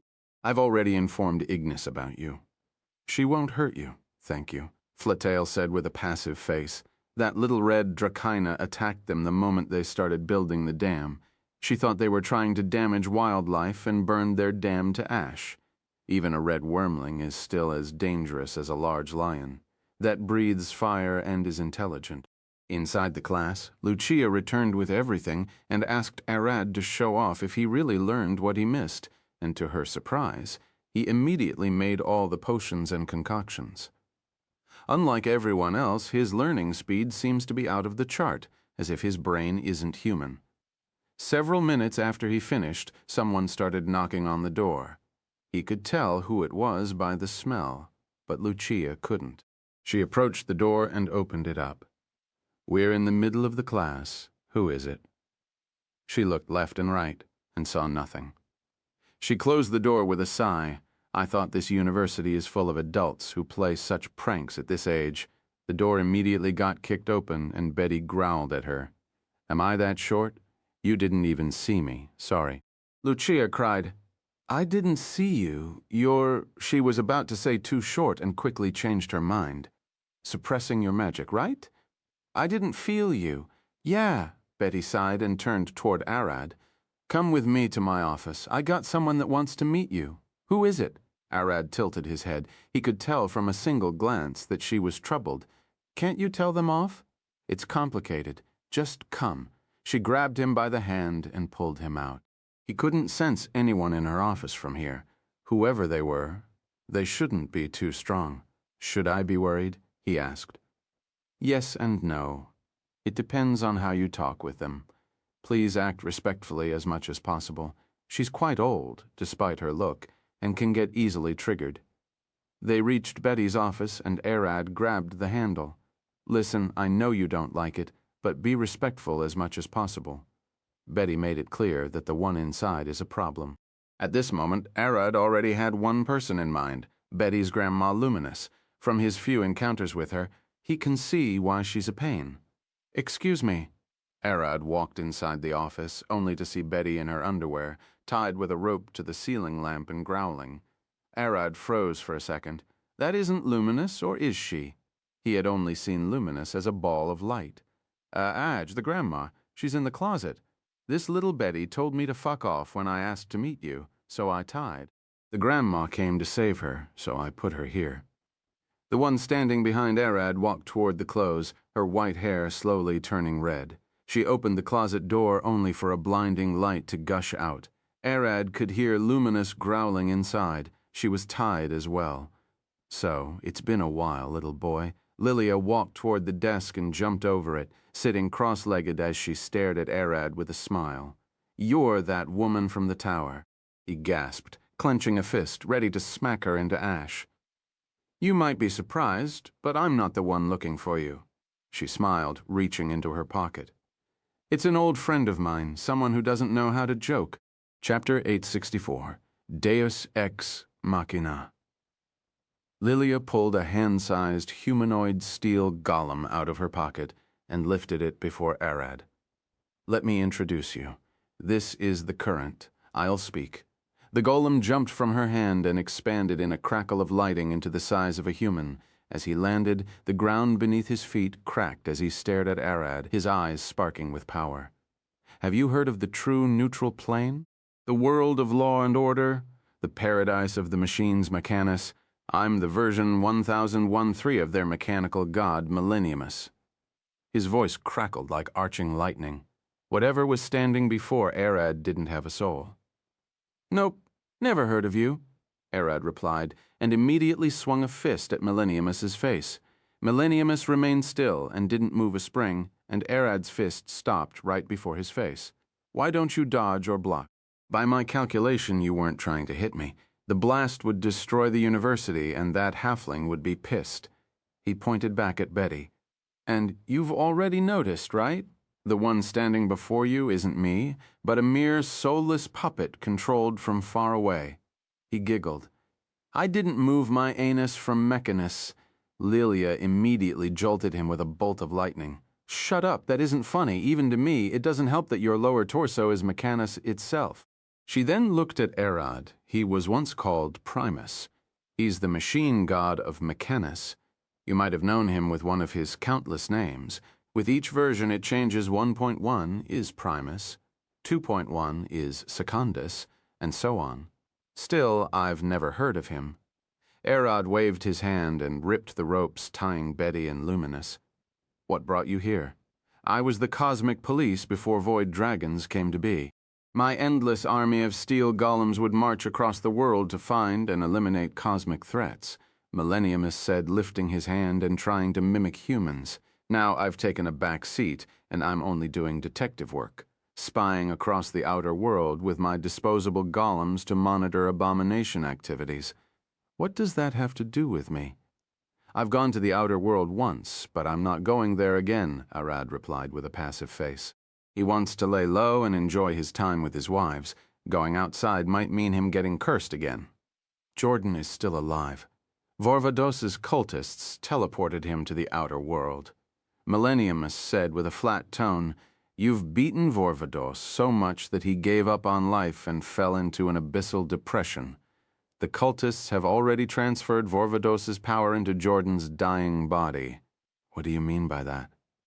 I killed Jordan with my hands, Arad gasped. He was getting power from Vorvados, which made him a perfect vessel. While Vorvados is dead for now and Jordan has taken upon his powers when Nayar, that man clad in yellow comes back, he'll resurrect Vorvados. Millenniumus pointed at Arad. Before that, I'm certain Jordan would seek you with vengeance. I've already lost 1,000 bots trying to eliminate him. He pointed to himself like this one I'm speaking to you through. By the way, Lilia pointed at Millenniumus, don't let his size fool you. This bastard stores massive war golems inside a storage spell and pulls them out to fight. This one bot is almost half as strong as Tiamat. I have billions of bots, but I can't activate them all at the same time as I lack the energy to support that. But I can send around 1,000 of them at the same time. Millenniumus looked at Arad. I've come here to warn you. It's my job as the cosmic intelligence to report to all of the cosmic police. Your kind, the void dragons, are the ones to hunt monsters on the edges of the world, and I'm the one to investigate outside it. This matter concerns me more than anyone else, so Arad looked at him. Yeah, I'm only informing you, unless you want otherwise. Millenniumus started floating, and by the way, I might have dropped an inevitable after you don't die. Think of it as a training.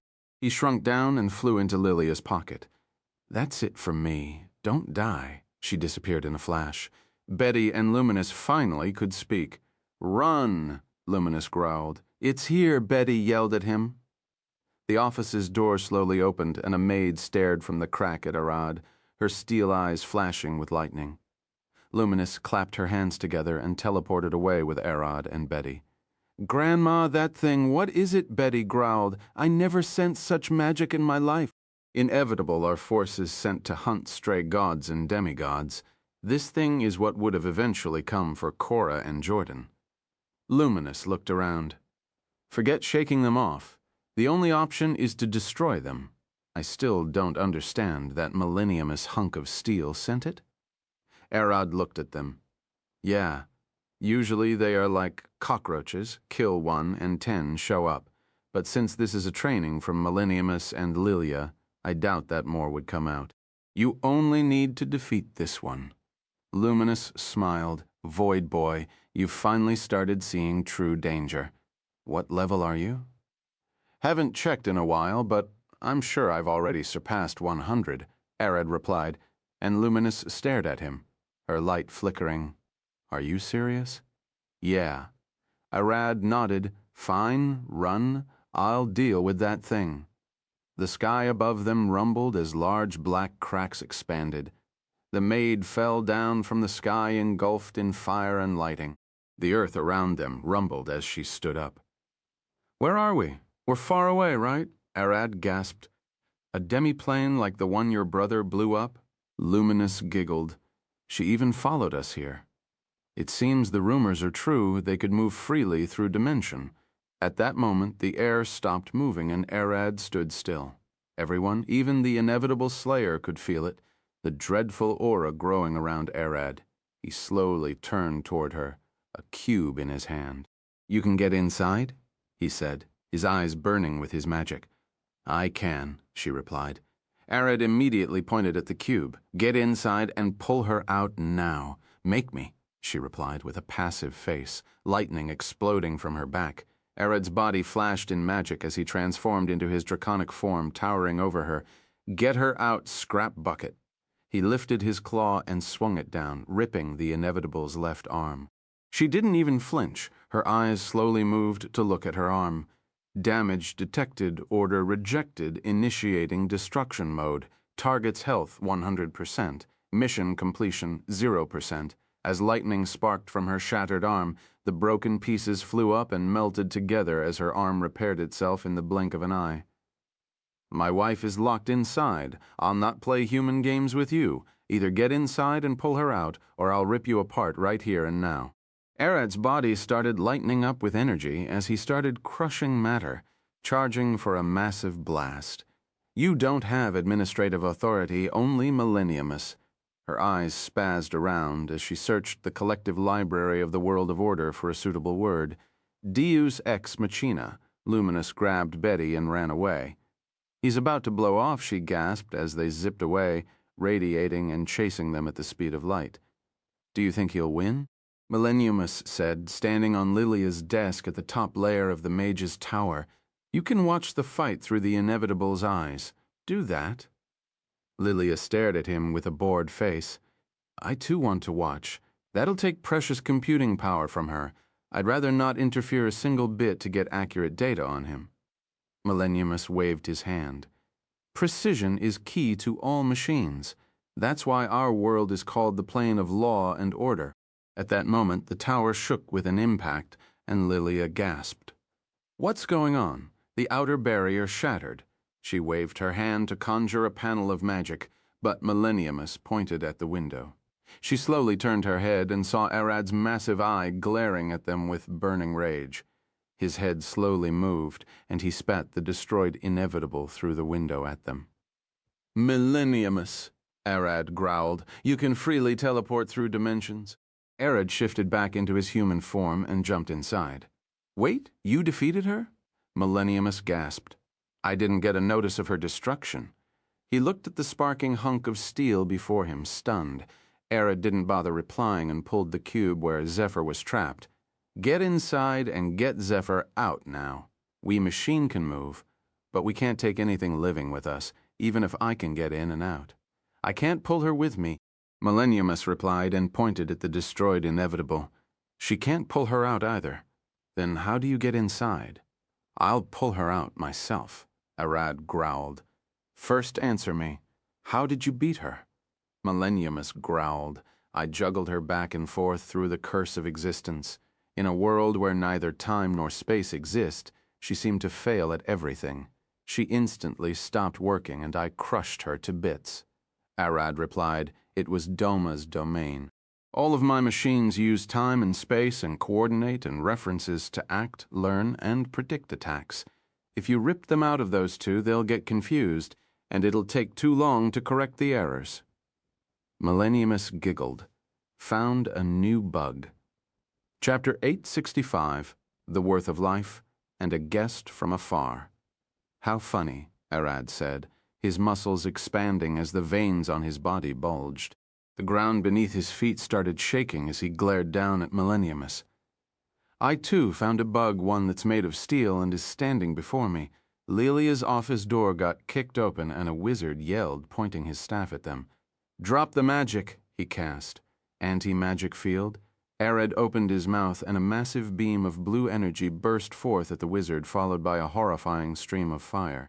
As the flames faded, a hole enough for an elephant to pass through was left in Lilia's office. She stood there before the wizard, protecting him with a glowing barrier. You fool, the anti-magic field doesn't work on him. He isn't using magic after all. He might have used his magic to create that blast inside his stomach, but what came out was a natural phenomenon. She looked at Arad with his mouth smoking. Only I and that golem can stop him. Tell everyone to hide.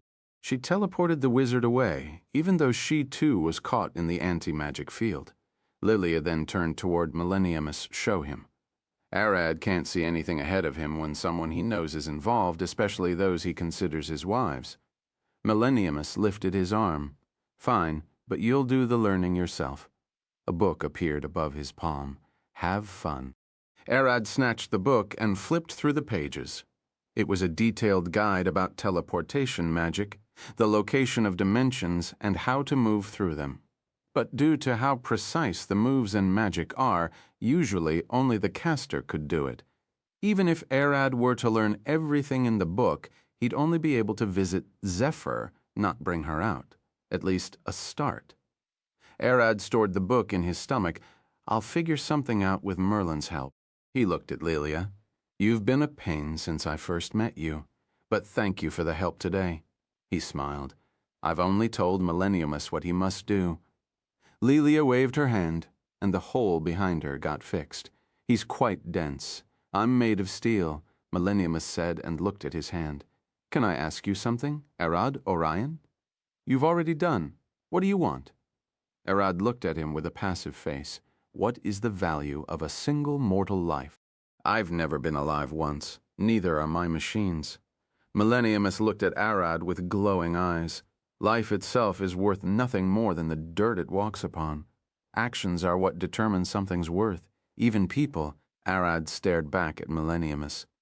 So, since we're constantly working, we got worth. We've lived in the world, yet we're never alive, Millenniumus mumbled. That's it. Just as my sword is probably worth more to me than a random bandit. You're the same. Arad started floating. A golem, soulless tool, but that doesn't matter. What matters is what you believe in. Zahn, Arad teleported away. Millenniumus fell on his butt and looked up. Yeah, he's right. We live through our actions. He slowly looked back at Lilia. You were right about him. He's something else. Lilia laughed. What is a god doing asking a mortal above the worth of life? I already know about him. Don't act as if I know nothing. He stood and looked at her. You told me he's still too young. You were lying. I never lie. He's indeed young. Less than a year old. Lilia smiled. He might as well be a newborn. Age is relative. A 1-year-old ant is already a grandpa and might even be dead. A year for him, he's already beating inevitables whom demigods run from, hiding in terror for centuries. With a burst of fire, jets exploded from beneath Millenniumus's feet, and he started flying with lightning cracking from his back and hands. Humans, if they knew the monster standing beside them, they would rather saw down their limbs, gouge their eyes, and rip their skin off than breath the same air as him. He glared at Lilia. That's a far more reasonable decision than risking getting him angry. You better get him out of the mortal world as soon as possible. He flew away. Back in the university, Arad had returned and was heading back to his class. The moment he approached, he could see a large tiger beast man standing at the door, shouting at the students inside. I said, "It's time." The large beast man shouted, roaring at the class. Arad approached from the back and walked inside, hitting him with his shoulder. "Excuse me," Arad said, and started heading toward his seat. "You!"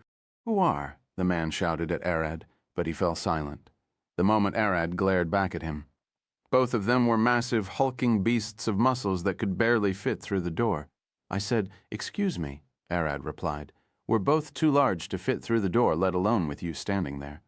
Arad's eyes started flashing with purple magic. Either enter or get out. Don't stand in the door. The man was about to speak, but he sighed. Fine. He complied and walked into the class. I've got more important things to deal with. His eyes shifted toward Matilda. You're coming back home. It's already time. I'm not going back. How many times I've told you to get out? She growled and then stared at Arad. He listens to you. Why didn't you tell him to get out instead of in? Don't drag me into this, Arad sighed. Teacher Lucia, this is your job, right? He isn't listening to me. I've told him to get out countless times, but she looked a bit troubled. I'm not going out without her. The man pointed at Matilda. Matilda. Arad looked at her. Want to go back with him? Of course not. I'm staying here. She growled back, and the man immediately shouted, Time is up. You've been here long enough. You're coming back home with me, and it's final. Arad nodded and extended his hands forth, grabbing Matilda from beneath her armpits and lifting her up from her chair. She gasped, and he put her on his lap. What? What are you doing? Matilda cried, as did most of the class. Come. Arad looked at the man. Come, take her if you want. Lucia couldn't use magic to blast him away for one reason. He'd already gotten too close. He'll knock her out before she can cast magic. At this distance, only martial artists can fight. Veins bulged on the man's face as he growled, his ears flattened and his claws extended out. You cheeky youngster, get your hands off her? He lunged at Arad, swinging his claw at blinding speed. Clang, as if steel hit steel. Arad blocked the man's claws with his forearm without even standing in his chair. Matilda was still sitting on his lap. "Bring it on, you'll never reach her." The man could see it. Matilda wasn't sitting on the lap of a man, but in the embrace of a massive monster. The maiden between the dragon's claws, like a ripe fruit in the middle of a wasp's nest. Getting her is nearly impossible. The man roared and started swinging his claws as fast as he could, aiming to cleave Arad's head from his neck, but all attacks ended up deflected by Arad's left arm. The whole class rumbles and the other students stare in terror. It was the first time they saw Arad fight up close. This reminded me of them when he fought the bear and tiger while Mira sat between his legs. The moment the barrage slowed down, Arad swung his right hand and slapped the man in the face hard enough to rip his teeth out and send him flying out of the window. He even had time to deflect all the droplets of blood and prevent them from hitting him or Matilda. Matilda stared at Arad's face. A mixture of terror and awe ran through her mind. She knew he was fast and strong, but not like this. "Wait, is he alive?" She gasped, looking at the window. "Why care?" Arad asked. "That's my dad," she cried. "You didn't kill him, did you?" She looked down at her father's fangs stuck to the wall. Arad slapped him that hard. "Ah, he'll get even dumber now. Wait, so he's your dad?" Arad grabbed her by the shirt and stood up, lifting her up like a little kitten. "What are you doing?" Matilda looked at him, and he took her and jumped out of the window, landing beside her injured father. Arad pulled out a healing potion and poured it on him. Her father immediately jolted back to life. "You bastard! What was that?" he roared. Arad dropped Matilda on the ground. "Sorry for interfering. Here she is." "I thought you were some stranger," he looked at them. While Matilda looked mostly human, her father had a tiger's head and was covered in fur. "Wait, you were protecting me just now? Why the change of heart?" Matilda growled at Arad. "Don't stop now. The situation changed. He's your father," Arad replied. Chapter 866, The Punt Gun. No, it doesn't matter. Matilda waved her arm. "Kick him away." She pointed at her father. "I'm not going back." Matilda's father stared between her and Arad, stopping at him. "Did she find a mate?" "No," Arad replied. "We're just classmates. She ran out of home for years. She kept failing hunts one after another and never managed to find a spot in the clan. I've finally found her a mate and a home to live in. She doesn't need to keep running away." Matilda's father stood and looked at Arad with glowing eyes. "She ran to find a mate, but I found her one first. That wasn't a race. And who's the fool you're talking about?" Matilda growled. "I know better than anyone that any tiger marrying me is a fool." She pointed at her father, her tail spiking out. "That's a you problem." Her father sighed, and she admitted it herself. "Why don't you want to come back?" "Because you never answer my questions. Who is it?" She growled and hid behind Arad. "Hey, don't drag me into your family problems. It's not a tiger." Her father said with a smile, "Your mother told me that you looked into the lions a lot. I've looked among their clans, and I've found who was looking for another mate. Preferably a solo hunter that doesn't rely on stealth like we do. While most tigers prowl in silence and hunt solo, Matilda is too loud and finds it irritating to stalk prey, which makes her an extremely bad hunter by tiger standards. But for what the lions wanted, which was also rare to them, Matilda seemed like a good candidate." Matilda started thinking about it. "Are arranged marriages like that common?" Arad asked. "I won't say they are uncommon, but they are well known, especially for someone like me. Such a thing is normal, as I can't find a mate myself," Matilda replied. "But still, you've got everything right, except that I don't want to marry someone I don't know. That's why I want you to go back and meet him. You can decide later." Her father sighed. "I've got school. I'm not going back for months." She growled at him. "You want me to get kicked out from here or something? Do you know how much money I had to pay to get in?" "I know I paid for it," he replied. "No, you didn't. I worked as an adventurer to get it," she shouted.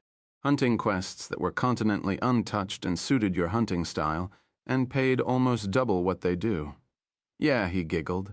I've put those in the guild for you since they informed me you were starving and sleeping on the street. Matilda froze for a few seconds, her face burned red in both shame and anger. Wait, we didn't have that kind of money, she growled. Since you were hunting, I've technically only paid half after selling the hunts I got. A quarter of it was your living expenses, and I had to hunt extra for the last quarter. You can say that I paid half and you half, he smiled, and don't get me talked about getting accepted here. Don't tell me, she gasped. Due to your horrendous written test results, you were about to get kicked out if I didn't work something out with the headmaster, he sighed. That halfling wanted a snow wyvern heart in exchange for her letting you in. What? Arad sighed. I bet Betty didn't really need the wyvern's heart. She could hunt it herself. She must have only asked him to do it, so he'd have done something. And what about you? Her father looked at Arad with a smile. Your skin is as tough as steel. I've never seen such a human before. Even the best hunters in the clan won't be able to beat you. He rubbed his chin. I'm willing to let her stay if you'll be her mate. What do you say? Sorry, I'm already married. Arad replied with a passive face. He's married to a lot, Matilda growled. Multiple? Interesting, like the lions. He got a pride? No wonder she's sticking around you. He looked at Arad with glowing eyes. To the lions, the stronger the man is, the more women flock around him. Their women take pride in marrying strong men with multiple wives. I'm not a lion, Arad smiled. I'm only making a comparison. Matilda's father approached Arad and extended his hand for a shake. The name Zara. What about you? Aran, nice to meet you. As they shook hands, Zara tried to squeeze Arad's hand as hard as he could, but Arad didn't even react. He couldn't feel the difference. As they finished the shake, Matilda looked at her father. I'm surprised you didn't grip his hand tightly like you always do. No, her father said with a worried face. I did, he looked at Arad. He didn't react. You did. Sorry, I didn't feel it. Arad's raw durability was far higher than most living beings. He's a massive dragon, and Zara's grasp only amounted to what a little bird would feel to a human.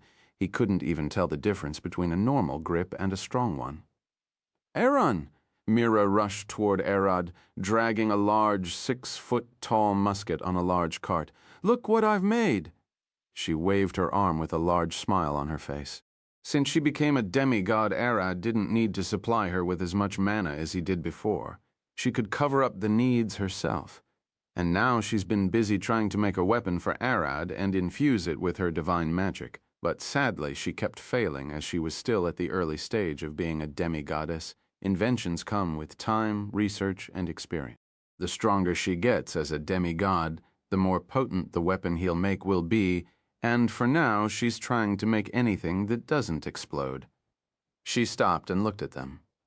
Aaron, who's the big cat? Cat, Zara gasped. Matilda's father, Arad replied. My father, Matilda said at the same time. Nice to meet you, weaponsmith. I'm called Zara, a hunter from the Beast Kingdom, and this is my daughter. He smiled. Mira, I'm one of Aaron's wives, she said with a smile. Zara could feel it, a strange feeling of white looking at Mira. The faint golden glow in her eyes gave him the creeps. They burned with a disturbing power, sending shivers down his spine. He didn't know he was standing before a demigod, and that might be for the best. I see Sir Aaron here got a nice taste. Getting a weaponsmith into the family is a good way to amass power. Zara smiled. It wasn't uncommon for royalty, some nobles, and especially the Lion clan to marry blacksmiths to monopolize their weapons. Zara's eyes shifted toward the massive gun she hauled all the way here. Weren't you in class? Arad asked as he looked at her. We've got a break, and when I saw you here, I thought I'd bring the gun for you to test. She smiled. Already got Betty's approval, the headmaster. Zara smiled, and even got some good connections as well. I'd expect nothing from you. Arad scratched his head. Fine, it's one shot and done. He lifted the massive gun with one hand. It's big, Matilda gasped. It weighs almost 70 kilograms or 150 pounds in Elvish. It's a weapon they devolved to be fired from small ships as a cannon, usually called the punt gun. It shoots massive steel or iron balls. She looked at Arad. You've got a few, right? Arad nodded and looked at the gun. The recoil would be fatal. Zara said, if it was designed to be fired from a ship, I'd suggest at least holding it with both hands and bracing for a broken collarbone or some ribs. His eyes shifted to Mira. Unless she did something to make it usable. I increased the size of the gunpowder chamber to increase its firepower. Didn't make it easier to fire, though, Mira replied with a smile. Do you want to cripple your husband or something? He sighed. Arad nodded. I like it, but it's a bit small. He pointed it at the sky with one hand. Got a target? Those wooden barrels over there? I've filled them with water. Mira pointed. Hoy, hold it with 2 hands. Zara gasped. Without a single drop of hesitation, Arad pointed the massive gun at the barrels and fired it with one hand, blasting the first barrel into pieces. The blast alone was loud enough to hurt Matilda's ears. Her father managed to close his ears in time. He shot it with one hand. Zara gasped, his mouth refusing to close. But Arad wasn't done yet. He immediately reloaded it straight from his stomach and fired again. And again, a total of 5 shots, blasting each barrel that Mira prepared. I like it. Arad smiled. It'll be amazing when I want to keep something alive instead of killing it. Lucia landed beside them. What are you doing, Aaron? Matilda, get back to class. She sighed and looked at Zara. Can I ask you to leave? Or at least wait until the headmaster is here. You can't just take a student out of their class, she sighed. We've had a lot of, her eyes glared at Arad, students missing their classes. Chapter 867, Abetting Betty. Chapter 867, Abetting Betty. I couldn't help it, could I? Arad gasped, staring at Lucia. No excuses, back to class, both of you. Lucia sent Arad and Matilda back to class and glared at Zara. Don't come to the class without the headmaster. Order must be maintained, just as you won't like it if someone's father came and started arguing in class while your daughter is studying. You must not bother others. Myra picked up her cart and went back to her class's workshop, as Lucia returned to Arad's class. Zara silently headed back to his inn to wait. He couldn't barge again into the class even if he wanted. Not with Arad still inside, he wasn't stupid enough to challenge him again. When Arad returned to class, Matilda looked at him moments before Lucia would arrive. You really sold me in a heartbeat. He's your dad. I'll do what I can if he's a stranger, but I'll not mess with your family's problems, Arad replied with a straight face. What happened? Selina asked, and Matilda explained what happened to her. So you're going back? I don't know. My father's head is as hard as stone. He won't back down now that he's here. Matilda glared at Arad. He could have just kicked him away, but he didn't. He shouldn't get involved in your family's problem.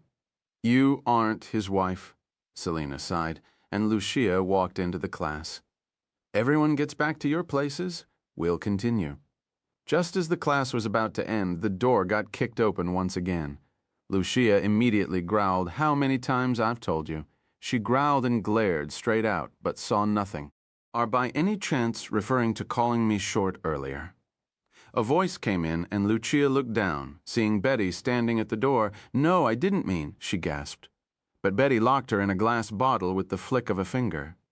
You'll stay there for a while. She walked and jumped on Lucia's desk, kicking everything on it to the ground, and looked at the students with a smile. Now I can look at you. She was happy that she had become a bit taller than them. Arad stood, and he was taller. Get down, she yelled at him. He was only messing with her. Chairman, what brought you here? He smiled. You, she growled, and then cleared her throat. I've got informed of what happened, and I'm honestly a bit too exhausted. She smiled. So, I want you to do a job for me, the whole class. What are you talking about? Matilda looked at her with a confused face. Your class and the artificer class will go on a field trip to the Beast Kingdom, specifically to the Lion's Clan, to collect herbs and minerals. A field study. You'll be staying in the Tiger's Clan. Matilda's home village, Betty smiled, and Matilda paled. Her father Zara would be your guide, and the royal army led by Princess Isdiz would be your guards. Her Highness seems to have some political business to attend, and she agreed to take you with her. All the students cheered, a field trip, and with the princess no less, the only one who looked terrified was Matilda. Why? No, I'm not going back, she cried. Betty ignored her and waved a finger. And guess who's coming with you all as well? It's none other than the Archmage of Alina, Merlin. You never get to meet a wizard like her. Be sure to look closely and learn as much as you can from her. Why them? Arad held his head, almost smacking the table down. I wanted to relax and read my book. Zul also needs healing, and I'm close, he mumbled. When are we going? One of the students asked. This evening, Betty clapped her hands. You better get ready. Classes for the day are postponed. You'll do them in the field. Wait, what? I didn't hear anything about that. Lucia gasped. I just got the letter from the princess. We must strike the iron while it's hot. Betty replied with a smile and waved her hand to Arad, calling him. Aaron, you're massive and strong. Do you care to help me carry some things? Arad stood and sighed. What are you planning? He walked with her outside the class. I wanted to relax with my wives for a while. You're taking Mira and Isdis with you. Added to that, there is a mountain with a vast amount of mana in the Beast Kingdom. You and Merlin can use that energy to try and free Zephyr. Isdis is going to negotiate for that, and she also wants to reopen trade with the Beast Kingdom, which would benefit your domain greatly. Betty smiled. You and your people, I'm certain they'd love a new source for meat, hide, and monster parts. We can farm most of the common herbs, but monster ingredients like poison glands must be hunted. It'll be cheaper if local hunters and adventurers hunted them, but as a safety net, it would be best if I could also buy them from outside. Arad scratched his head. Is this all Isdis's plan? It was mostly Roberta's idea to trade with them. She'll be accompanying Isdis. Betty smiled. I've got some interesting news. Some old friends of yours are taking shelter in the Beast Kingdom. Old friends? I don't have old friends. Arad tilted his head. Oh, you do. You'll meet them when you get there this night. She waved her hand. For now, we need to get some things ready first. The heavy things you wanted me to carry? Arad nodded. That's a lie. There isn't something that you can carry that I can't just teleport with magic. Betty jumped and sat on his shoulder. Grandma wanted to check your stats. You've been running from them for a while. They are secondary. I get more power by combining magic and my own abilities. Like time slow, I can accelerate more than any amount of stat can give. Arad waved his hand and created a magic circle. I know that dragons are monsters. You don't usually care about stats. A level 1 dragon is still a whole dragon capable of destroying a kingdom. She shook her head and legs, tapping on Arad's chest. It doesn't scale that well. 1 stat point every level would be a lot for a human, but for me it's like giving a human 0.01 stat each time they level up. Most would just ignore it. He clenched his fist, and look, the older I get, the stronger I become.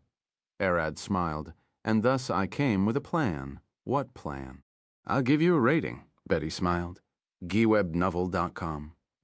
I ignore leveling up and focus on mastering my inborn powers and abilities, and aging if possible. That would probably allow me to reach the Great Worm stage in a year or 2. I can then spend just a few days farming monsters to level up quickly, he smiled. 6 out of 10. You'll destroy more than 10 ecosystems before getting any decent result. It's better to hunt slowly so nature can recover. She smacked him on the head. What if I said I've got a solution to that? He smiled. I'll carry you on my back all the way to Grandma if you've got a decent idea. Heck, I'll even polish your shoes. I'm short after all, she giggled.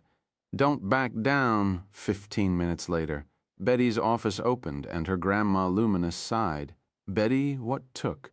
She was about to ask, but quickly gasped as she saw Betty crawling on all fours with Arad sitting on her back, cross-legged. She was sweating buckets, visibly exhausted. Betty, Luminous cried. Lost a bet. Shut up, Betty growled, slowly crawling to the couch where Arad sat. She stood and wobbled her way to her cabinet, mumbling, Where did I put that wax? What bet? Luminous asked with a confused face. It's about how to level up quickly. Arad explained what he and Betty talked about and then went to explain his plan. Since I know Abel, who is a devil, I'll get him to take me to hell to kill sinners and level up, Arad smiled. Devils don't care about sinners. In fact, they celebrate their suffering so I can do that. And sinners are immortal, so they'll quickly come back to live, and I'll kill them for more experience. Arad kept talking with Luminous as Betty cleaned and polished his black leather boots. I've already trashed a layer of hell. I bet I'll be pretty safe. And just to be careful, I'll make sure Abel rises in rank in the 9 hells, so he can be my tourist guide. Arad looked at Betty with a smile. We'll leave the message for later. I don't really need it for now. Betty looked away. She had made a second bet right after losing, wanting to void the first, but she ended up losing again. Betty, what I told you about betting? Luminous growled. As who named me Betty? She cried. She asked me what would I do in case Abel betrayed me and I couldn't go to hell. I told her that I could go to the abyss with my wife Merida and level up there. I could also get Sarah, Abel's brother, to get me into hell. He looked at Luminous with a smile. Good plans, right? Luminous sighed. All dragons plan and conjure schemes constantly in their minds. It's Betty's fault for trying to outsmart a dragon, and in something he's been thinking of for a long time. She stood. So, can we get to it, checking your stats? I'm really excited to see what you've got. You've seen me naked several times, so you won't mind, right? She smiled. I can't even see you. Arad blinked twice. To him, it was like staring at a sun floating in the middle of the room. She still hasn't figured out a way to turn it off. Chapter 868, Setting Off to the Beastland. Luminous looked at Arad's stats. You'll find them in an auxiliary chapter at the start of the book. I didn't want to add them here as they are too long, and would increase both the size and price of the chapter, and scratched her head, level 144. But you're still a juvenile with this much power, she gasped. Am I really that strong? Arad tilted his head and she nodded. Extremely strong for your age. I would say it's strange how much power you hold. But still, most of it seems to be left out of the system as expected. Is that normal? Betty asked. Yeah. Luminous smiled. The system is created by Arya, the Archangel, to give the weak a fighting chance against the horrors of this world. It's not designed to give more power to already strong creatures. Arad here is amassing power in his own outside of the system, which is a good thing. He won't have to worry about people finding his abilities or getting compromised with other abilities. Betty waved her hand and created a magic circle, hitting Arad with it. No effect. So this is what you meant before. That was light magic. Arad looked at his arm. He was unharmed. System immunity and natural immunity are two different things. System immunity can be compromised with other system abilities, but natural immunity cannot. Natural immunity also won't show on the system. No one is going to tell you that humans are immune to low wind pressure, but a breeze won't hurt you. She tried to explain it. Your dark void absorbs light, giving you a weak immunity to light to an upper threshold. She hit him with a small beam and gave a small burn. Me and Grandma can easily surpass that threshold. Now that I've seen your stats, I'm satisfied. It might be a bit early, but you're already breaking from the shackles of the system. Carve your own path or die trying Void Kid. She disappeared in a flash. What was that about? Arad sighed. After bringing me all the way here to see my stats, even I don't understand what my grandma is thinking about. All I know is that she knows what she's doing. Betty shook her head, and she can make us those. She pointed at 2 massive mirrors that she had resting on the wall. Teleportation gates, Arad blinked twice. Wait, those are for us? Yeah, she made them, so the trip to the Beast Kingdom won't take long. You'll get there in a single day. Betty scratched her head. I wanted to teleport you straight to Matilda's village, but that was in the territory of the eternal Beast Queen Hati. She'll rip us apart if we do that. The Beast Queen? I've seen her before. She seemed like a sly fox to me. Arad sat on one of the chairs and put one leg on another. I could feel a strange power coming from her, but I couldn't figure out what it was. She's an eternal creature, Betty replied with a serious face. What's the difference between eternal and immortal? Arad asked. I know that immortality has two types, age immortality and true immortality, where you can't die or be killed. She is eternal. She will never age or get killed. Her mana will never run out. Her health won't deteriorate. Her rule over the beast kingdom will never fall, and the wild nature of her domain will remain undisturbed. Her existence itself is what preserves the forests of the beast kingdom. She'll always be there until the end of time. She's an indestructible existence by all the meaning of the word. Betty waved her hand. Imagine her like the world itself, or time or space. Those things always existed and will always be. How strong is she? Arad asked. Since becoming a god would prevent her from being the eternal queen of the beast kingdom, she's staying mortal. But Maharaja, the divine goddess of the hunt, has said something about Hattie. Betty glared at Arad. She is my silver sister. We stood claw to claw, fang to fang, and one life to another, one pride, one honor, and one hunting pack. And that means Maharaja says that Hati is as strong as her and that she'll come down to fight by her side if got in any battle.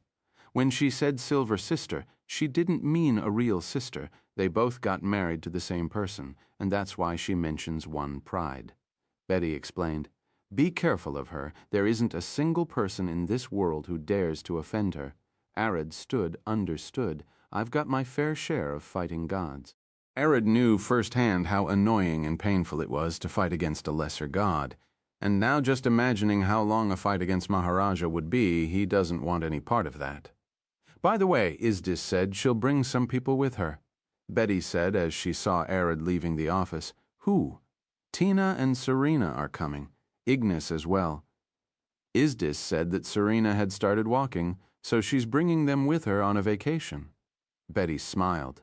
I asked for security, and she simply, Arad will be there, so there won't be any problems. Really? Arad said with a large smile. Since when did she start walking? 2 days ago. Wait, this is the part you're worried about? How about protecting them? Betty giggled. As long as I'm there, it's okay. I bet she brought Ignis to protect Serena and play with her. He smiled. Thank you for telling me. I'm looking forward to seeing them. He walked out. Betty smiled. I wish I could go with you, but, she pulled her drawer, there was a massive pile of papers. Work piled up. Several hours later, all the students had gathered. Arad was standing on the side with his bag alongside Mira, Matilda, and Selina. Look, it's their princess's carriage. One of the students gasped, waving his hand. The royal caravan stopped, and Izdis looked at them, waving her hand with a smile at the student who waved at her first. She looked at me. He cried.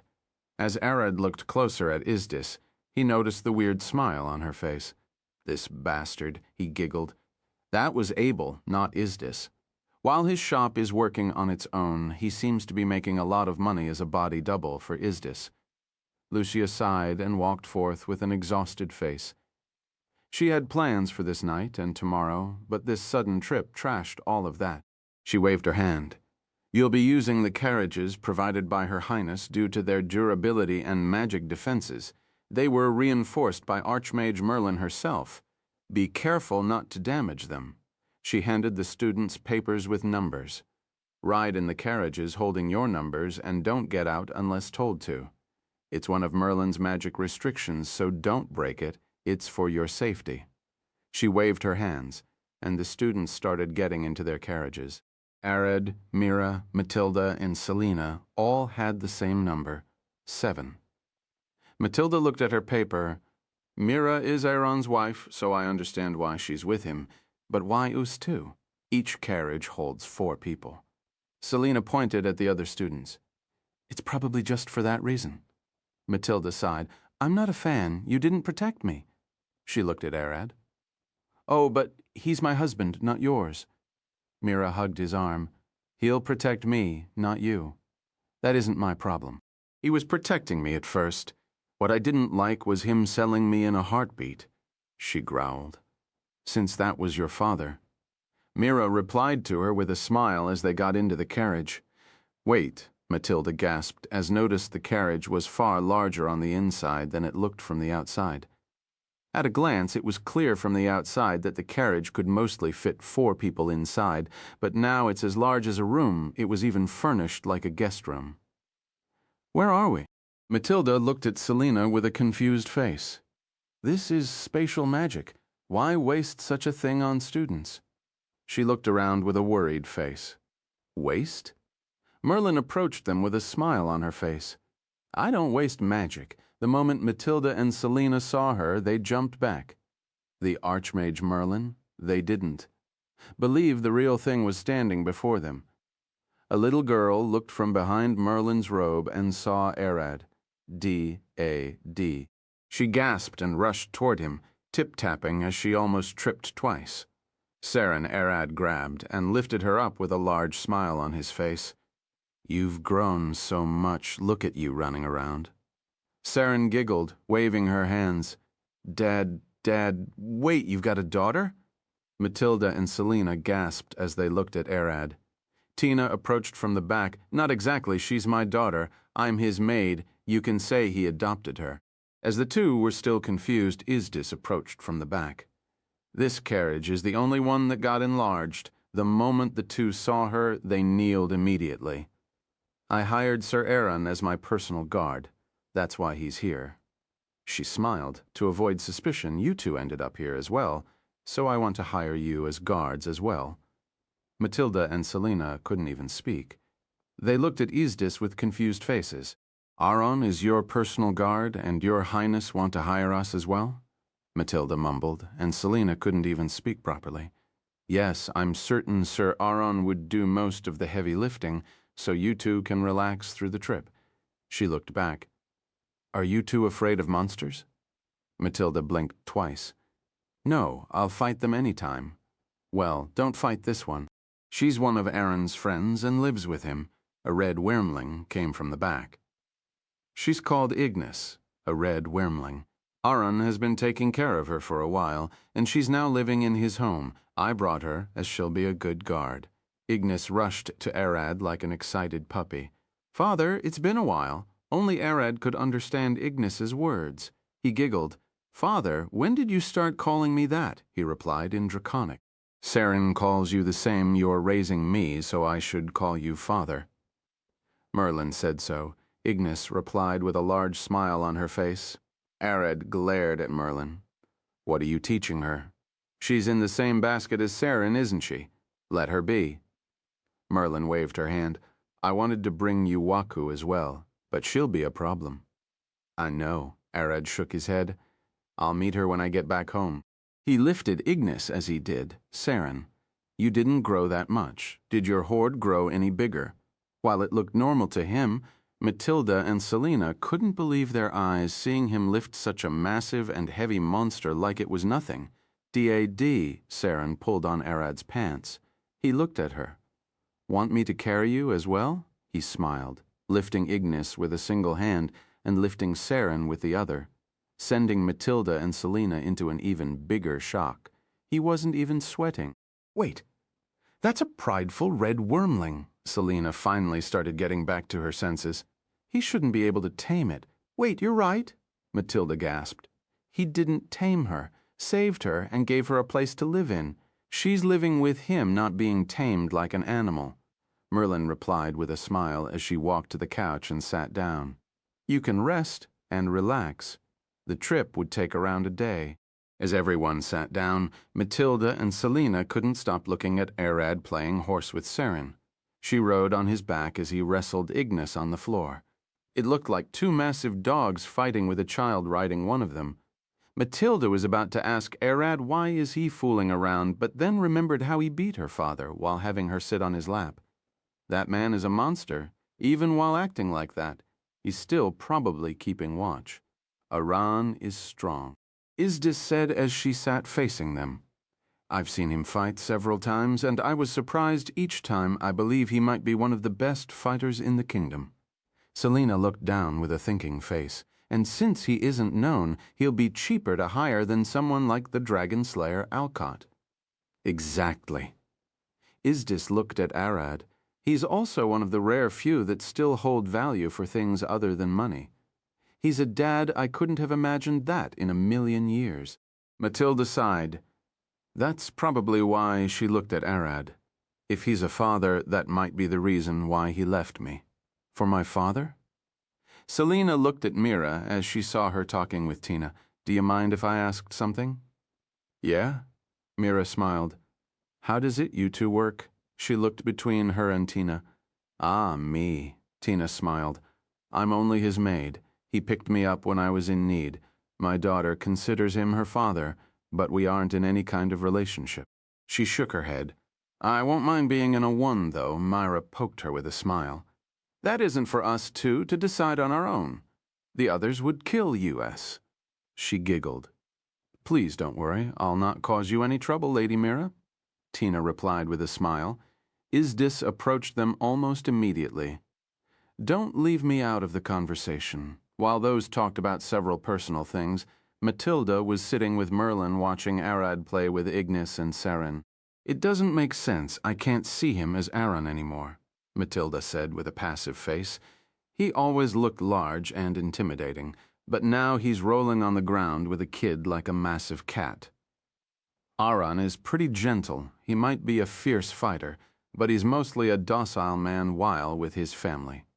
Merlin replied 2 hours later. A scream came from the outside as Arad was still playing with Seren and Ignis. Merlin stood. This is a problem. It's an adult blue dragon. She growled. Arad lifted Seren and put her on the ground. I'll deal with him. She walked toward the door. The blue dragon was roaring and laughing. Those carriages looked expensive, and he was certain they'd bring riches into his hoard. Zara was ready to fight to the death to protect his daughter who was in the carriages, but at that moment, Arad's carriage door opened, and he slowly appeared. The moment his foot hit the ground, the blue dragon could see an endless wave of darkness exploding out, terrified to the bones. The dragon immediately flew away as fast as he could. Shit, shit, shit. What was that monster? Why didn't I feel him? I'll let you off with this. Arad was already sitting on his neck. Chapter 869, Death Jaw. Chapter 869, Death Jaw. The blue dragon surged with lightning, flashing in a brilliant light as he tried to shake Arad off from the back of his neck. Get off my back! He roared. Arad's clenched fist dropped at the dragon's head with a blast, dropping him to the ground with a single hit. The dragon fell behind the forest, his head spinning and throbbing in pain. I'll not fault you for trying to hunt an expensive-looking caravan. Don't get in our way again. Arad jumped from his back and started walking away. Wait, that magic. I knew I recognized it. You're the god-eater Uranus, the dragon growled. Arad stopped. I didn't eat a god. I bit his face off, he replied as he looked back at the dragon, a wave of magic rushing from his back. That's the same thing. The blue dragon stood. I didn't know that you were in that caravan. I didn't sense any magic. I'm currently playing with my daughters, so I'm keeping my magic and power as low as they go. He smiled.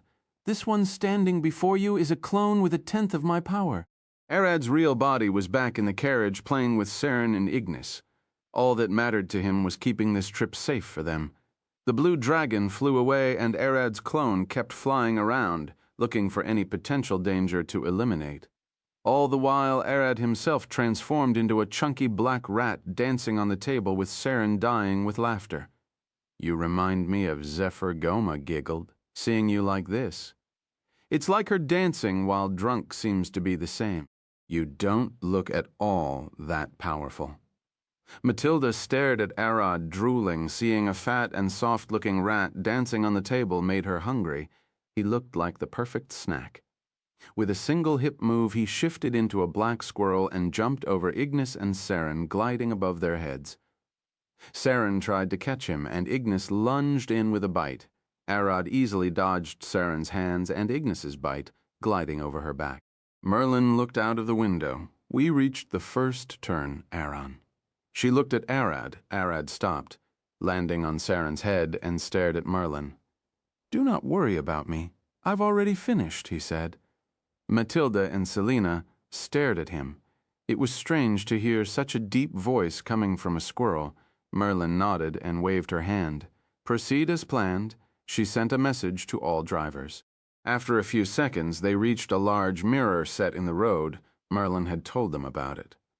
All they knew was that it was her magic and would help them get to the Beast Kingdom safely, and so they rode through them without looking into it. Zara stopped the moment they walked through the mirrors and gasped, "My God, we're really here. It took me months." He couldn't believe his eyes. They were already in the Beast Kingdom. He could tell from the massive trees and humid air that this place smelled like home. Arad's carriage stopped and he walked out with Matilda. So this is the Beast Kingdom. Arad looked around with a smile. Matilda looked just as surprised as her father. Not even 3 hours had passed. "How in the hell did we get here?" she gasped. "It's the great wizard Merlin's magic," one of the drivers said with a large smile on his face. "We went through a large glowing mirror and appeared here, simply stunning." Zara nodded. "It's amazing. I didn't think I would see my homeland this quick, but since we're here, please be careful and follow my every word," he growled. Matilda stared at Arad as much as I hate to say it. Father is right. This place is filled with vicious and wild predators and monsters, unlike anything you've ever seen. She pointed at the tree. Massive claw marks were left on it. "Look there." Zara pointed at a massive claw print on the ground. It wasn't as large as those of dragons, but still bigger than ordinary monsters. This is the wild jungle of northern Deathland, giant of the lizards.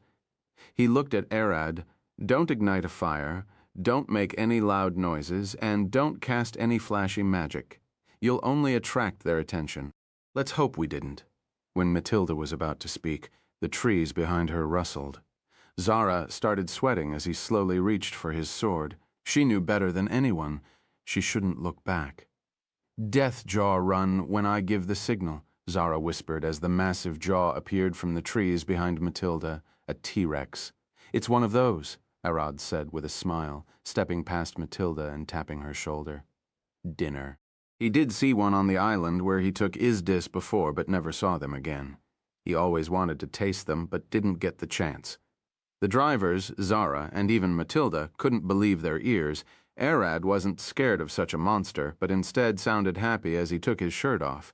The T-Rex rushed forward and opened his jaw, biting Arad's torso and pushing him all the way to the giant trees. "You fool." Zara growled and tried to attack the T-Rex, but the beast's tail almost smacked him down. Aran, Matilda shouted, but almost immediately noticed something as the T-Rex started hitting his head on the ground. He wasn't able to close his jaw. Arad was standing there, holding the T-Rex's jaw open with his legs and one hand. "Can't you breathe anything like fire or lightning?" Arad asked with a smile. "How disappointing, but still, I wonder how you taste." He clenched a fist and punched the T-Rex in the face, sending him rolling to the side. For the first time in his life, the T-Rex felt pain and fear. It turned aside to run away, but Arad caught him by the tail. "Why are you running?" Arad pulled the T-Rex like a doll and threw him back at the trees like a rice bag. The T-Rex growled. Most of its bones had cracked beneath its own weight and the impact. When Arad walked past Matilda again, she stared at him with a puzzled face. He carried no weapons and didn't cast any magic. With his raw strength alone, he was toying with the death jaw. The T-Rex tried to stand, but Arad jumped forth and hugged his neck, crushing it in his embrace. The T-Rex wheezed as he choked to death, falling on the ground motionless. It was only then that Arad pulled a sword and slit its throat to draw the blood. Using a massive steel chain, he hanged it to 2 trees with a single jump. Mira. Arad waved his hand at the carriage. "I caught us dinner. Do you know how could we cook this? Can I eat it raw?" Mira looked out of the carriage's door and gasped. "Oh my, that's a big one." She walked out and looked at it. "I can't cut it. Do you mind doing that?" She pointed at the tail and thighs. "It looks like a chicken, so the tights might be good, but the tail looks like it'll have a lot of meat. Try the upper part, as it should be tender if it isn't doing a lot of work." Arad nodded with a smile. "Got it. Wait. Zara gasped. You're just going to start cooking it? He looked at Arad. It's rarely that you hear of the deathjaw being hunted, and even then it'll be an expensive delicacy. People die to hunt it. Are you sure? Arad tilted his head. I didn't feel like it was particularly strong. He looked at the T-Rex. It's massive, yes, but nothing after that. This is a scaly deathjaw. They are immune to magic. Their growl can paralyze people, and their fangs are coated in deadly poison. Zara gasped, let alone their massive size and strength, really? Arad looked at his arms. The T-Rex couldn't injure him, so the poison didn't affect him, and the paralyzing effect also didn't seem to bother him. Well, it's dead, so let's eat. Zara remembered how the blue dragon ran away immediately the moment Arad walked out of the carriage. That doesn't seem to be a coincidence. Dragons are prideful creatures. Running away is something they should do. Who are you? He glared at Arad. I'm me. Arad smiled as he sliced the T-Rex into 3 parts, the head, the torso, and the massive tail. Students slowly walked out of the carriages, and Lucia gasped. A scaled death jaw. She looked at Zara. I didn't know you could hunt such a monster. Zara pointed at Arad. It was him who is this freak you're teaching? Lucia turned to look at Arad, remembering how fast he was and how he fought in the entrance exam. Ah, I see, she clapped her hands. Everyone, get ready to harvest the poison, she smiled. You're ignoring the situation? Zara sighed. He could clearly see that even Lucia didn't understand how strong Arad was, and that she had given up on trying to understand. Chapter 870, Holy Fire Dragon Rider. Arad sliced the T-Rex into small pieces and stored the head as a trophy. The other students all gathered around the massive flames to cook the meat. There was no particular cook. Everyone just sliced what they wanted from the meat with knives and started grilling it themselves. There was that much meat for them to choose from. The drivers, Isdis, and her guards. Everyone started eating, and soon they found something. All the T-Rex's meat was as tough as leather and had a strong, pungent smell to it. Most couldn't even get it close to their mouths, let alone try to chew it. Zara took a large bite and stared at them. It isn't considered a delicacy for taste, but for its rarity.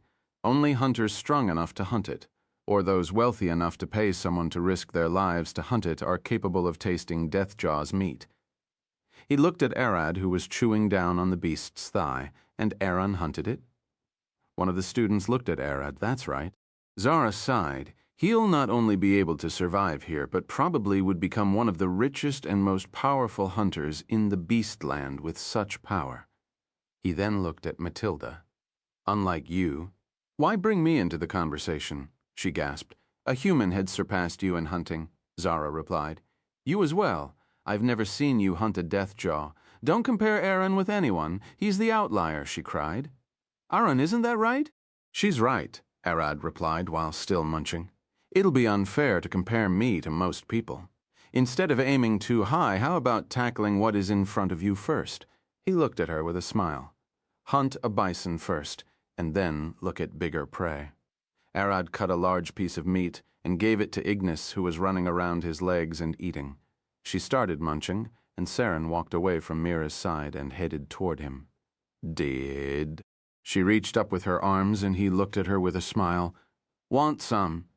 He sliced a thin strip of meat and crushed it in his palm to tender it.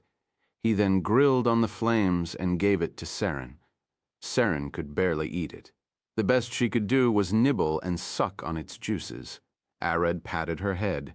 You must eat to grow. After eating their fill, Arad pulled the Deathjaw's poison gland and some of its scales to the class to see.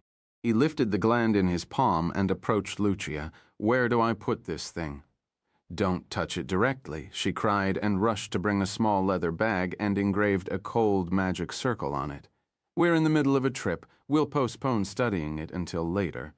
She then quickly pointed at the scales. Keep those. They are used in creating anti-magic armor and weapons. They are quite valuable. Arad nodded. I see. He immediately turned toward Mira. Can you make something with them? Arad usually only had basic armor like leather or steel, as his scales provided all the defense he needed. Wearing his old scales also didn't seem to make any sense, but the Deathjaw's scales are a different thing. If those things can help him negate magic or even reduce its effectiveness, then it'll be a sweet bonus. Mira, are you making another thing? Several students from Mira's class approached her and Arad. Those scales must be hard to work with, one added. Yeah, they are resistant to magic, so they'll be hard to use. And I'm not that good with stuff like this. She waved her hand over the scales. I'm better with wood. How about a chainmail? One added. Link them with metal rings made from something like adamantine to get strong magic conductivity. This would allow the scales to both absorb mana and distribute what they couldn't absorb to nearby scales, effectively chaining their power. Would that work? Arad asked, but he quickly turned around and looked back toward Saren. She was standing beside Ignis. From the trees, tens of velociraptors crawled out, growling. Everyone cried, and Ignis stood beside Saren, grunting with fire gushing from her back. Saren, Tina cried, but Arad waved his hand. It's fine, just watch. One of the velociraptors slowly approached Saren, sniffing the air as he growled. Saren lifted her tiny hand and reached forward, touching the monster's nose. They are dangerous? Tina looked at Arad. The hell are you thinking? Zara growled. They'll rip her apart. The velociraptor's tail spiked her up as he opened his mouth to bite, but at that moment, a golden spark flickered in Saren's tiny palm. A blinding flash of light exploded, and when it cleared, the velociraptor's body was stuck to a tree, bleeding. Saren stood in her place, the ground around her smoking. That was a divine smite. She's a sorceress with a divine bloodline. Arad had once tasted that smite of hers, and he knew those monsters would kill in a single hit. For countless days, when Arad played with her, he sometimes pretended to be a monster, growling and rushing at her to bite. She just laughs it off.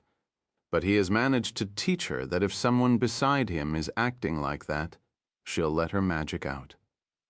It was like teaching a kid to slap someone, but this time it's a divine smite. Zara stared at Saren with an open mouth, but he wasn't alone. Everyone else stared at Saren with a shocked face, even her mother, Tina. That's my little girl. Arad smiled. The countless times he got hit with her smite wasn't in vain. Another velociraptor rushed at Saren from the side, and she couldn't dodge. She didn't know how to do that. When the velociraptor opened his mouth to leap at her, his head got crushed beneath Ignis's burning claw. Individually, wyrmlings are far stronger than velociraptors. Ignis grabbed Saren from the back with a bite and threw her on her back. Hold on, she growled in Draconic.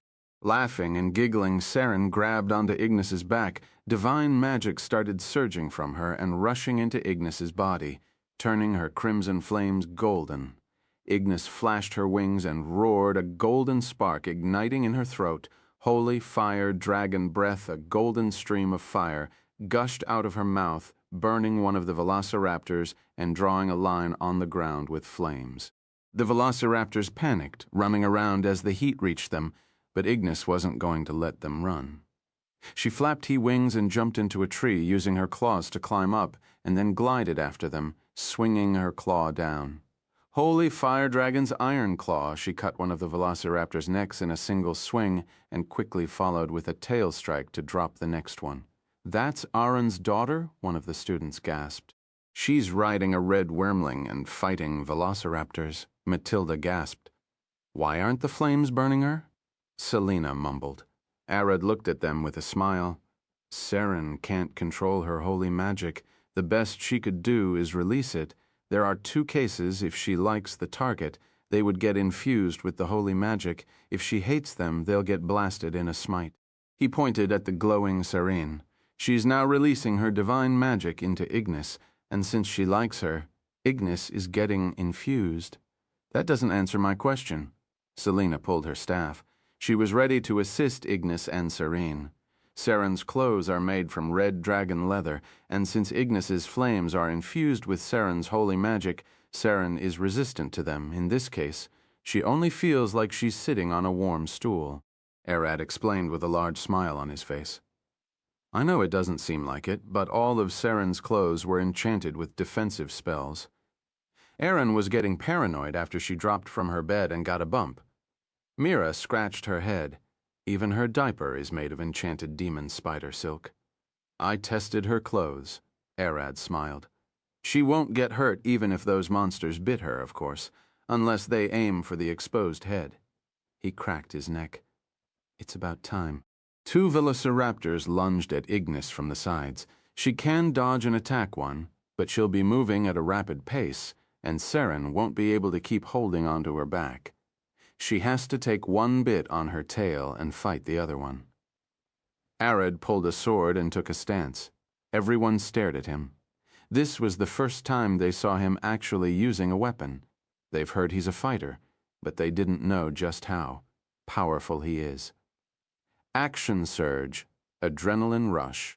Arad simply pretended to use those skills and lunged forward at a blinding speed, slashing all of the velociraptors in the blink of an eye with a thunderclap. Ignis gasped as she saw him standing beside her. She was expecting the velociraptor's attack, but it seemed he had saved her. Arad squatted down and patted them both. You've done a good job. Sorry for interfering, but I'll not let you two get injured. The velociraptors' corpses fell on the ground, bleeding as everyone stared at him, lifting Saren from Ignis's back and walking with them to the carriages.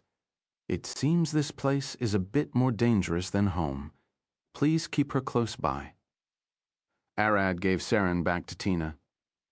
Can I have the ones I killed? Ignis asked, and Arad nodded.